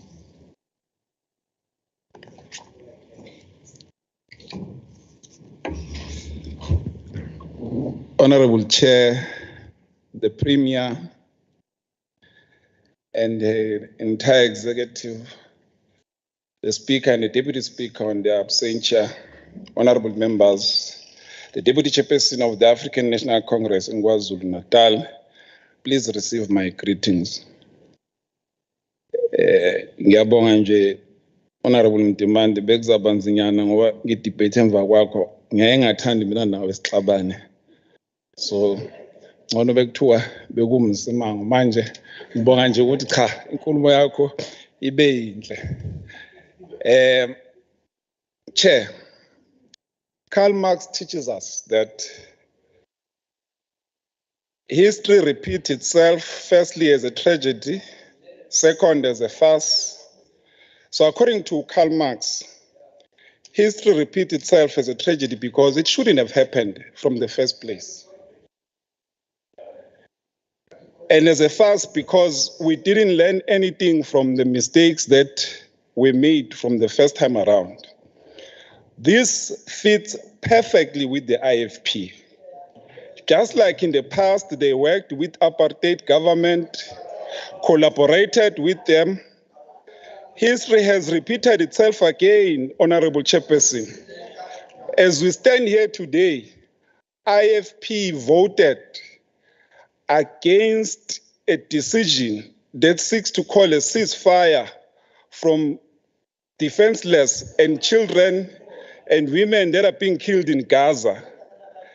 They continue to work with abacindezeli, just like Karl Marx had warned us. But we should not be surprised because they strive to work with abacindezeli in the IFP, and today they've done just the same thing. Remember what Karl Marx said. It is the same IFP. So we should not be surprised. Again, George Santayana said that, and I quote, "Those who do not remember the past are condemned to repeat it," close quote. Clearly, we have a responsibility, Deputy Chairperson of the ANC, to remind the IFP of their past as they continue to show their true colors, even today.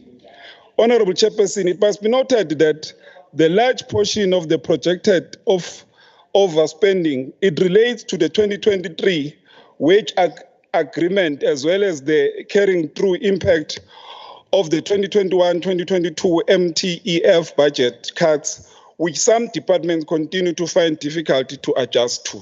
However, it must be noted that some of these projected overspending will be offset by the additional allocation from the National Treasury for the 2023 wage agreement, as well as various allocations to be made, as mentioned in the finance report. Honorable Chairperson, Honorable de Klerk came here, mumble about how the ANC has not been creating jobs. Honorable de Klerk, Vavas yay, when in this quarter, 150,000 jobs were created by the African National Congress. And I ask, Vavas yay. It is a clear indication that some they go and sleep when we work, they dream when we work, they continue to sleep. They will then come here in this podium after having slept, not knowing that the country was moving and the ANC government was at work.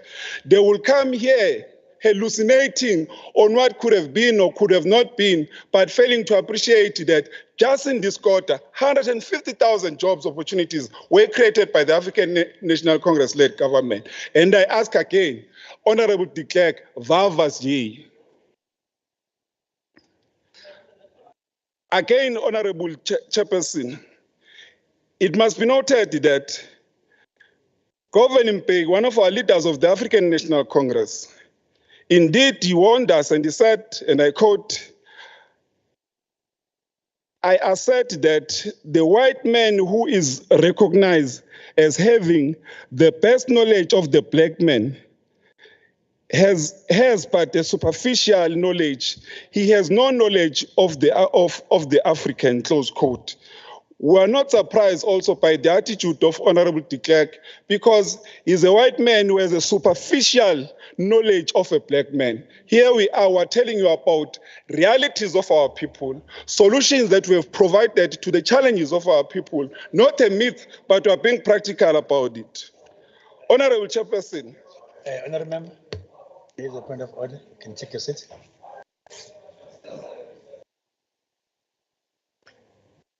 I'm waiting for you, Honorable Member. I'm rising on a point of order. Point 571. Point 571A. 571A. And then wish to draw the attention of the chairperson to paragraph 272 on page 127 G, where the honorable member is giving false information. What false information, Honorable Member? On the issue of Israel, the IFP did not vote against. It's a point of debate, that one. Okay. No, it's not facts. It's misleading. You need facts. No, we're saying the IFP abstained. He said we voted. Okay. Thanks, Chair. Honorable Member, consider. I'm bringing the matter to your attention for you to rule. Abstaining is part of vote. Honorable Member. Withdraw.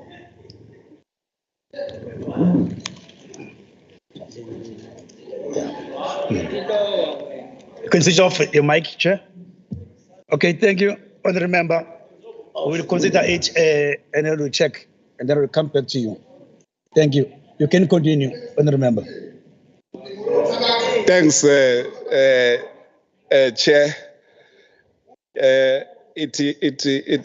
Mandi Kuvega. I see Honorable Kika also came here, said nothing, but I'm not surprised again. He just likes to speak about the African National Congress. We hope that at some point he will take the membership of the African National Congress. Honorable Ngubane, we are not surprised that you just didn't say anything. All we plead is that if you could just attend just one meeting of the Portfolio Committee of Finance, maybe, just maybe, we can take you serious and you can have something, to say, because for now, no, man. Please.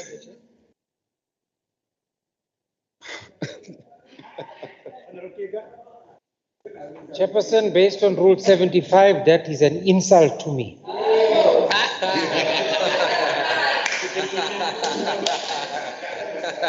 You can continue. Thanks. I see that it's what he likes. That's why he continues to say this. But Honorable Chair, I'll continue to ask the question I'd asked the Honorable de Klerk as to Vavazier when the ANC government was at work. Let me remind our people of KwaZulu-Natal what has been done by the African National Congress. There are more people today who have houses compared to the era of apartheid and the IFP. Vavazier, when the ANC government was building more houses for our people. I ask again, this has also been confirmed by the recent census, which indicated that indeed the African-led government has built more houses. There are more people who now have access to electricity compared to the era of the IFP and the apartheid government. There are more people who have access to clean water today compared to the era of the IFP and the apartheid government. The mayor of the African National Congress, Comrade Spilem Taga, in Mkhanyagut, he opens tabs week in, week out, the work of the African National Government. We will soon take that mayor who of Josino says that where is the water? We will do what former Premier Senzo Mkhuni said. We will take Mate and say, until he sees service delivery. This is what we'll do because we are practical in terms of service delivery. Day in, day out, we are opening tabs, Honorable Msimanga, under the district of Mkhanyagut. There are more black students who have graduated from higher learning institutions since the introduction of the NSFAS, a policy of the African National Government. No. So we are speaking about the fact of the work that has been done by the African National Congress. Under the ANC-led government, we have provided learner transport for learners to go to school. We have also ensured that learners at school, they eat so that they're able to study, not to study while they are hungry. Vavazier, Honorable de Klerk. Under the ANC-led government. Honorable Jali, which point of order are you raising up? A rule. It's rule tekele. Read the rules, Honorable Nsimang, read the rules. We will induct you on the rules. Under the ANC-led government, we have built smart schools which have state-of-the-art equipment that prepares our learners for the current future. No such schools have been built in the past, Honorable Chief Whip, compared to the schools that are being built by the African National Congress, which are smart classrooms, have the necessary technology, have the internet, and our learners are able to be equipped for the future. Vavazier, Honorable de Klerk, I'm glad you are back. Under the ANC government, we have been creating jobs, and not just jobs, but decent jobs for our people, especially the youth and the women. I ask again, when we were liberating our people, marshalling them to a future as we declared that eventually all we seek for as an African National Congress is a better life for all. Vavazier, Honorable de Klerk. Let me conclude by quoting former Deputy President of the African National Congress, Kgalema Motlanthe, who said, and I quote, "I believe in the old because it shows us where we come from, where our souls have risen from. And I believe in the new because it gives us the opportunity to create who we are becoming," close quote. So to our people, we are the ANC of the past that fought for the liberation of our people. That is why we believe in the old, because it shows us where we come from. We are the ANC of today that believes in the new, because it gives us the opportunity to create who we are becoming. This is based on our pursuit for the better life for all. We have continued to walk this journey with our people. We have continued to fight side by side with our people. We know their challenges. We know poverty because ourselves we have been subject of poverty. We are not dreaming or hallucinating about it. We know the challenges of our people on the ground because we are on the ground. We are a mass-based organization that builds itself from the ground upwards. So we are with the people. We continue to be with the people. We accept that We may have not fulfilled all our commitment as we would have wanted to be, but we continue to strive on day to day with being a selfless organization that seeks to change the people's life. We dare say today, proudly so, your tomorrow shall be better than yesterday, because today it is better than yesterday. We will continue to serve our people, and indeed we say, go to 2020-24, vote for the African National Congress. 1994 came and gone, and it's not coming back. We urge you to exercise your right by trusting the only organization that has been with you over 100 years, to liberate you, to continue to work for you, to continue to serve you, to continue to work side by side with you, to continue to fight side by side with you, to continue working the ground with you until all of us get a better life for all. What a kind of which rule are you raising? When the howling ceases, I'll speak. Which Chairperson, I rise on Rule 57(1)(a). Yeah. Could the Honourable Charlie please discuss the midterm budget?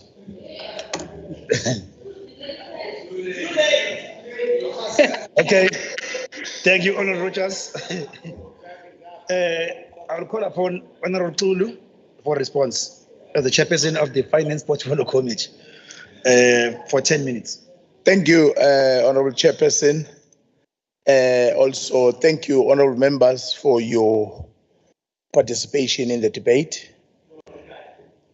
I think almost all members of the committee have agreed in the report and responses by the departments and the resolution taken.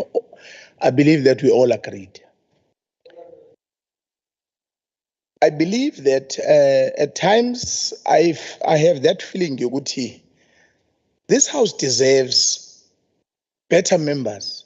Some of them are not honest with this house.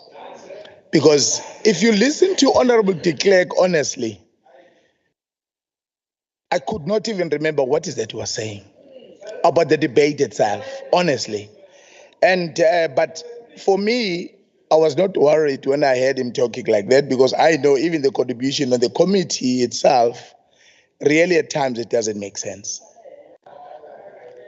Now, honestly, you know, when I hear the issue of all the time, when you hear de Klerk, he always like to issue the names of Russia now and again. Now I agree that this de Klerk and his cronies, Putin makes them don't sleep. Always when they think of Putin, they know what he's capable of. So definitely they are scared of him. Honorable Kika, I don't know why. You always like mentioning my provincial secretary. I don't know why you liked him so much. You know, and you really remind me that by mentioning my secretary always, the reality is this, that people of KwaZulu-Natal needs to understand. The dying horse in this province is DA. Let's wait, unless if DA says, abasuke enkatheni and stand on their own. They are real dying. They really wants to use IFP, otherwise we have lost the black vote completely.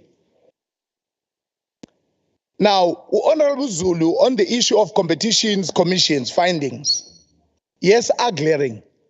I know that the media of South Africa don't want to write about those things, but it does happen, because really, if you look at what happened, if that was black banks, it should have been in all newspapers.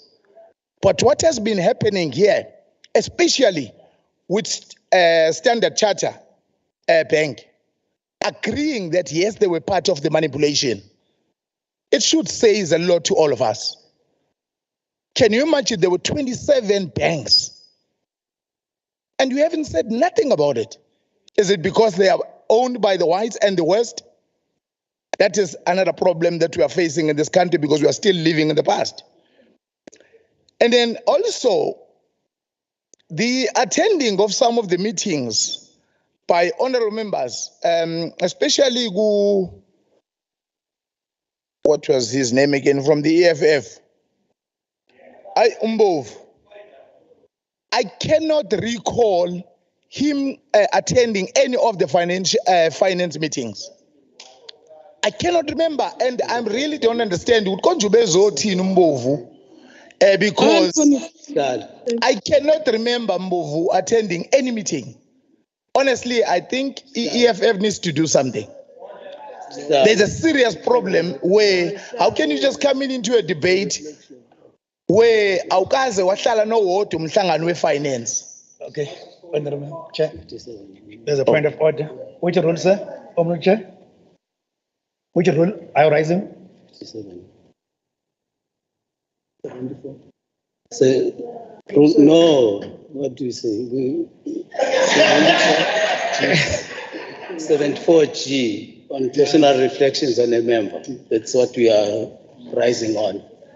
We are concerned about the way the honorable member described. 74G with D. We are concerned about that to the extent of saying he does not speak sense in portfolio committee meetings. Okay. We wish to withdraw. We just wish to restrict our consent in that.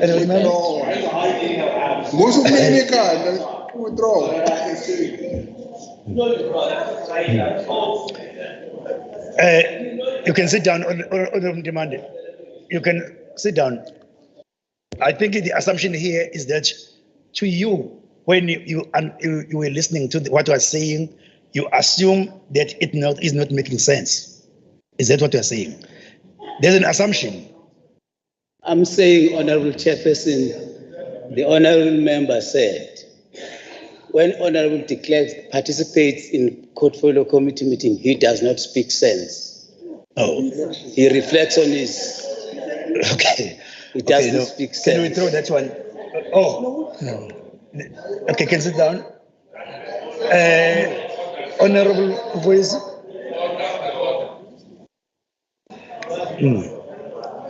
There's no order, there's clarity.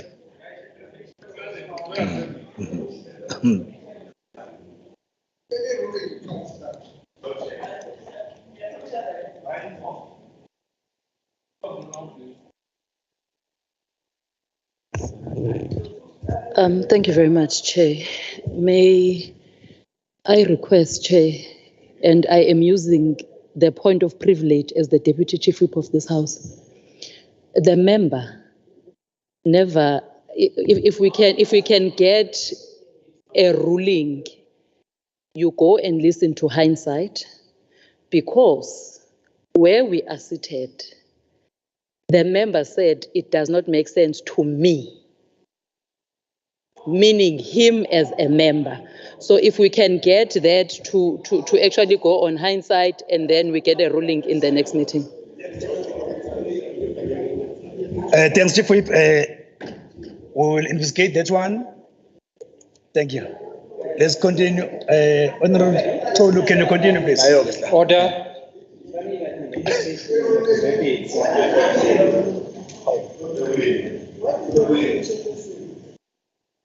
Honorable Keka.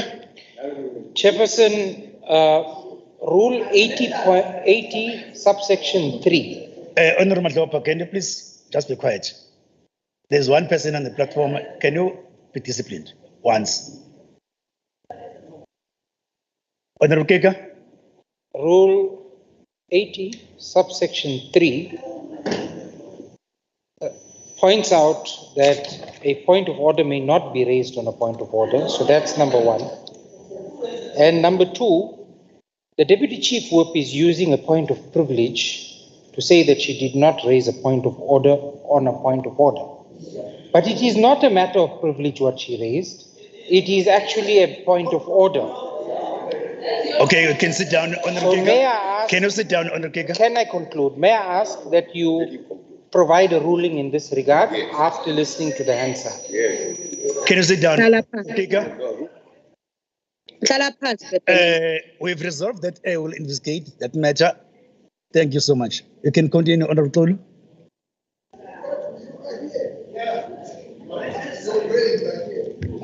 Siyabonga sihlalo. Asiqhubeke. Honorable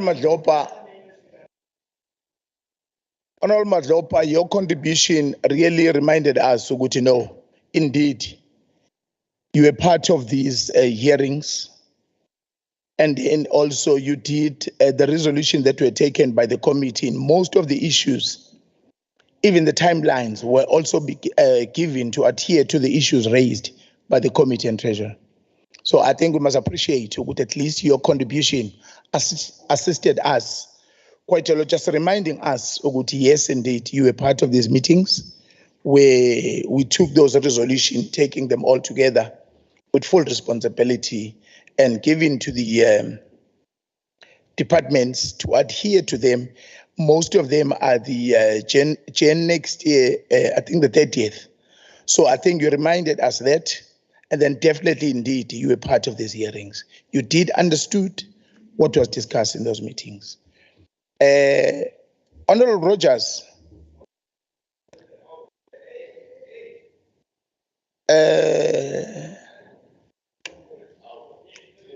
you know, Mangizwa, I'm not sure when you said you'll be the government in 2026. You know, I don't know why ETA is dreaming of being government one day. It does not exist. It doesn't exist. It does not exist. So for you thinking of those things, it will never work.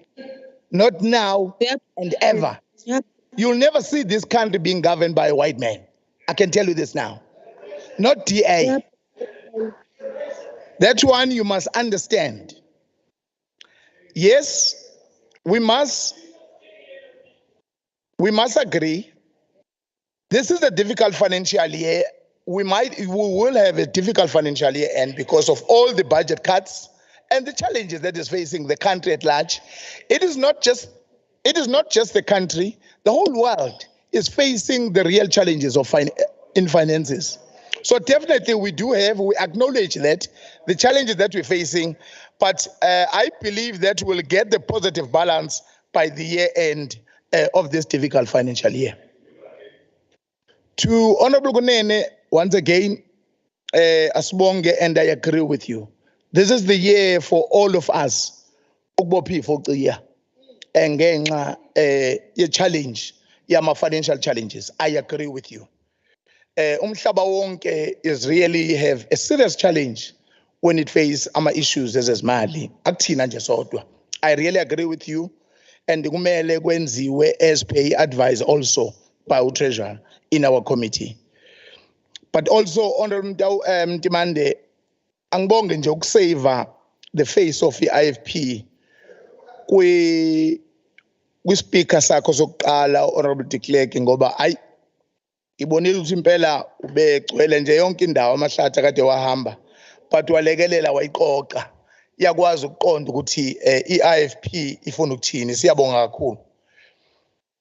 Honorable Mtshali, indeed, in this financial year, the ANC-led government created jobs.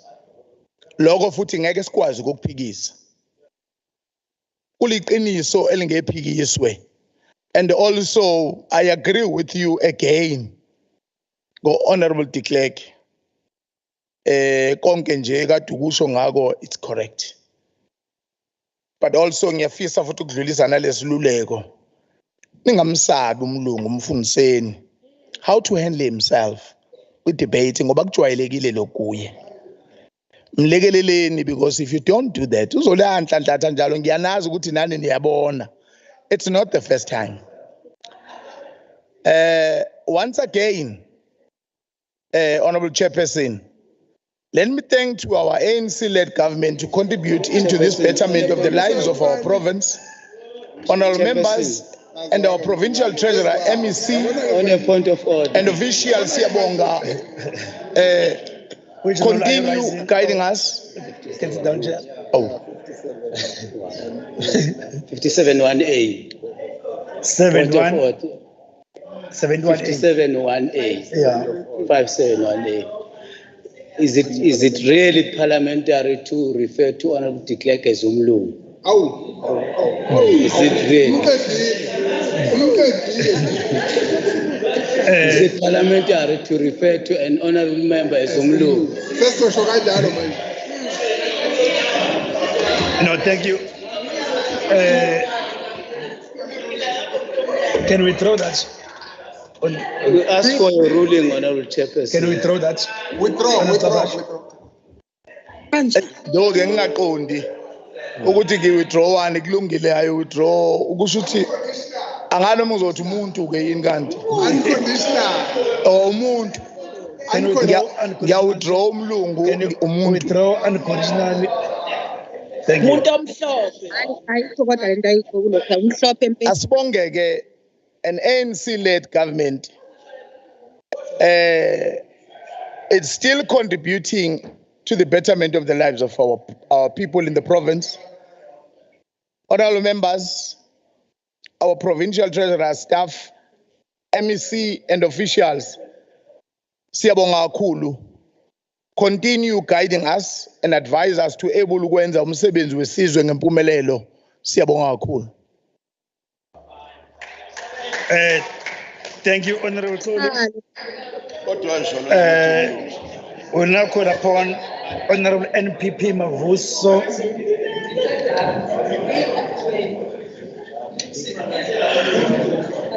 For response to Stakov, or in the absence of Honorable Mavuso,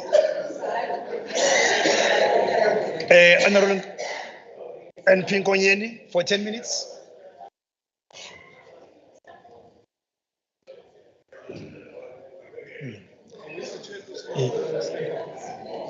Just not.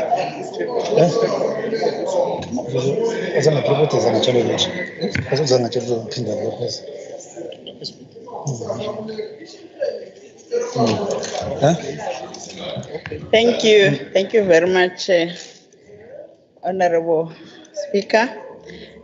I wish to respond to Honorable Rogers by saying, indeed, the winds of change are changing in the area of Mngeni municipality. Everybody is saying, hamba, hamba, papas, hamba, hamba, pampas. He is just a dreamer. All right, thank you very much, honorable members, for all your contribution. Thank you very much for all those who participated in the debate, honorable members. I will start by appreciating the report that was presented by Honorable Olu. Indeed, as the provincial treasurer, we are trying by all means to ensure that as much as we are facing fiscal constraints, but we need to avoid overspending the allocated budget that was appropriated through the provincial legislature of KwaZulu-Natal. Of course, we cannot avoid the budget cuts that are happening in our country, and in our province is indeed going to be affected by that. We will be presenting our report, our mid-year budget expenditure on the 30th of November, whereby we will be looking at the mid-year as to how then from the MTBPS, medium-term budget policy statement that was presented by the Honorable Minister at a national level, how then that has affected us. Indeed, we have been affected. It's difficult, as I indicated earlier on. But of course, we'll try our best to intervene in every situation whereby, so that we avoid the situation whereby service delivery is compromised in the province of KwaZulu-Natal. Indeed, we have urged our accounting officers to manage their allocated budget prudently, and some have already started doing that. Regarding Honorable Mavuso, who was representing the chairperson of STACO, we think we have been fair enough to the provincial legislature.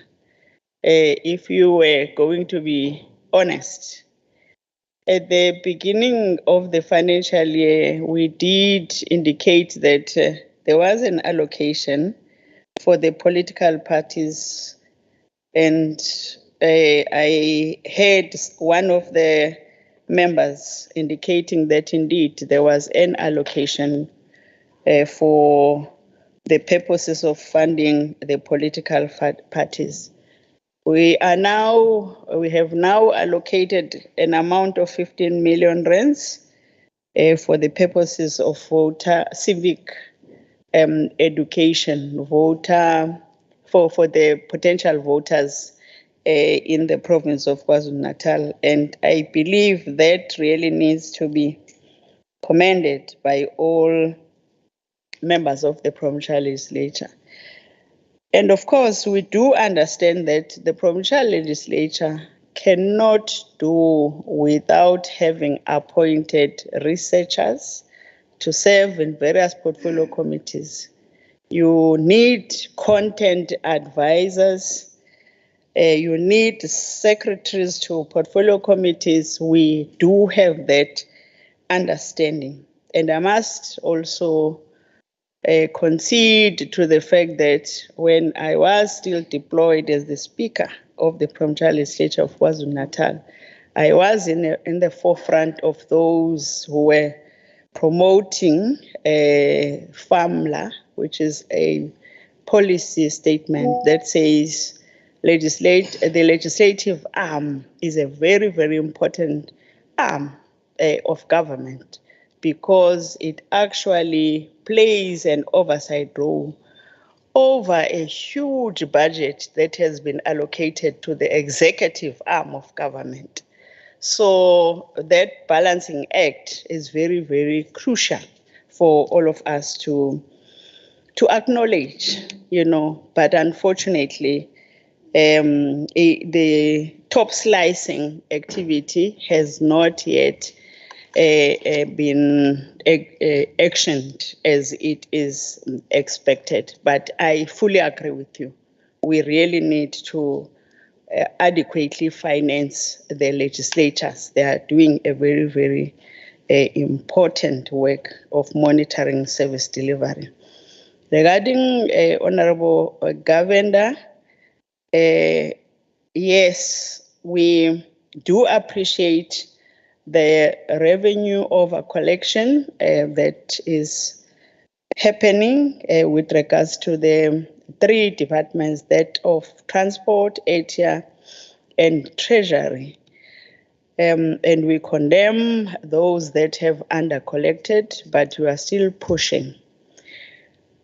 We will be paying more attention on the state-owned entities.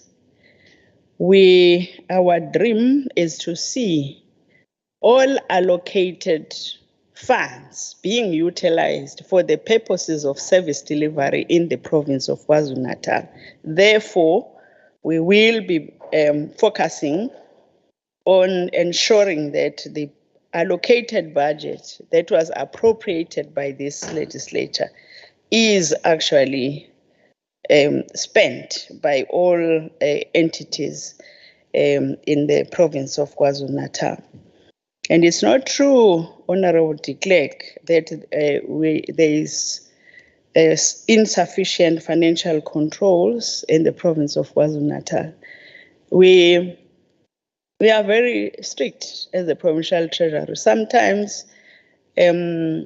we put a lot of pressure even to our colleagues in the Executive Council by saying, please manage your budget properly, because we do not want to see any of the departments overspending on the allocated budget. Sometimes we implement cash blocking. I must accept that. When we see that a department is now about to overspend, we become forced to implement a cash blocking so that we avoid that situation. I thought colleagues were going to appreciate that most government departments have actually obtained clean audits, and unfortunately, appreciation is very limited, especially when it comes to the opposition parties. That, for me, simply means one thing. It means there are financial controls and colleagues deployed in various government departments, including their accounting officers, are actually performing their task prudently so, and they are ensuring that what has been allocated to them is actually delivering services to our people. I was really wondering, how does the issue of the Bella bill that has been presented by the Department of Basic Education, how does it become presented here in this House when we are dealing with the medium-term budget performance? But of course, if you have no issues to raise, you just throw in every issue that is really irrelevant for that particular debate, Honorable Kiga. Honorable Makeba, yes, indeed. The rand fixing activity at some was raised by President Jacob Zuma, and he was ridiculed by many. What are you saying today? What are you saying? Indeed, he was correct, and even today he is still correct. We need to condemn rand fixing. Thank you. Thank you very much, Honorable Speaker. Thank you. Thank you very much, Honorable MEC of Finance. Thank you very much, honorable members, for all who have debated. Honorable members, we have now come to the end of the debate on the KwaZulu-Natal. Order on me.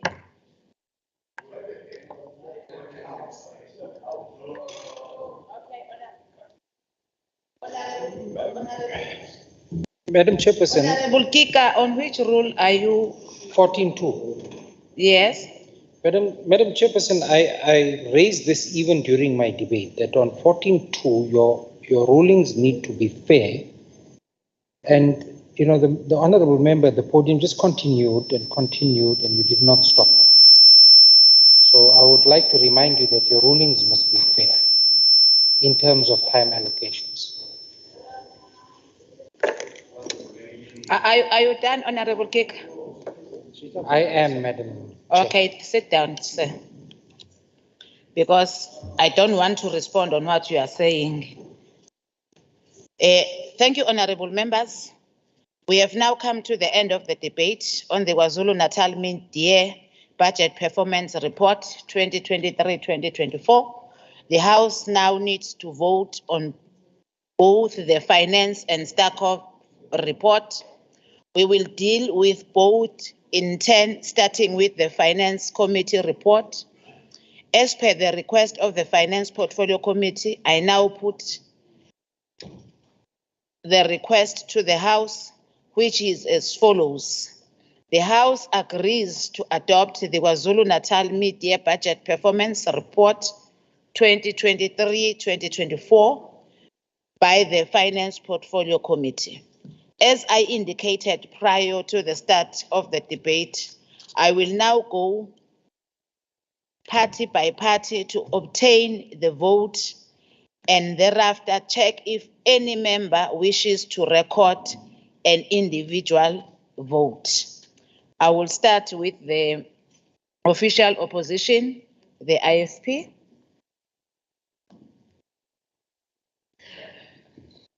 Honorable Chair of Chairs, honorable members of this House, the IFP supports. Thank you very much, Honorable Mtimande. The DA. Thank you, Madam Chairperson. The Democratic Alliance is in support. Thank you very much, Honorable Kika. The EFF.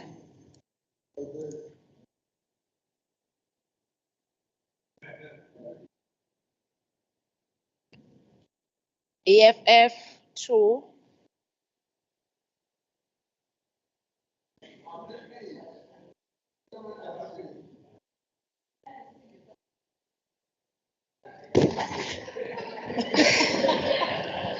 Honourable Speaker, on behalf of the EFF, the EFF supports. Thank you. Thank you very much, Honorable Herricks. We have received the apology of the NFP. We have received the apology of the MF. We have received the apology of the ACDP, the apology of the ATM. Now we are going to the majority party, the African National Congress. Thank you, Honorable Speaker. The ANC support the report. Thank you. Thank you very much, Honorable Mkhatshwa. Members, I have the votes of all the parties. Is there any member who wishes to express an individual vote that is different from their party vote or abstain? It seems as if there is none. Can the Secretary give me the tally of votes? Votes in favor, 57. Vote against, 0. Abstentions, 0. Thank you. Thank you very much, Acting Secretary. Honorable members, I therefore formally declare the results of the vote.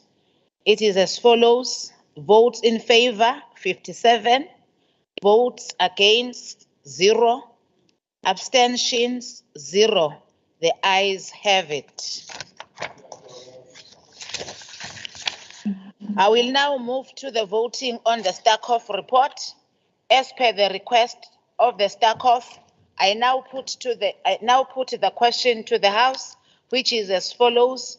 The House agrees to adopt the KwaZulu-Natal Mid-Year Budget Performance Report 2023-2024 by the Starkhoff. As I indicated prior to the start of the debate, I will now go party by party to obtain the vote and thereafter check if any member wishes to record an individual vote. I will start with the official opposition, Inkatha Freedom Party. Thank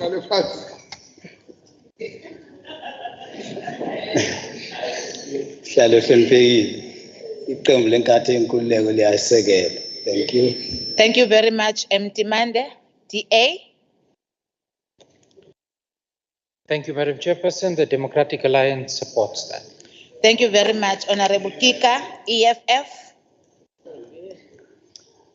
Honourable Speaker, on behalf of the EFF, the EFF supports. Thank you. Thank you very much, Honorable Herricks. We have received the apology for the NFP, apology for the MF, apology for the ACDP, apology for the ATM. Now we are at the majority party, the African National Congress. Thank you, Honorable Speaker. The African National Congress support. Thank you very much, Mkhatshwa. Members, I have the votes of all parties. Is there any member who wishes to express an individual vote that is different from their party vote or to abstain? It seems as if there is none. Can I get the tally, Acting Secretary? Votes in favor 57, vote against 0, abstentions 0. Thank you. Thank you very much, Acting Secretary. Honorable members, I therefore formally declare that the results of the vote is as follows. Votes in favor 57, votes against 0, abstention 0. The ayes have it.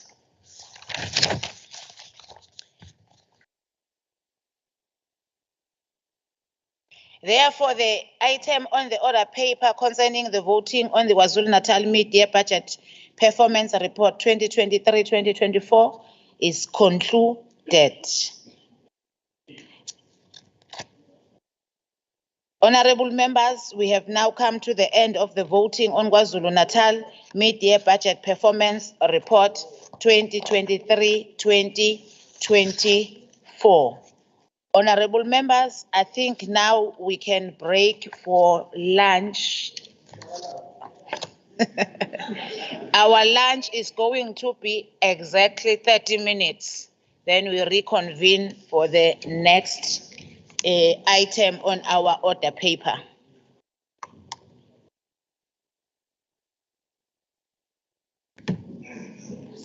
Mama.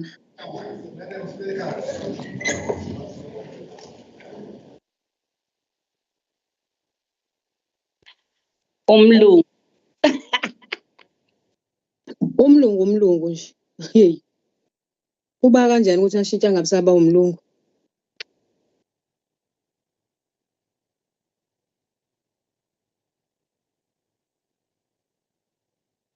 Sebeyodla ke manje amapena thina sinawe sisele la. Nomeki.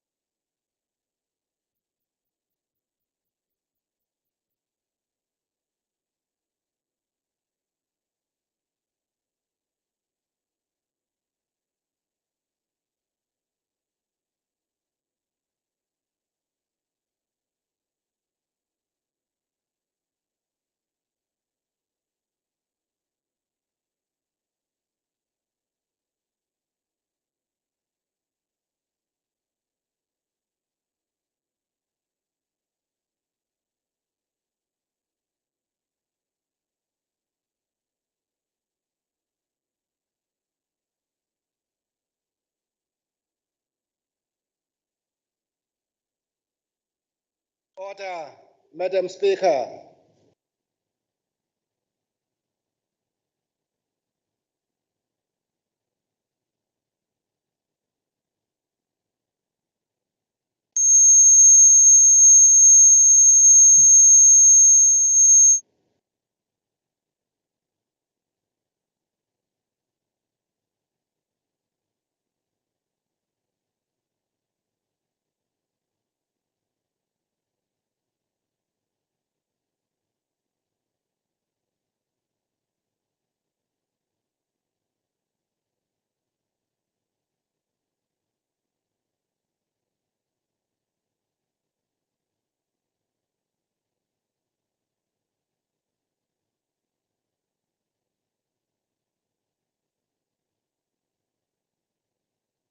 Continuing with our business of the day, the next debate will be on the audit findings and SCOPA resolutions.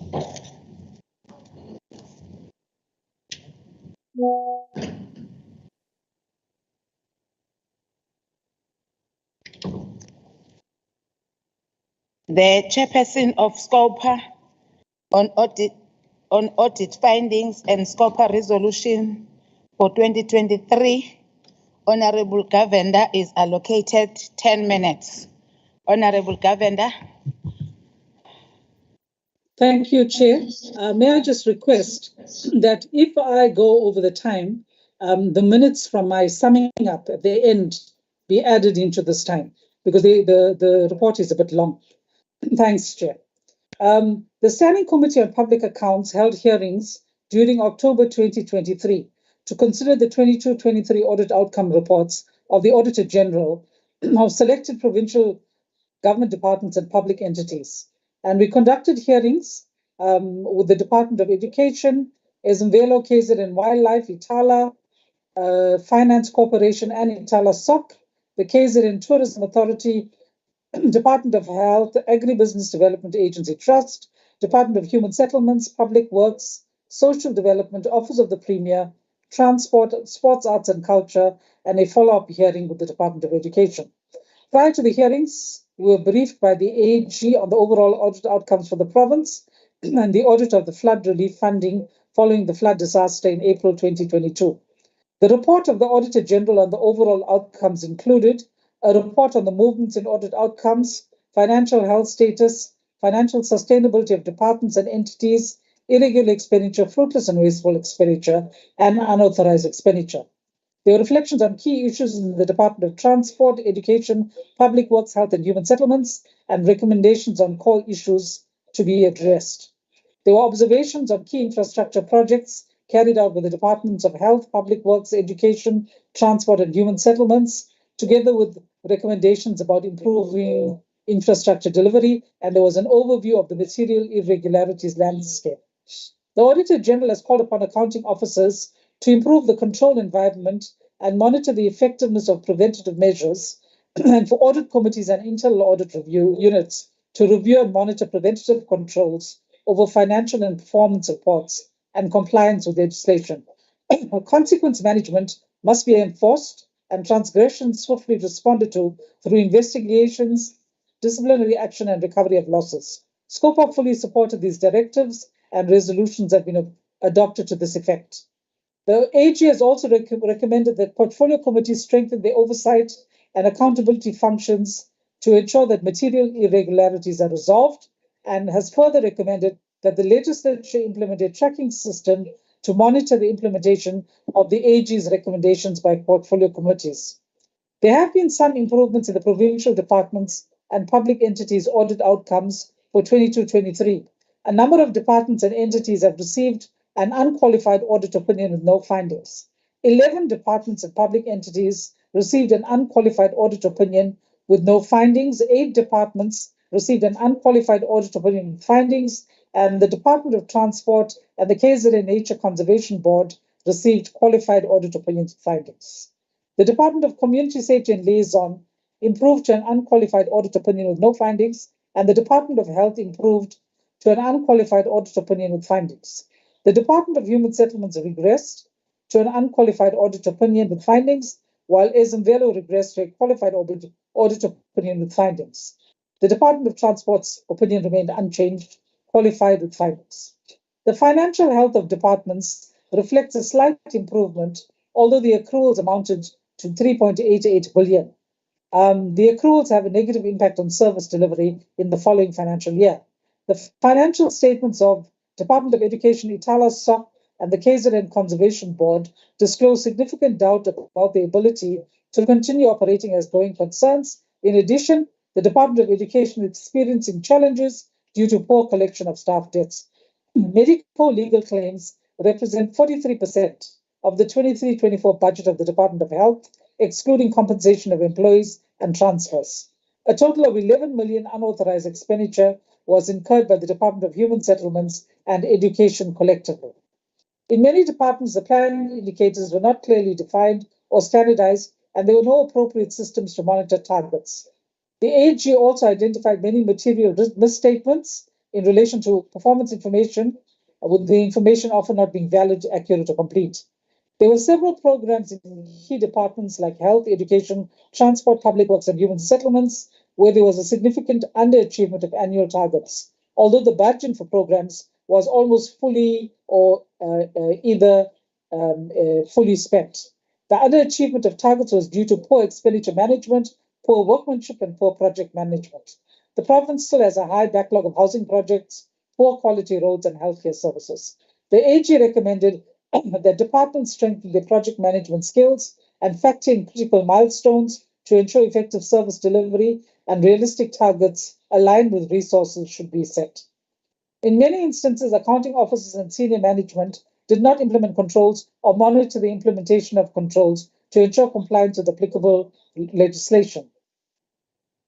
According to the AG, the lack of consequence management has led to an environment characterized by a lack of discipline and accountability for transgressions. And therefore, there should be significant improvement in dealing with these things. Investigations must be conducted swiftly, and there has to be appropriate disciplinary action and recovery of losses. Unauthorized expenditure amounted to 11 million, which, Honourable Speaker, is a sharp decrease of 99% compared to 22-23.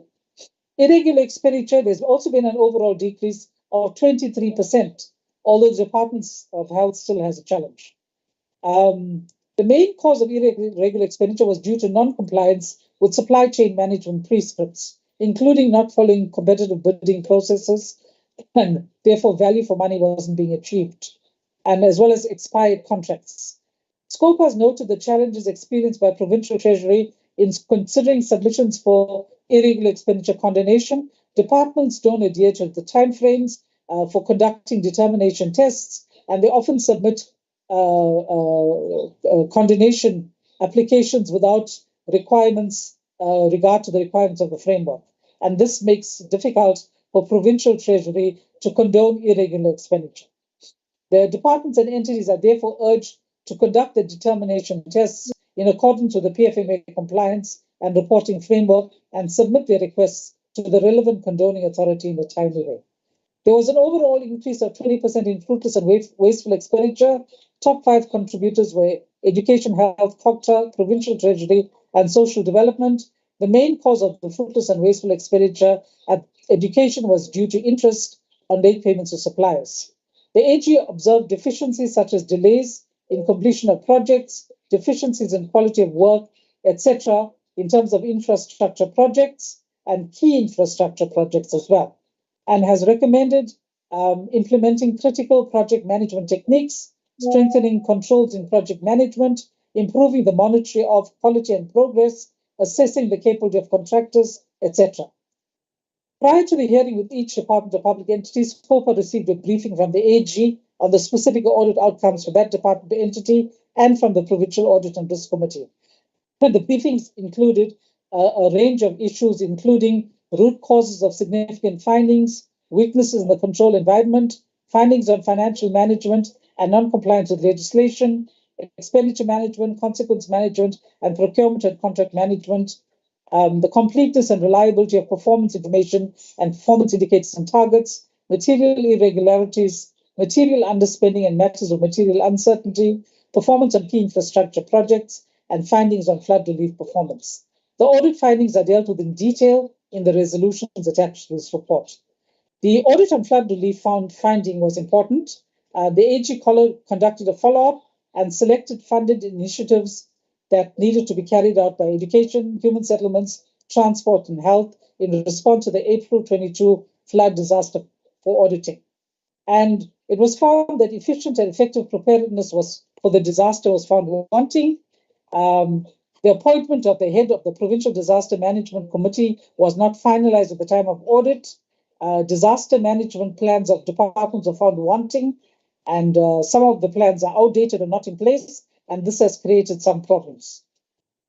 In terms of the initiatives selected for audit in the Department of Education, they looked at mobile classrooms at schools affected by floods and infrastructure repairs at damaged schools, and it was found that none of the initiatives were successfully implemented. None of the 76 mobile units were signed off for use. There was slow progress made in rectifying the infrastructure damage.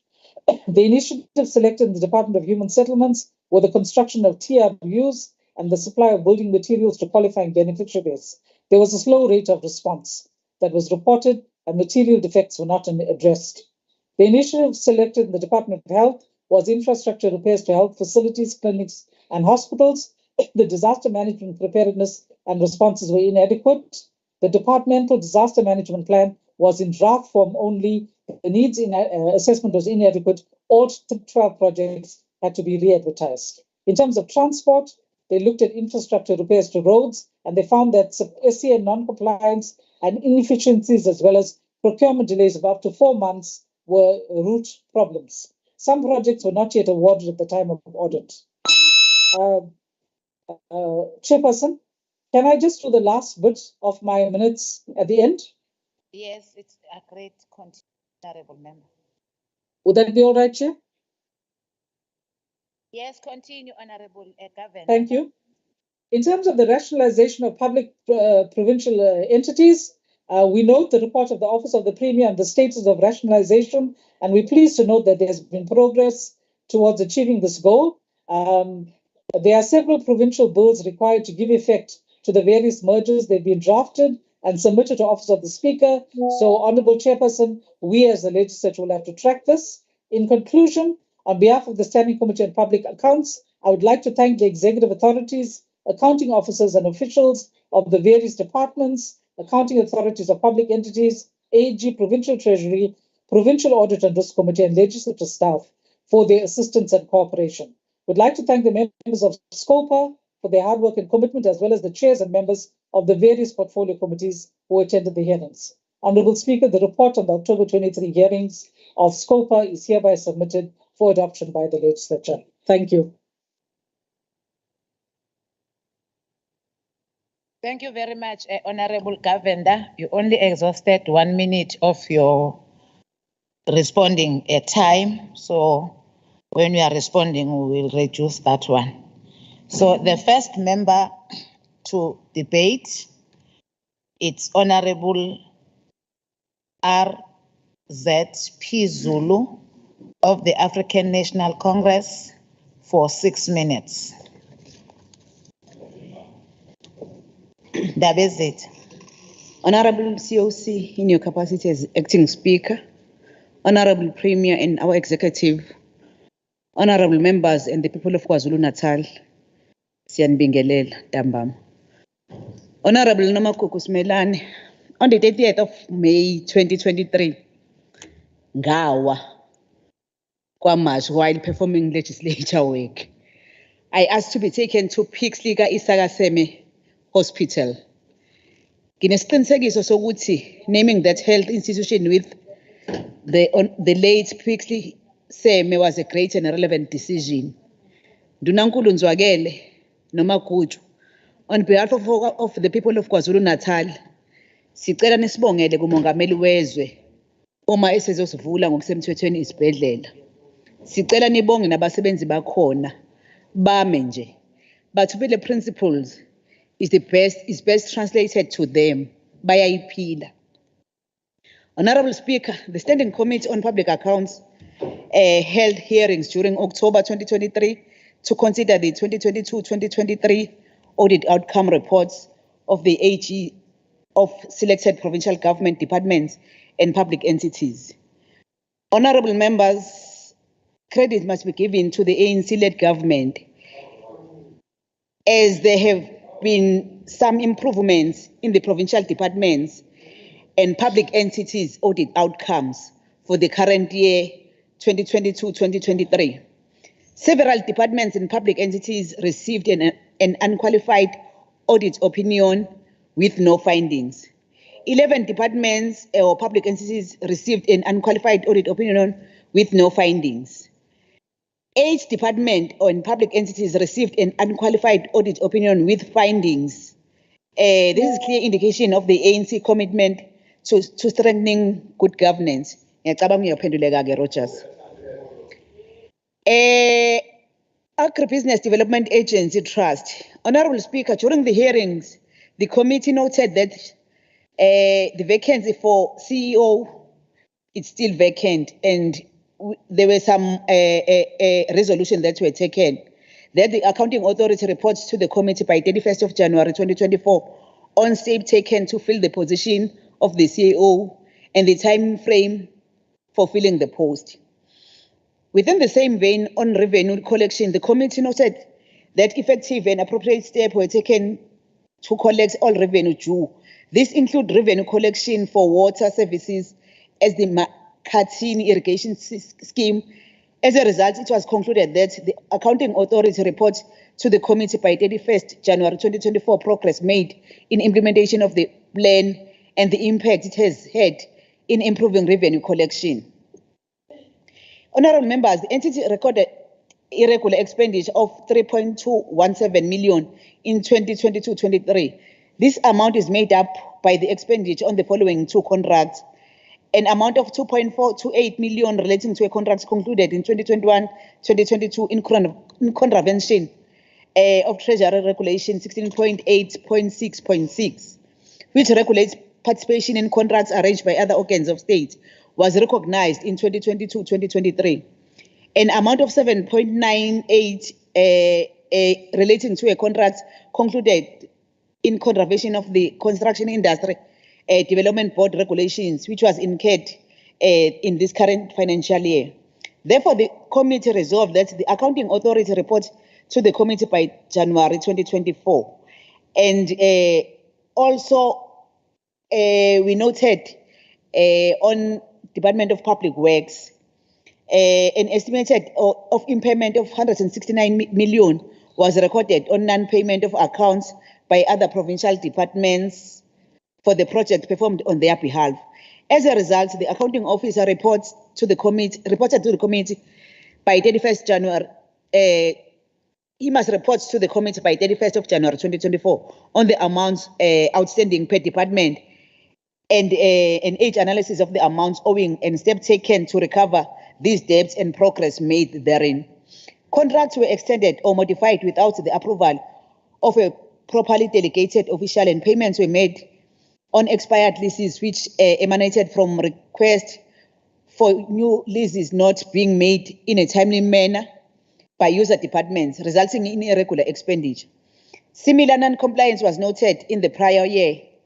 The department has implemented measures to ensure that contract extensions are duly approved by properly delegated officials, and that clients' department are notified 18 months prior in advance of the expiry of leases to determine whether a renewal of the lease or a new lease is required. This indicates the level of accountability we envisage to see as the ANC-led government, that every wrongdoing must be corrected moving forward. Honorable Speaker, in Program 2, Property Management, 70% of targets were achieved, while 99.87% of the budget was spent. And in Program 3, Provision of Building Structures and Equipment, 35% of targets were achieved, while 100% of the budget was spent, in which such success of the ANC-led government departments can clean and proper governance is ensured. And one must be commend Public Works for this. In conclusion, honorable members, with all that is raised here today, it remains our collective political responsibility to the allocated is achieved. Thanks, Chair. Thank you very much, Honorable Ndabezitha. The next member to debate, For 4 minutes, it's Honorable LJ de Klerk of the IFP for 4 minutes. Thank you, Honourable Speaker. May I, before I do my debate, just say that you look wonderful in your exquisite dress today. It's beautiful. Honourable Speaker, I stand before you today to address a critical aspect of governance and audits. My plea is for the provincial administration not to seek only clean audits, but an effective one. As we delve into audit outcomes, it becomes apparent that despite effort, there is a concerning level of stagnation. It's time we shift our focus from the mere cleanliness of the books to the effectiveness of the programs they represent. In scrutinizing the latest audit report, we find that performance targets are not met.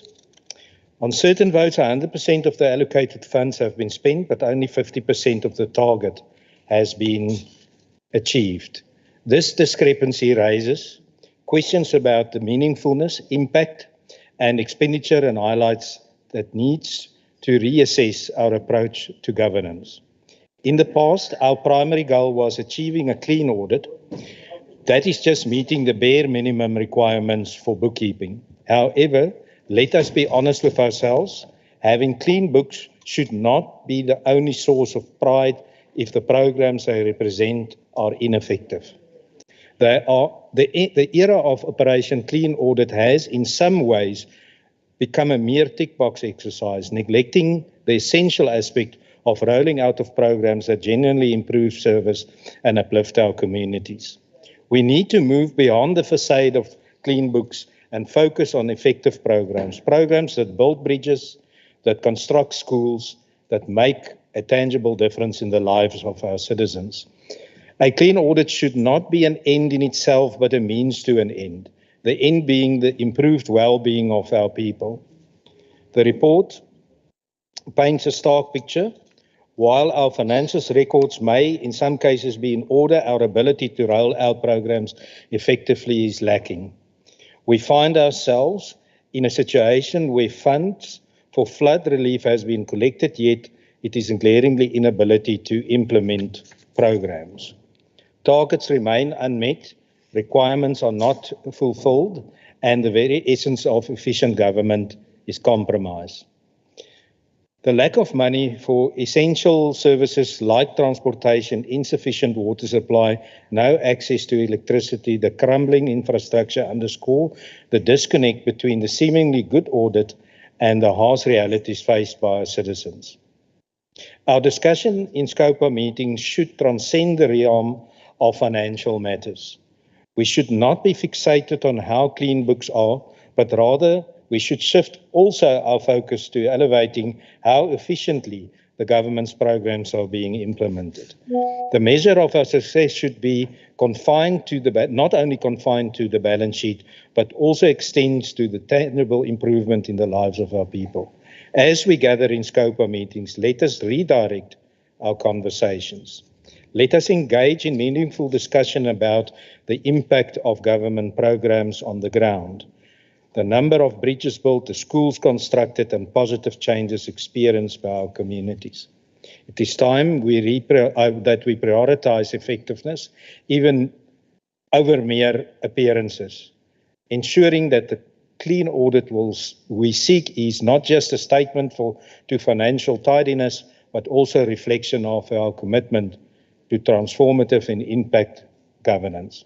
In conclusion, let the effective program be the mark of our success. Thank you, Speaker. I hope it is simple enough for all. Thank you very much, Honorable de Klerk. The next member. Waar was jy? The next member to debate from the Democratic Alliance, or the honorable members. The next member to debate from the Democratic Alliance, allocated 8 minutes, it's Honorable F.A. Rogers. Thank you, Madam Chair. And just to tell the House, ek is hier. So no one must ask me, waar was jy? Having just concluded the midterm budget debate, Madam Chair, it allows us an insight into the current financial position of the province that SCOPA reports afford and also affords the opportunity to reflect on issues highlighted by the Auditor General during the 22-23 year. The midterm budget indicates severe challenges on departmental spending pressures and the overall sustainability of the provincial fiscus. And reflecting on the issues from 22 to 23, it can afford us the opportunity to correct and change the methods in which we operate to mitigate and reduce fiscal challenges facing the province. One area that's highlighted by the Auditor General and by the committee is the accruals, which Honourable Governor referred to, by departments that continue to beleaguer future expenditure. We must note that there's been a slight reduction in the accruals, but the bottom line, accruals have a negative impact on service delivery in subsequent financial years. And as we realized in the debate earlier, we're not going to have the money that we think we are. So accruals need to be something that's avoided. So, Madam Chair, the question that needs to be asked is, how and why do departments end up with 3.88 billion rand accruals? And I can only see two reasons for this. The first would be cash blocking, which is Treasury's method of avoiding overexpenditure and putting the province at further risk. So when departments have spent their budget, Treasury cuts off the water supply, as though it were, and departments are now unable to pay service providers and suppliers.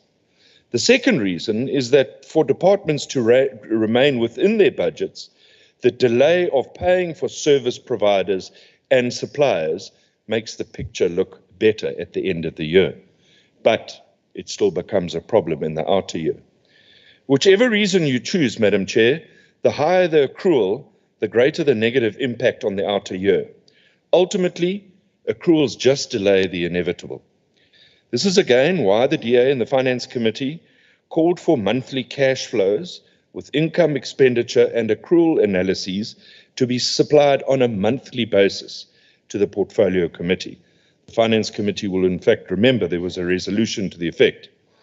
The Auditor General supports this in their recommendation that Portfolio Committees strengthen their oversight and accountability function. The Auditor General goes further to recommend that the Legislature implement a tracking system to monitor the implementation of the recommendations by the Portfolio Committees. The cause of these challenges is once again highlighted by the AG's findings, referring to lack of consequence management that has created an environment characterized by the lack of discipline and accountability for transgressions. Accountability for underperformance needs significant improvement. These are words used by the AG. Investigations must be concluded swiftly with the appropriate disciplinary action. Previously, in questions to the executive, I raised the question with the MEC of Finance during the debate about what's happening to irregular expenditure and what steps are being taken. The MEC was quite correct. Irregular expenditure has reduced, unauthorized expenditure has reduced marginally, but fruitless and wasteful expenditure has increased. This responsibility of oversight, the AG has now made it very clear that it's placed at the feet of the Legislature and the committees. Clearly, we can no longer rely on members of the executive or accounting officers to fulfill this oversight role. Had they done this in the past, the Auditor General would not once again be highlighting these challenges. The DA calls for an action plan from the Speaker in this regard, as requested by the Auditor General. Just turning back to accruals, Madam Chair, and cash blocking for a moment. Considering the fiscal challenges facing our province, and in particular, critical service departments such as health, I have a question. What measures, if any, are there in place to determine whether cash blocking may ultimately lead to critical service delivery being compromised? And one thinks of the Department of Health, and if cash blocking takes effect, what effect it may have on the medical surgical equipment that they need. There are already allegations that the Department of Health is facing a shortage of hypodermic needles and drip needles. Is there a mechanism for departments to motivate the lifting of cash blocking in instances of this nature? We really cannot have people's lives compromised due to cash blocking. The SCOPA hearings once again highlighted the continual dismal performance of what was once the jewel of the crown in KwaZulu-Natal, Ezemvelo. Ezemvelo has now become the laughing stock of the province and an embarrassment to the province, with absolutely no solution in sight. The audit outcome for the entity has regressed from an unqualified audit opinion with findings to a qualified opinion. These material findings include, but don't exclude others: 1, internal control deficiencies relating to asset management. 2, a material uncertainty exists over the going concern status of the entity. That means they're worried that it can actually sustain itself.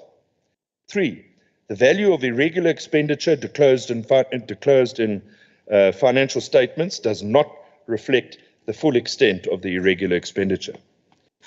There is significant concern as to whether the board, as the accounting authority, effectively and adequately discharged its fiduciary and other duties in the terms of the PFMA.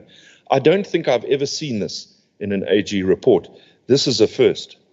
I'm certain that you have to agree with me, this is an embarrassment and a disgrace. During the hearings, the DA had requested a legal opinion as to whether the entity could be placed under administration. The opinion submitted to the committee did not entitle the committee to place Ezemvelo under administration. But what it did say was the following: it may be a more beneficial option to SCOPA to adopt a resolution directing the MEC to intervene and to direct the board to review the current audit improvement plan, taking into account the nature of the audit outcomes, and to submit an improved audit plan. The plan should be adopted by the board, approved by the MEC, and must adequately address the audit findings. The Portfolio Committee must monitor compliance and implementation of the plan, at least quarterly. You see, Madam Chair, for the past 10 years, Ezemvelo has lurched from one crisis to another. We've had so many turnaround strategies, we don't know what's going forward and what's going back. We had a commercialization strategy. We've spent millions on it, but nothing has yet come to fruition. This cannot be tolerated any further.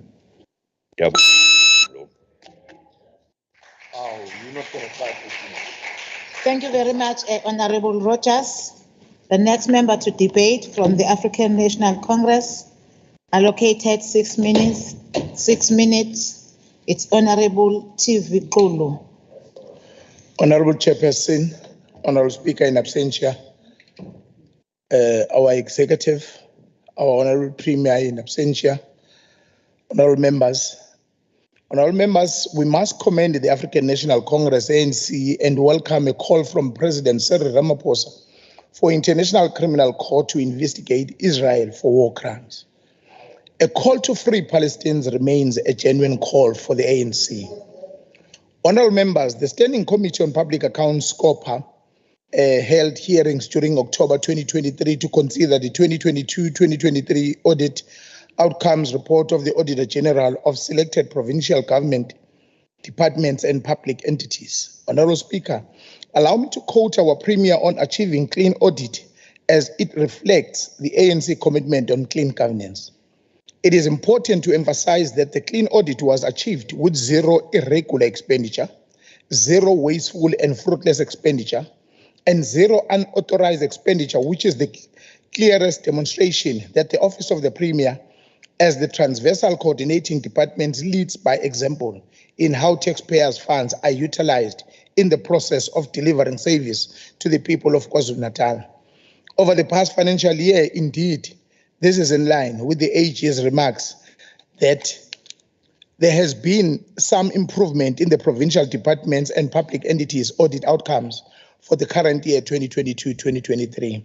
NgesiZulu siyasithi Ziyamazi Melusi Ozholayo. Indeed, departments has followed in the footsteps of the Office of the Premier. Honorable members, the Office of the Premier received a financially unqualified audit opinion with no material findings, no significant internal control deficiencies or material irregularities were identified. The committee also noted that the amount of 50 million was set aside in the 21-2022 financial year for transfer to the Youth Fund. The funds were not used. That the accounting officer report to the committee by 31 January 2024 on the implementation of an action plan to oversee expenditure of the Youth Fund and compliance with the Memorandum of Agreement. A call for accountability in the ANC-led government remains a priority. Within the same vein, the Provincial Forensic Unit conducted 7 investigations related to the department covering the period 1 April 2010 to 31 March 2023. These investigations related to allegations of fraud, irregular expenditure, and procurement irregularities. 4 investigations have been completed and 3 are at the reporting stage. Disciplinary actions has been commenced in the 4 completed investigations. From the above, all the result findings and recommendations of the 4 completed investigations, the amount involved, progress made in the disciplinary cases, and if finalized, the sanctions imposed, steps taken to recover any losses and details of any criminal cases opened. The progress made in the finalization of the remaining 3 investigations and the anticipated time frames for the completion. If the investigations have been completed, the report must state the findings and recommendations, the amount involved, disciplinary and other remedial steps taken, the outcomes of the disciplinary action steps taken to recover any losses, details, any criminal cases that were open. Honourable members, on transport, the department did not record all items that met the definition of accrued department revenue. Traffic fines notice were not recorded. The Auditor General was unable to determine the full extent of the understatement of accrued revenue, stated at 143.28 million. This matter was also reported in the 2020-2021 financial year. Hence, the committee resolved that the accounting officer must report to the committee by 31 January 2024 on progress made in the implementation of the Revenue Management Improvement Plan, the effective monitoring and oversight of implementation of the plan, and effectiveness and adequacy of the plan to address the audit findings. Moreover, the Auditor General conducted an audit on the project for the rehabilitation of the P242. The project was awarded in June 2022 and at the value of 186.415 million. The time frame for the construction is 18 months from January 2022 to 2024. The project is in progress. Drainage for excessive water, which contributed to the degradation condition of the existing road, was not included in the project designs. So we have to instruct the contractor to put the necessary revised construction program in place, improve project monitoring, ensure progress and deliveries as agreed and delivered, and investigate and follow up on delays in implementing time-bound action necessary to ensure time of deliveries. In conclusion, the ANC-led government seeks to demonstrate the commitment to good, clean, ethical, and transparent government and our resolve and to steer the province administration in the right direction. I thank you, Honourable Chairperson. Thank you. Thank you, Honourable Kulu. The next member to debate, it's Honourable P.P. Herricks, who is reading the debate of Honourable Tunkosi for 6 minutes. Ngibingelela usomlomo, usekela somlomo, usihlalo wekomiti lakwaScopa nendlu yonke. Malunga esishayamthetho ahloniphekileyo, kuyadumaza ukuthi unyaka nonyaka kufanele sizoma phambi kwalendlu sizokhuluma ngokusetshenziswa kwemali budedengu iminyango kahulumeni eminingi yayo okuyinto okubukeka iyenza ngamabomu ngoba yazi ukuthi sizogcina ngokukhala kuphela kepha azikho izinyathelo ezinqala ezizothathwa. Kuyashaqisa ukuzwa ukuthi imali eningi okufanele ngabe ibekelele ukulethwa kwentuthuko nezingqongqangi kubantu igcina isiphelela ekuphenyeni amacala enkohlakalo nokusetshenziswa budedengu bezimali ngenxa yomgomo wabantu abagogombela kwesabo. Isibalo samacala enkohlakalo aphenywa i-Special Investigation siyashaqisa. Umbiko kamcwaningi mabhuku ukhombisa ngokusobala ukuthi nakuba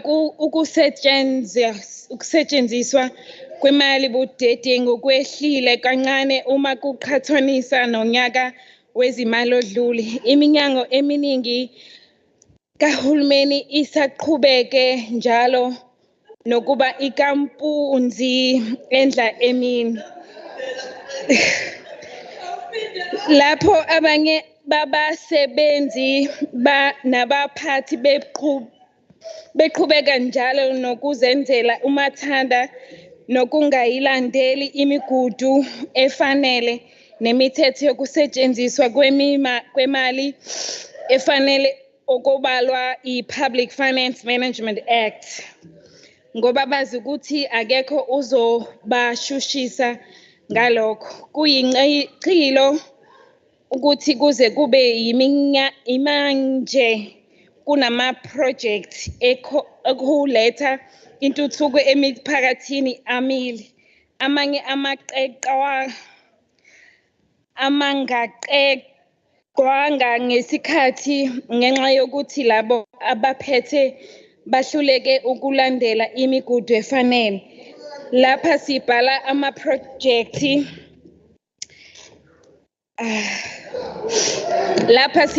ama-project okungiswa kwemigwaqo yokulesifundazwe engekho esimweni esihle. Ukwakhelwa kwesiZulu nesikhukhula izindlu okuyimanje ezinje zazo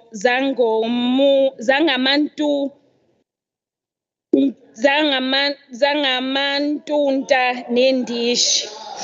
Akusithusi ke olokhu ukuthi bonke lobudedengu benzeka ngaphansi kohulumeni wamasela. Uhulumeni kakhongolose lapho iminyango eminingi ingazilungisi izinginamba zangaphakathi zakwa-supply chain ukuze lezo ziphathimandla ezizohlomula ziqhubeke nokuxebula umkhomo. Njengokuphinjela wake wezwa ukuthi kukhokhelwa osonkontilaki asebephelelwa izinkontileka ngaphandle kohulumeni kwakhongolose.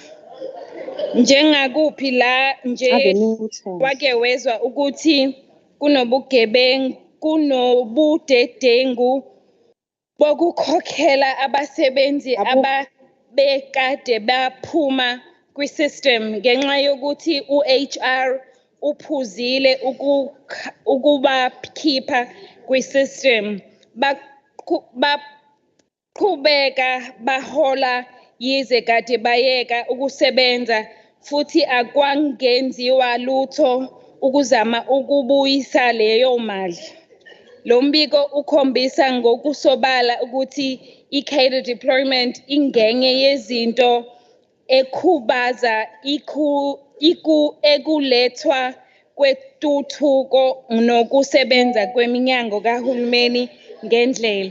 Njengoba amacala amaningi obudedengu enzeka ngaphansi kwezikhulu okukhombisa nokusobala ukuthi ezinye zazo azani nokuthi zenzani.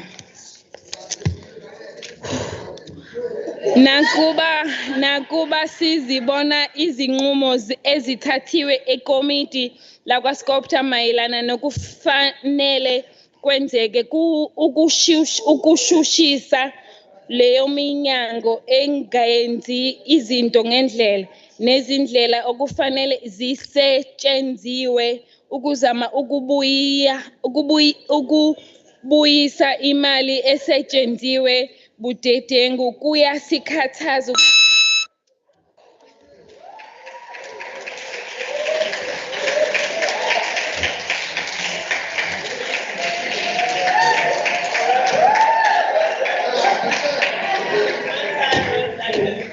Thank you very much, Honorable Herricks. Indeed, you were presenting somebody else's debate speech. The next member to debate, it's Honorable T.S. Mjali of the African National Congress, because we have received an apology from the NFP. Manchinga, you are allocated 7 minutes. Thanks, Chair.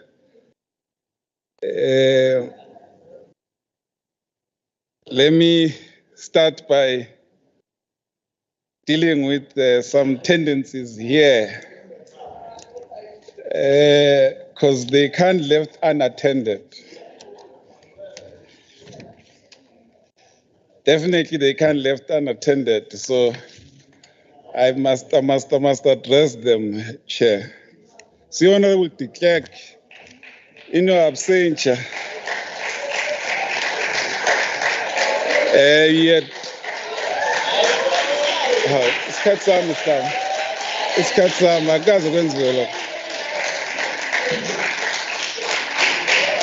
Please, honorable members, allow the honorable member on the podium to continue debating.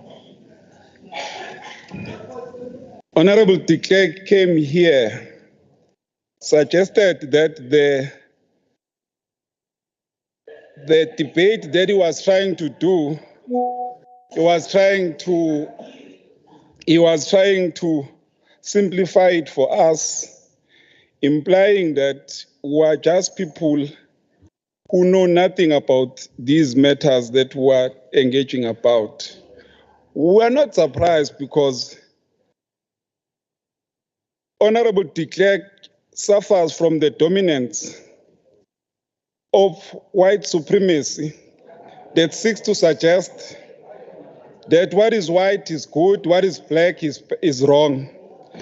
He suffers from the white supremacy thinking that seeks to suggest that anything that is being said by a white person is correct, and anything that is being said by a black person has some element of stupidity within it.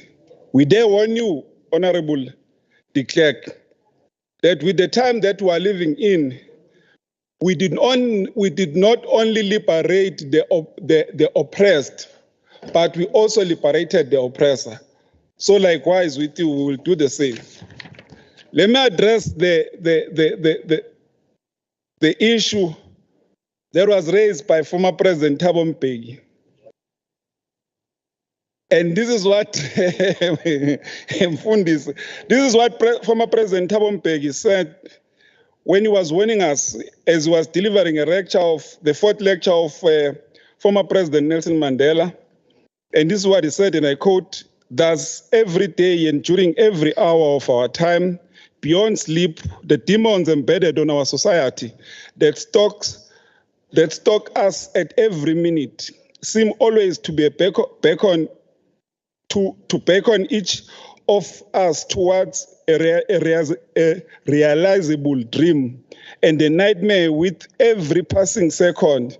They advise with rhythmic and hypnotic regularity, get rich, get rich, get rich." Quote.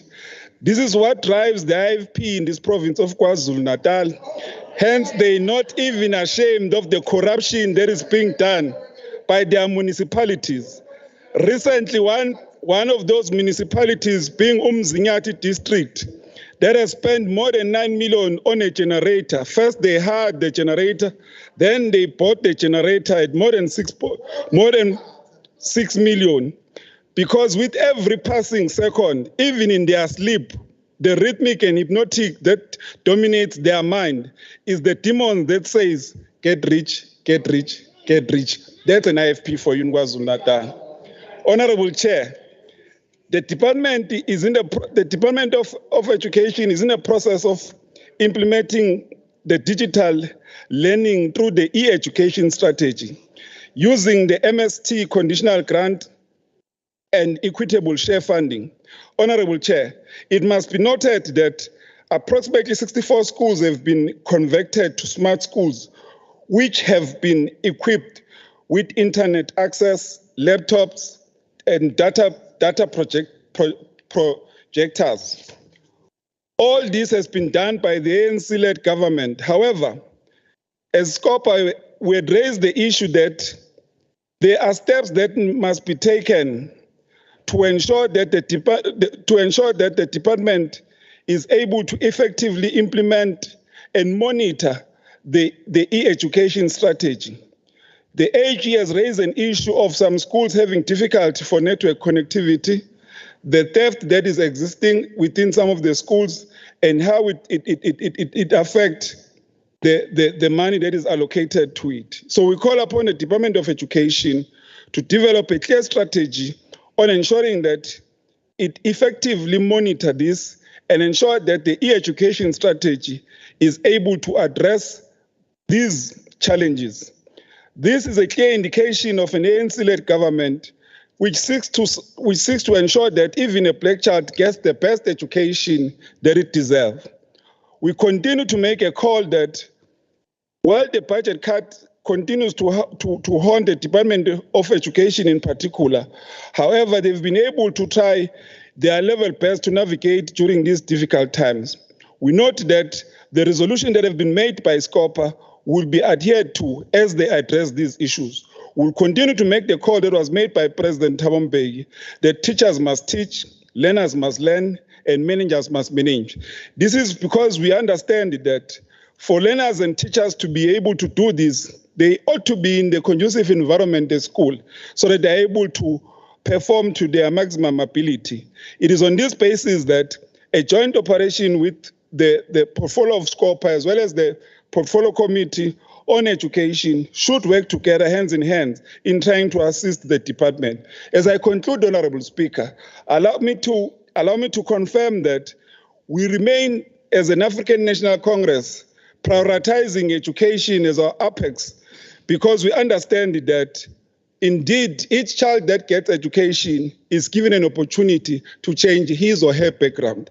Each child that is given an opportunity for education is given a chance to do better and change the livelihood of their family and themselves. We remain committed to ensure that we prioritize education with a clear understanding that future belongs to the youth. Thank you, Honorable Speaker.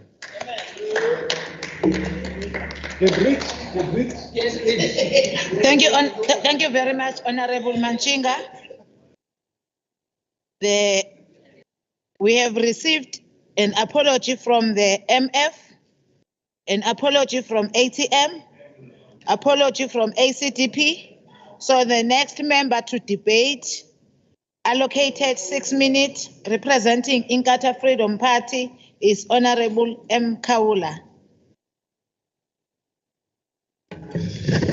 Honorable Chairperson, honorable members, I appreciate the opportunity to make an input into this debate on behalf of Inkatha Freedom Party. The IFP welcomes the movement in the audit reports of the province from what used to be a disastrous audit report at the beginning of this term. This movement does not entail that the situation looks good, but what it entails is that our provincial audit reports are gradually moving out of the dungeons. The IFP notes that whilst there may have been these promising overall outlooks, the issues that need to be addressed in poor management of finances have almost remained the same. In respect of the audit on the KZN flood relief funds, the AG has lamented the next to non-existence of the KZN Provincial Disaster Management Center. It's a pity that whilst the President of the country made this acknowledgement when he visited the province after the flood disaster, the Premier of the province disputed this acknowledgement in this very house. The President's acknowledgement has now been vindicated by the AG findings. The Department of Education produced 76 mobile units, procured 76 mobile units as a response to the disaster, which were never signed off. Responses to the disaster by the Department of Human Settlements, Department of Transport, and Department of Health were all found to be a disaster on their own.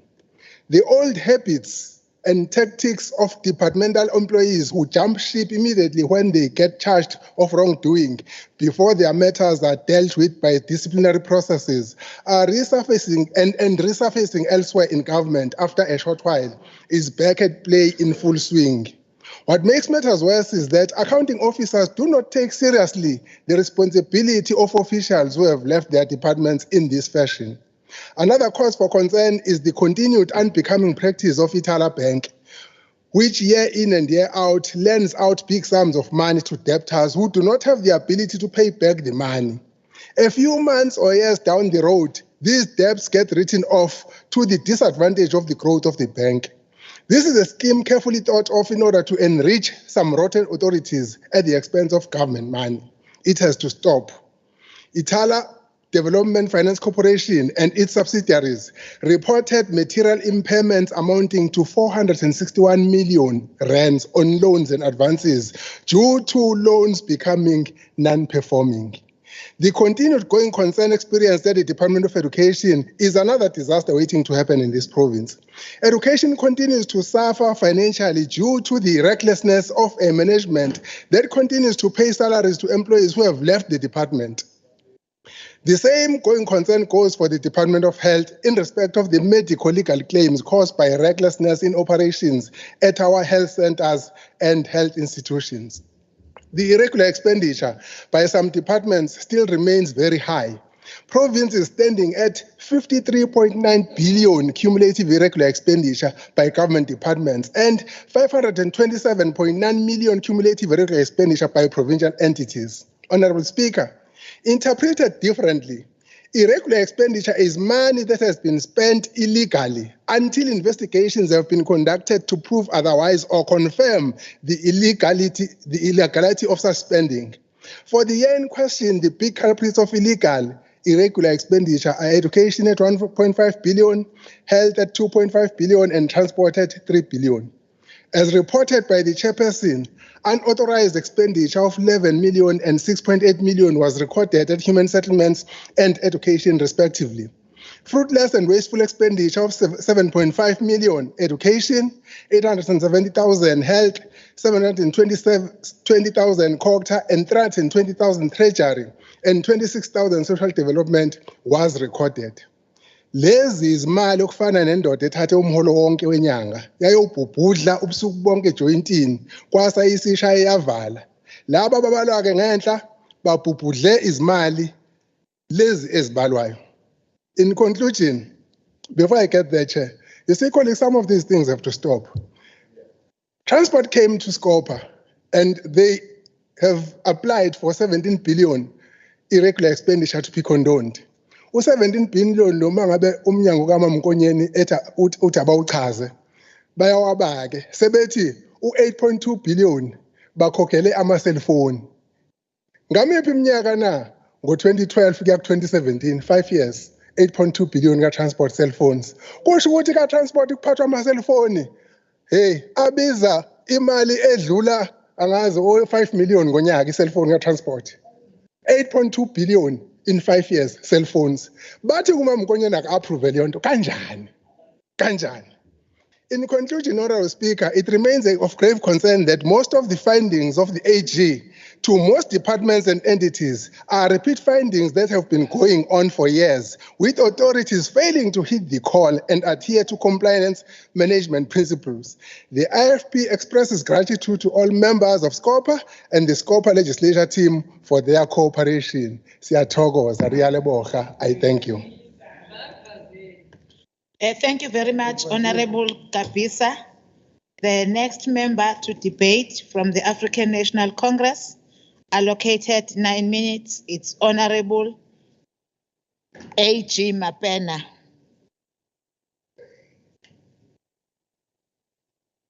Good day, Honorable Chair, the Executive, the Honorable Chairperson, Honorable Maggie Govender, Honorable members, and our guests. Honorable Herricks, I felt that for you, Honorable Member. They did you dirty. bevele bebengasho lutho nje bakumoshela isikhathi. If the scope hearing we have held with the departments and entities are about anything to go by in terms of measure, it is safe to say that our province remains in good hands in the stewardship of the captain of the ship, the African National Congress. The outcomes show that there have been steady improvements in departments and entities, and that the recommendations that the committee has made over time have helped shape this. There have been some improvement in the provincial departments and public entities.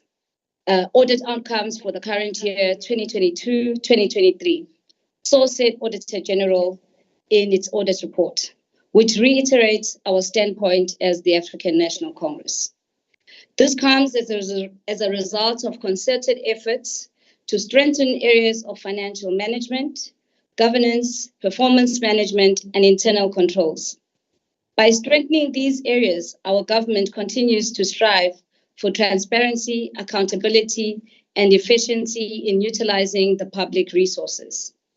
As articulated by the Premier in a State of the Province address earlier this year, the provincial government performance management commitments include setting clear performance targets, implementing performance monitoring systems, and conducting regular evaluation of identified areas for improvement.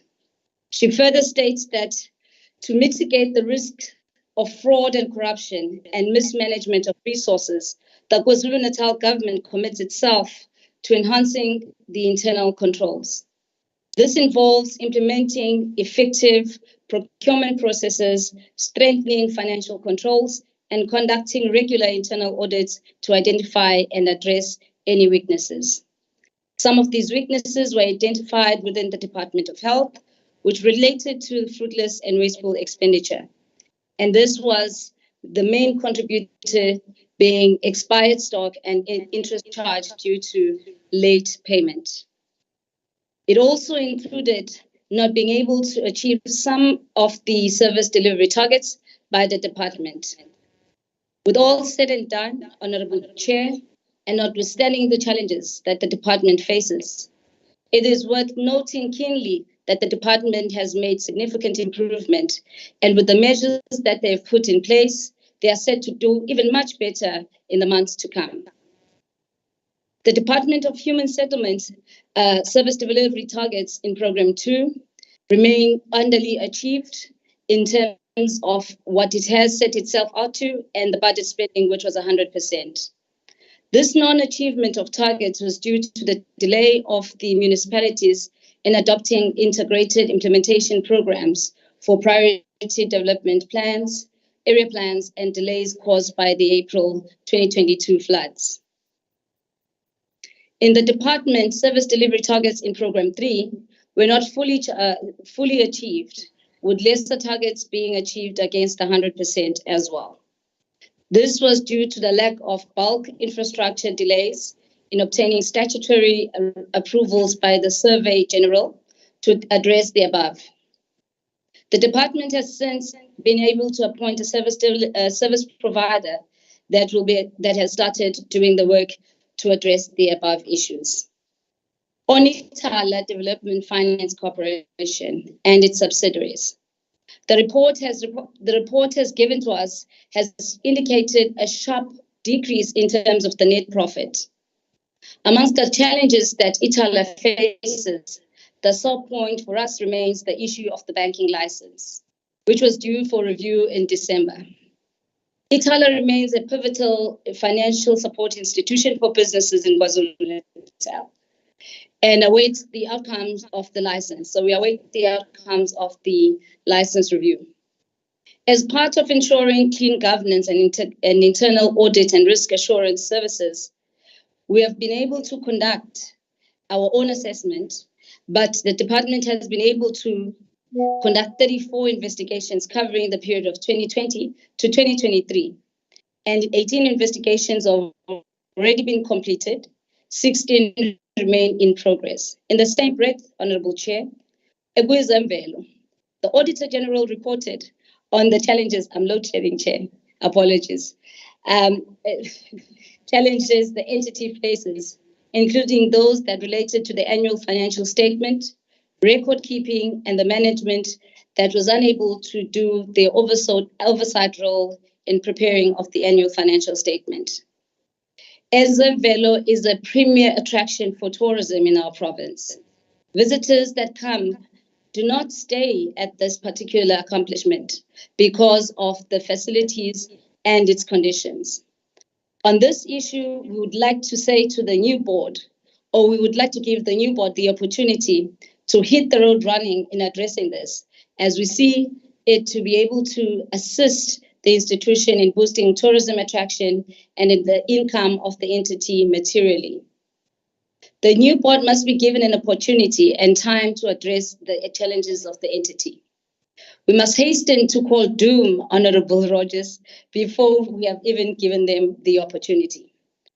Honorable Chair, there is no doubt that this ANC-led government has made immense strides in improving the audit outcome. AG itself was exceptionally impressed by the material improvement our government has made. It goes without saying, Honorable Chair, that the ANC-led government has not been sleeping on the job, but rather hard at work, resolute in combating fraud and corruption and ensuring financial prudence and compliance discipline in all departments and entities. The ANC-led government is not shying away from anything, but deliberate in facing them head-on, dealing with all issues, department by department, entity by entity, program by program. It is no wonder, Honorable Chair, that the people of KwaZulu-Natal have muted the noise of the naysayers. I heard Honorable Rogers referring to himself as a naysayer. So you've been muted, Honorable Rogers, and so have the EGOT performers, rejected grandstanders, power-hungry opportunists with feudalism tendencies. Society has already rejected them. Look at the last two by-election. Honorable Rogers, what was jy gister? Those that talk work but stay lazy in comfort of the ivory towers, unaware and just oblivious of the truth. To them we say, please check your privilege, because that is where you stand when you decide to debate. It is absolutely no surprise, Honorable Chair, as to why the people of KwaZulu-Natal, everywhere we go, confidently say that the African National Congress is... Order. They've lost you. If you do not or the will of... Please. Madam Chair. Madam Chair. You're muted. There is an order, Honorable Mapena. Yes, I'm rising on Rule 57(1)A. Yes, point of Rule order. 57(1)A. Yes, Madam Chair, the Health MEC is here and she can assist us. There seems to be many ANC members today who don't know where people are, and we can help them find them. So maybe they need some assistance from a hospital or something like that, to try and find out where these people are. Varvasier and these kinds of things, Honorable Kika, there is no point of order. Honorable Mapena, you can continue with your few meeting minutes. Thank you.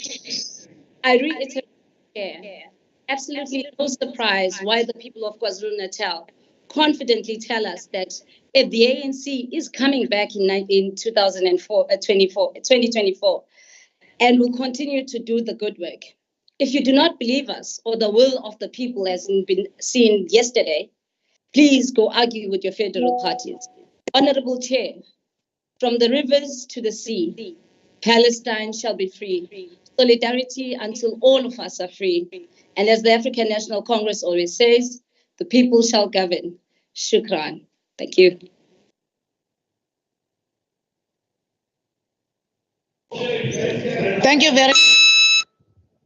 Thank you very much, Honorable Mapena.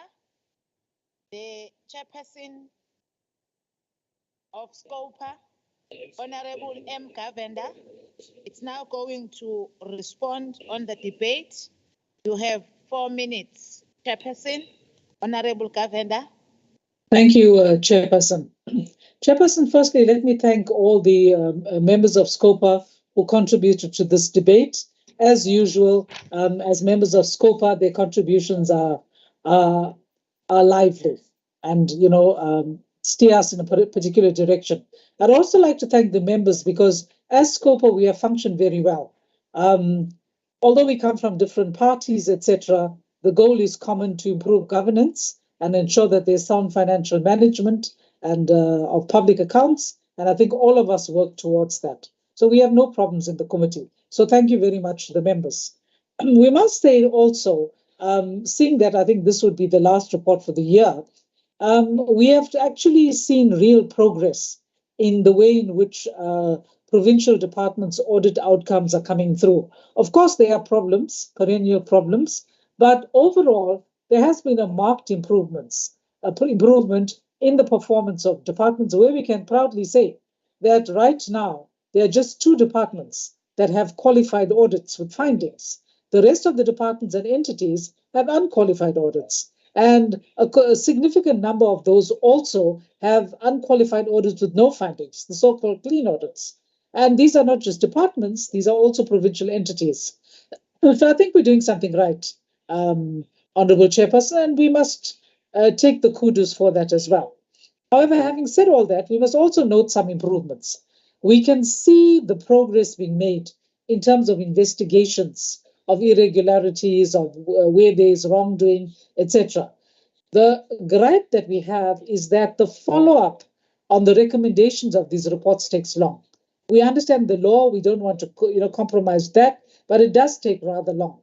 Where the follow-up has been done, we actually do see people either facing some criminal or civil charges and the recouping of funds. For me, that is one of the most important things, particularly as right now we are quite cash-strapped. Honourable Chairperson, we want to urge MECs to make sure that the accounting officers do this follow-up because there is something concrete to be gained from it, financial gain, and which they can then use for service delivery. We also note what the AG said about budgets being fully spent, but service delivery not matching that. So it's like a tick box exercise where a department will spend the money, but in terms of the targets they're set for itself for that year, those are not fully accomplished. So we want the heads of departments and MECs to also track that very closely, because that is an important thing.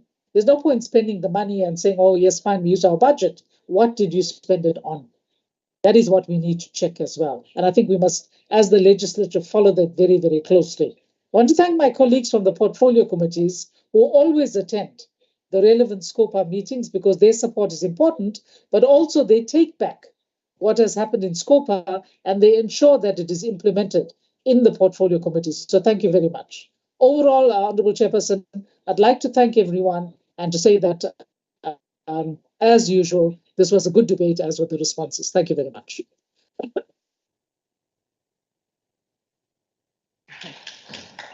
Thank you very much, Honourable Governor. That takes us to the end of the debate. Thank you, honourable members. We have now come to the end of the debate on the SCOPA report on the 2022-2023 audit outcome. The House now needs to vote on the report.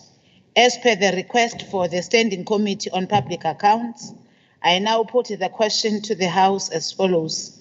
The KwaZulu-Natal Legislature agrees to the report of the Standing Committee on Public Accounts on the 2022-2023 audit outcome and the resolution attached to the report.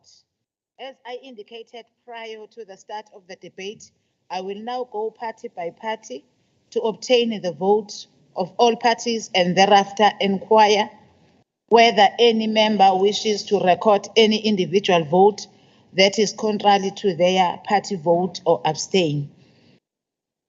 I will start with the official opposition, the IFP.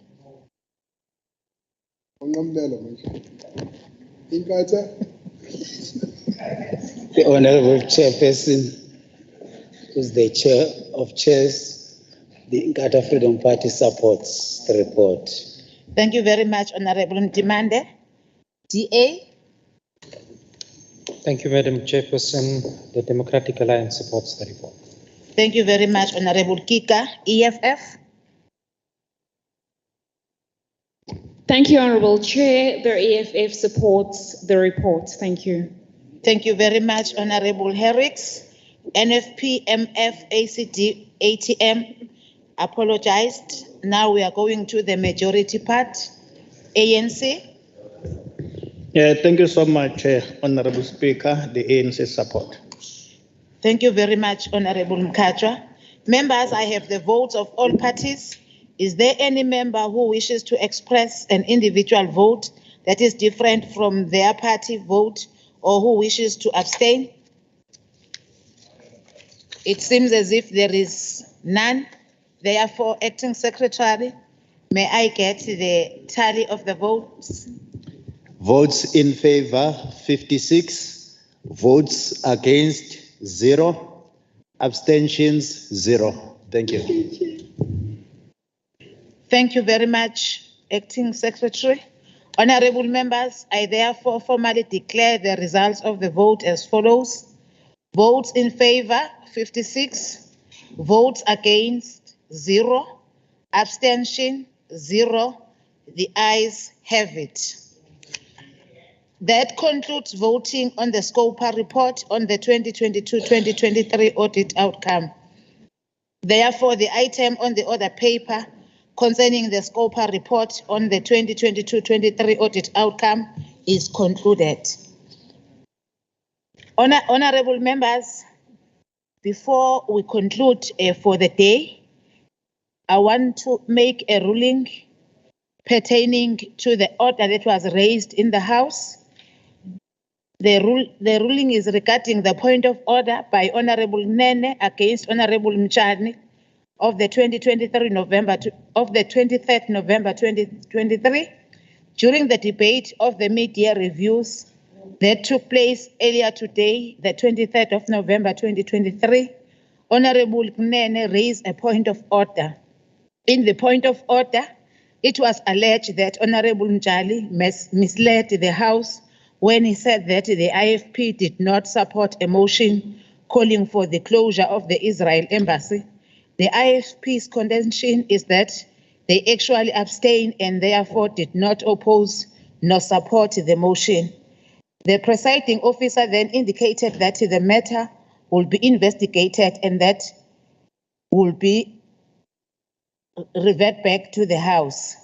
I have asked for verification of the manner in which voting took place at the Parliament on the motion which related to the proposed closure of the Israel embassy in South Africa. The report that I have received is that it has been confirmed that the video recording of the debate and voting process has been viewed. The video recording has revealed that the voting results on the motion was 248 in favor and 91 against the motion, with the IFP being one of the parties that voted against the motion. It has therefore been confirmed that the statement of Honorable Mchali was correct in that the IFP did indeed vote against the motion in line with the above.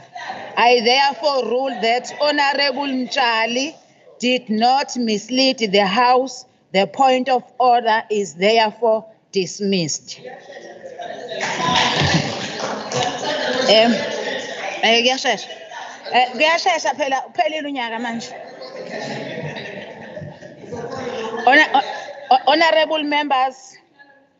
Honorable members, I have got also an announcement to make. It is with regret to inform you of the passing on of Mr. Stanford Sonjika, father to Honorable S. Sonjika.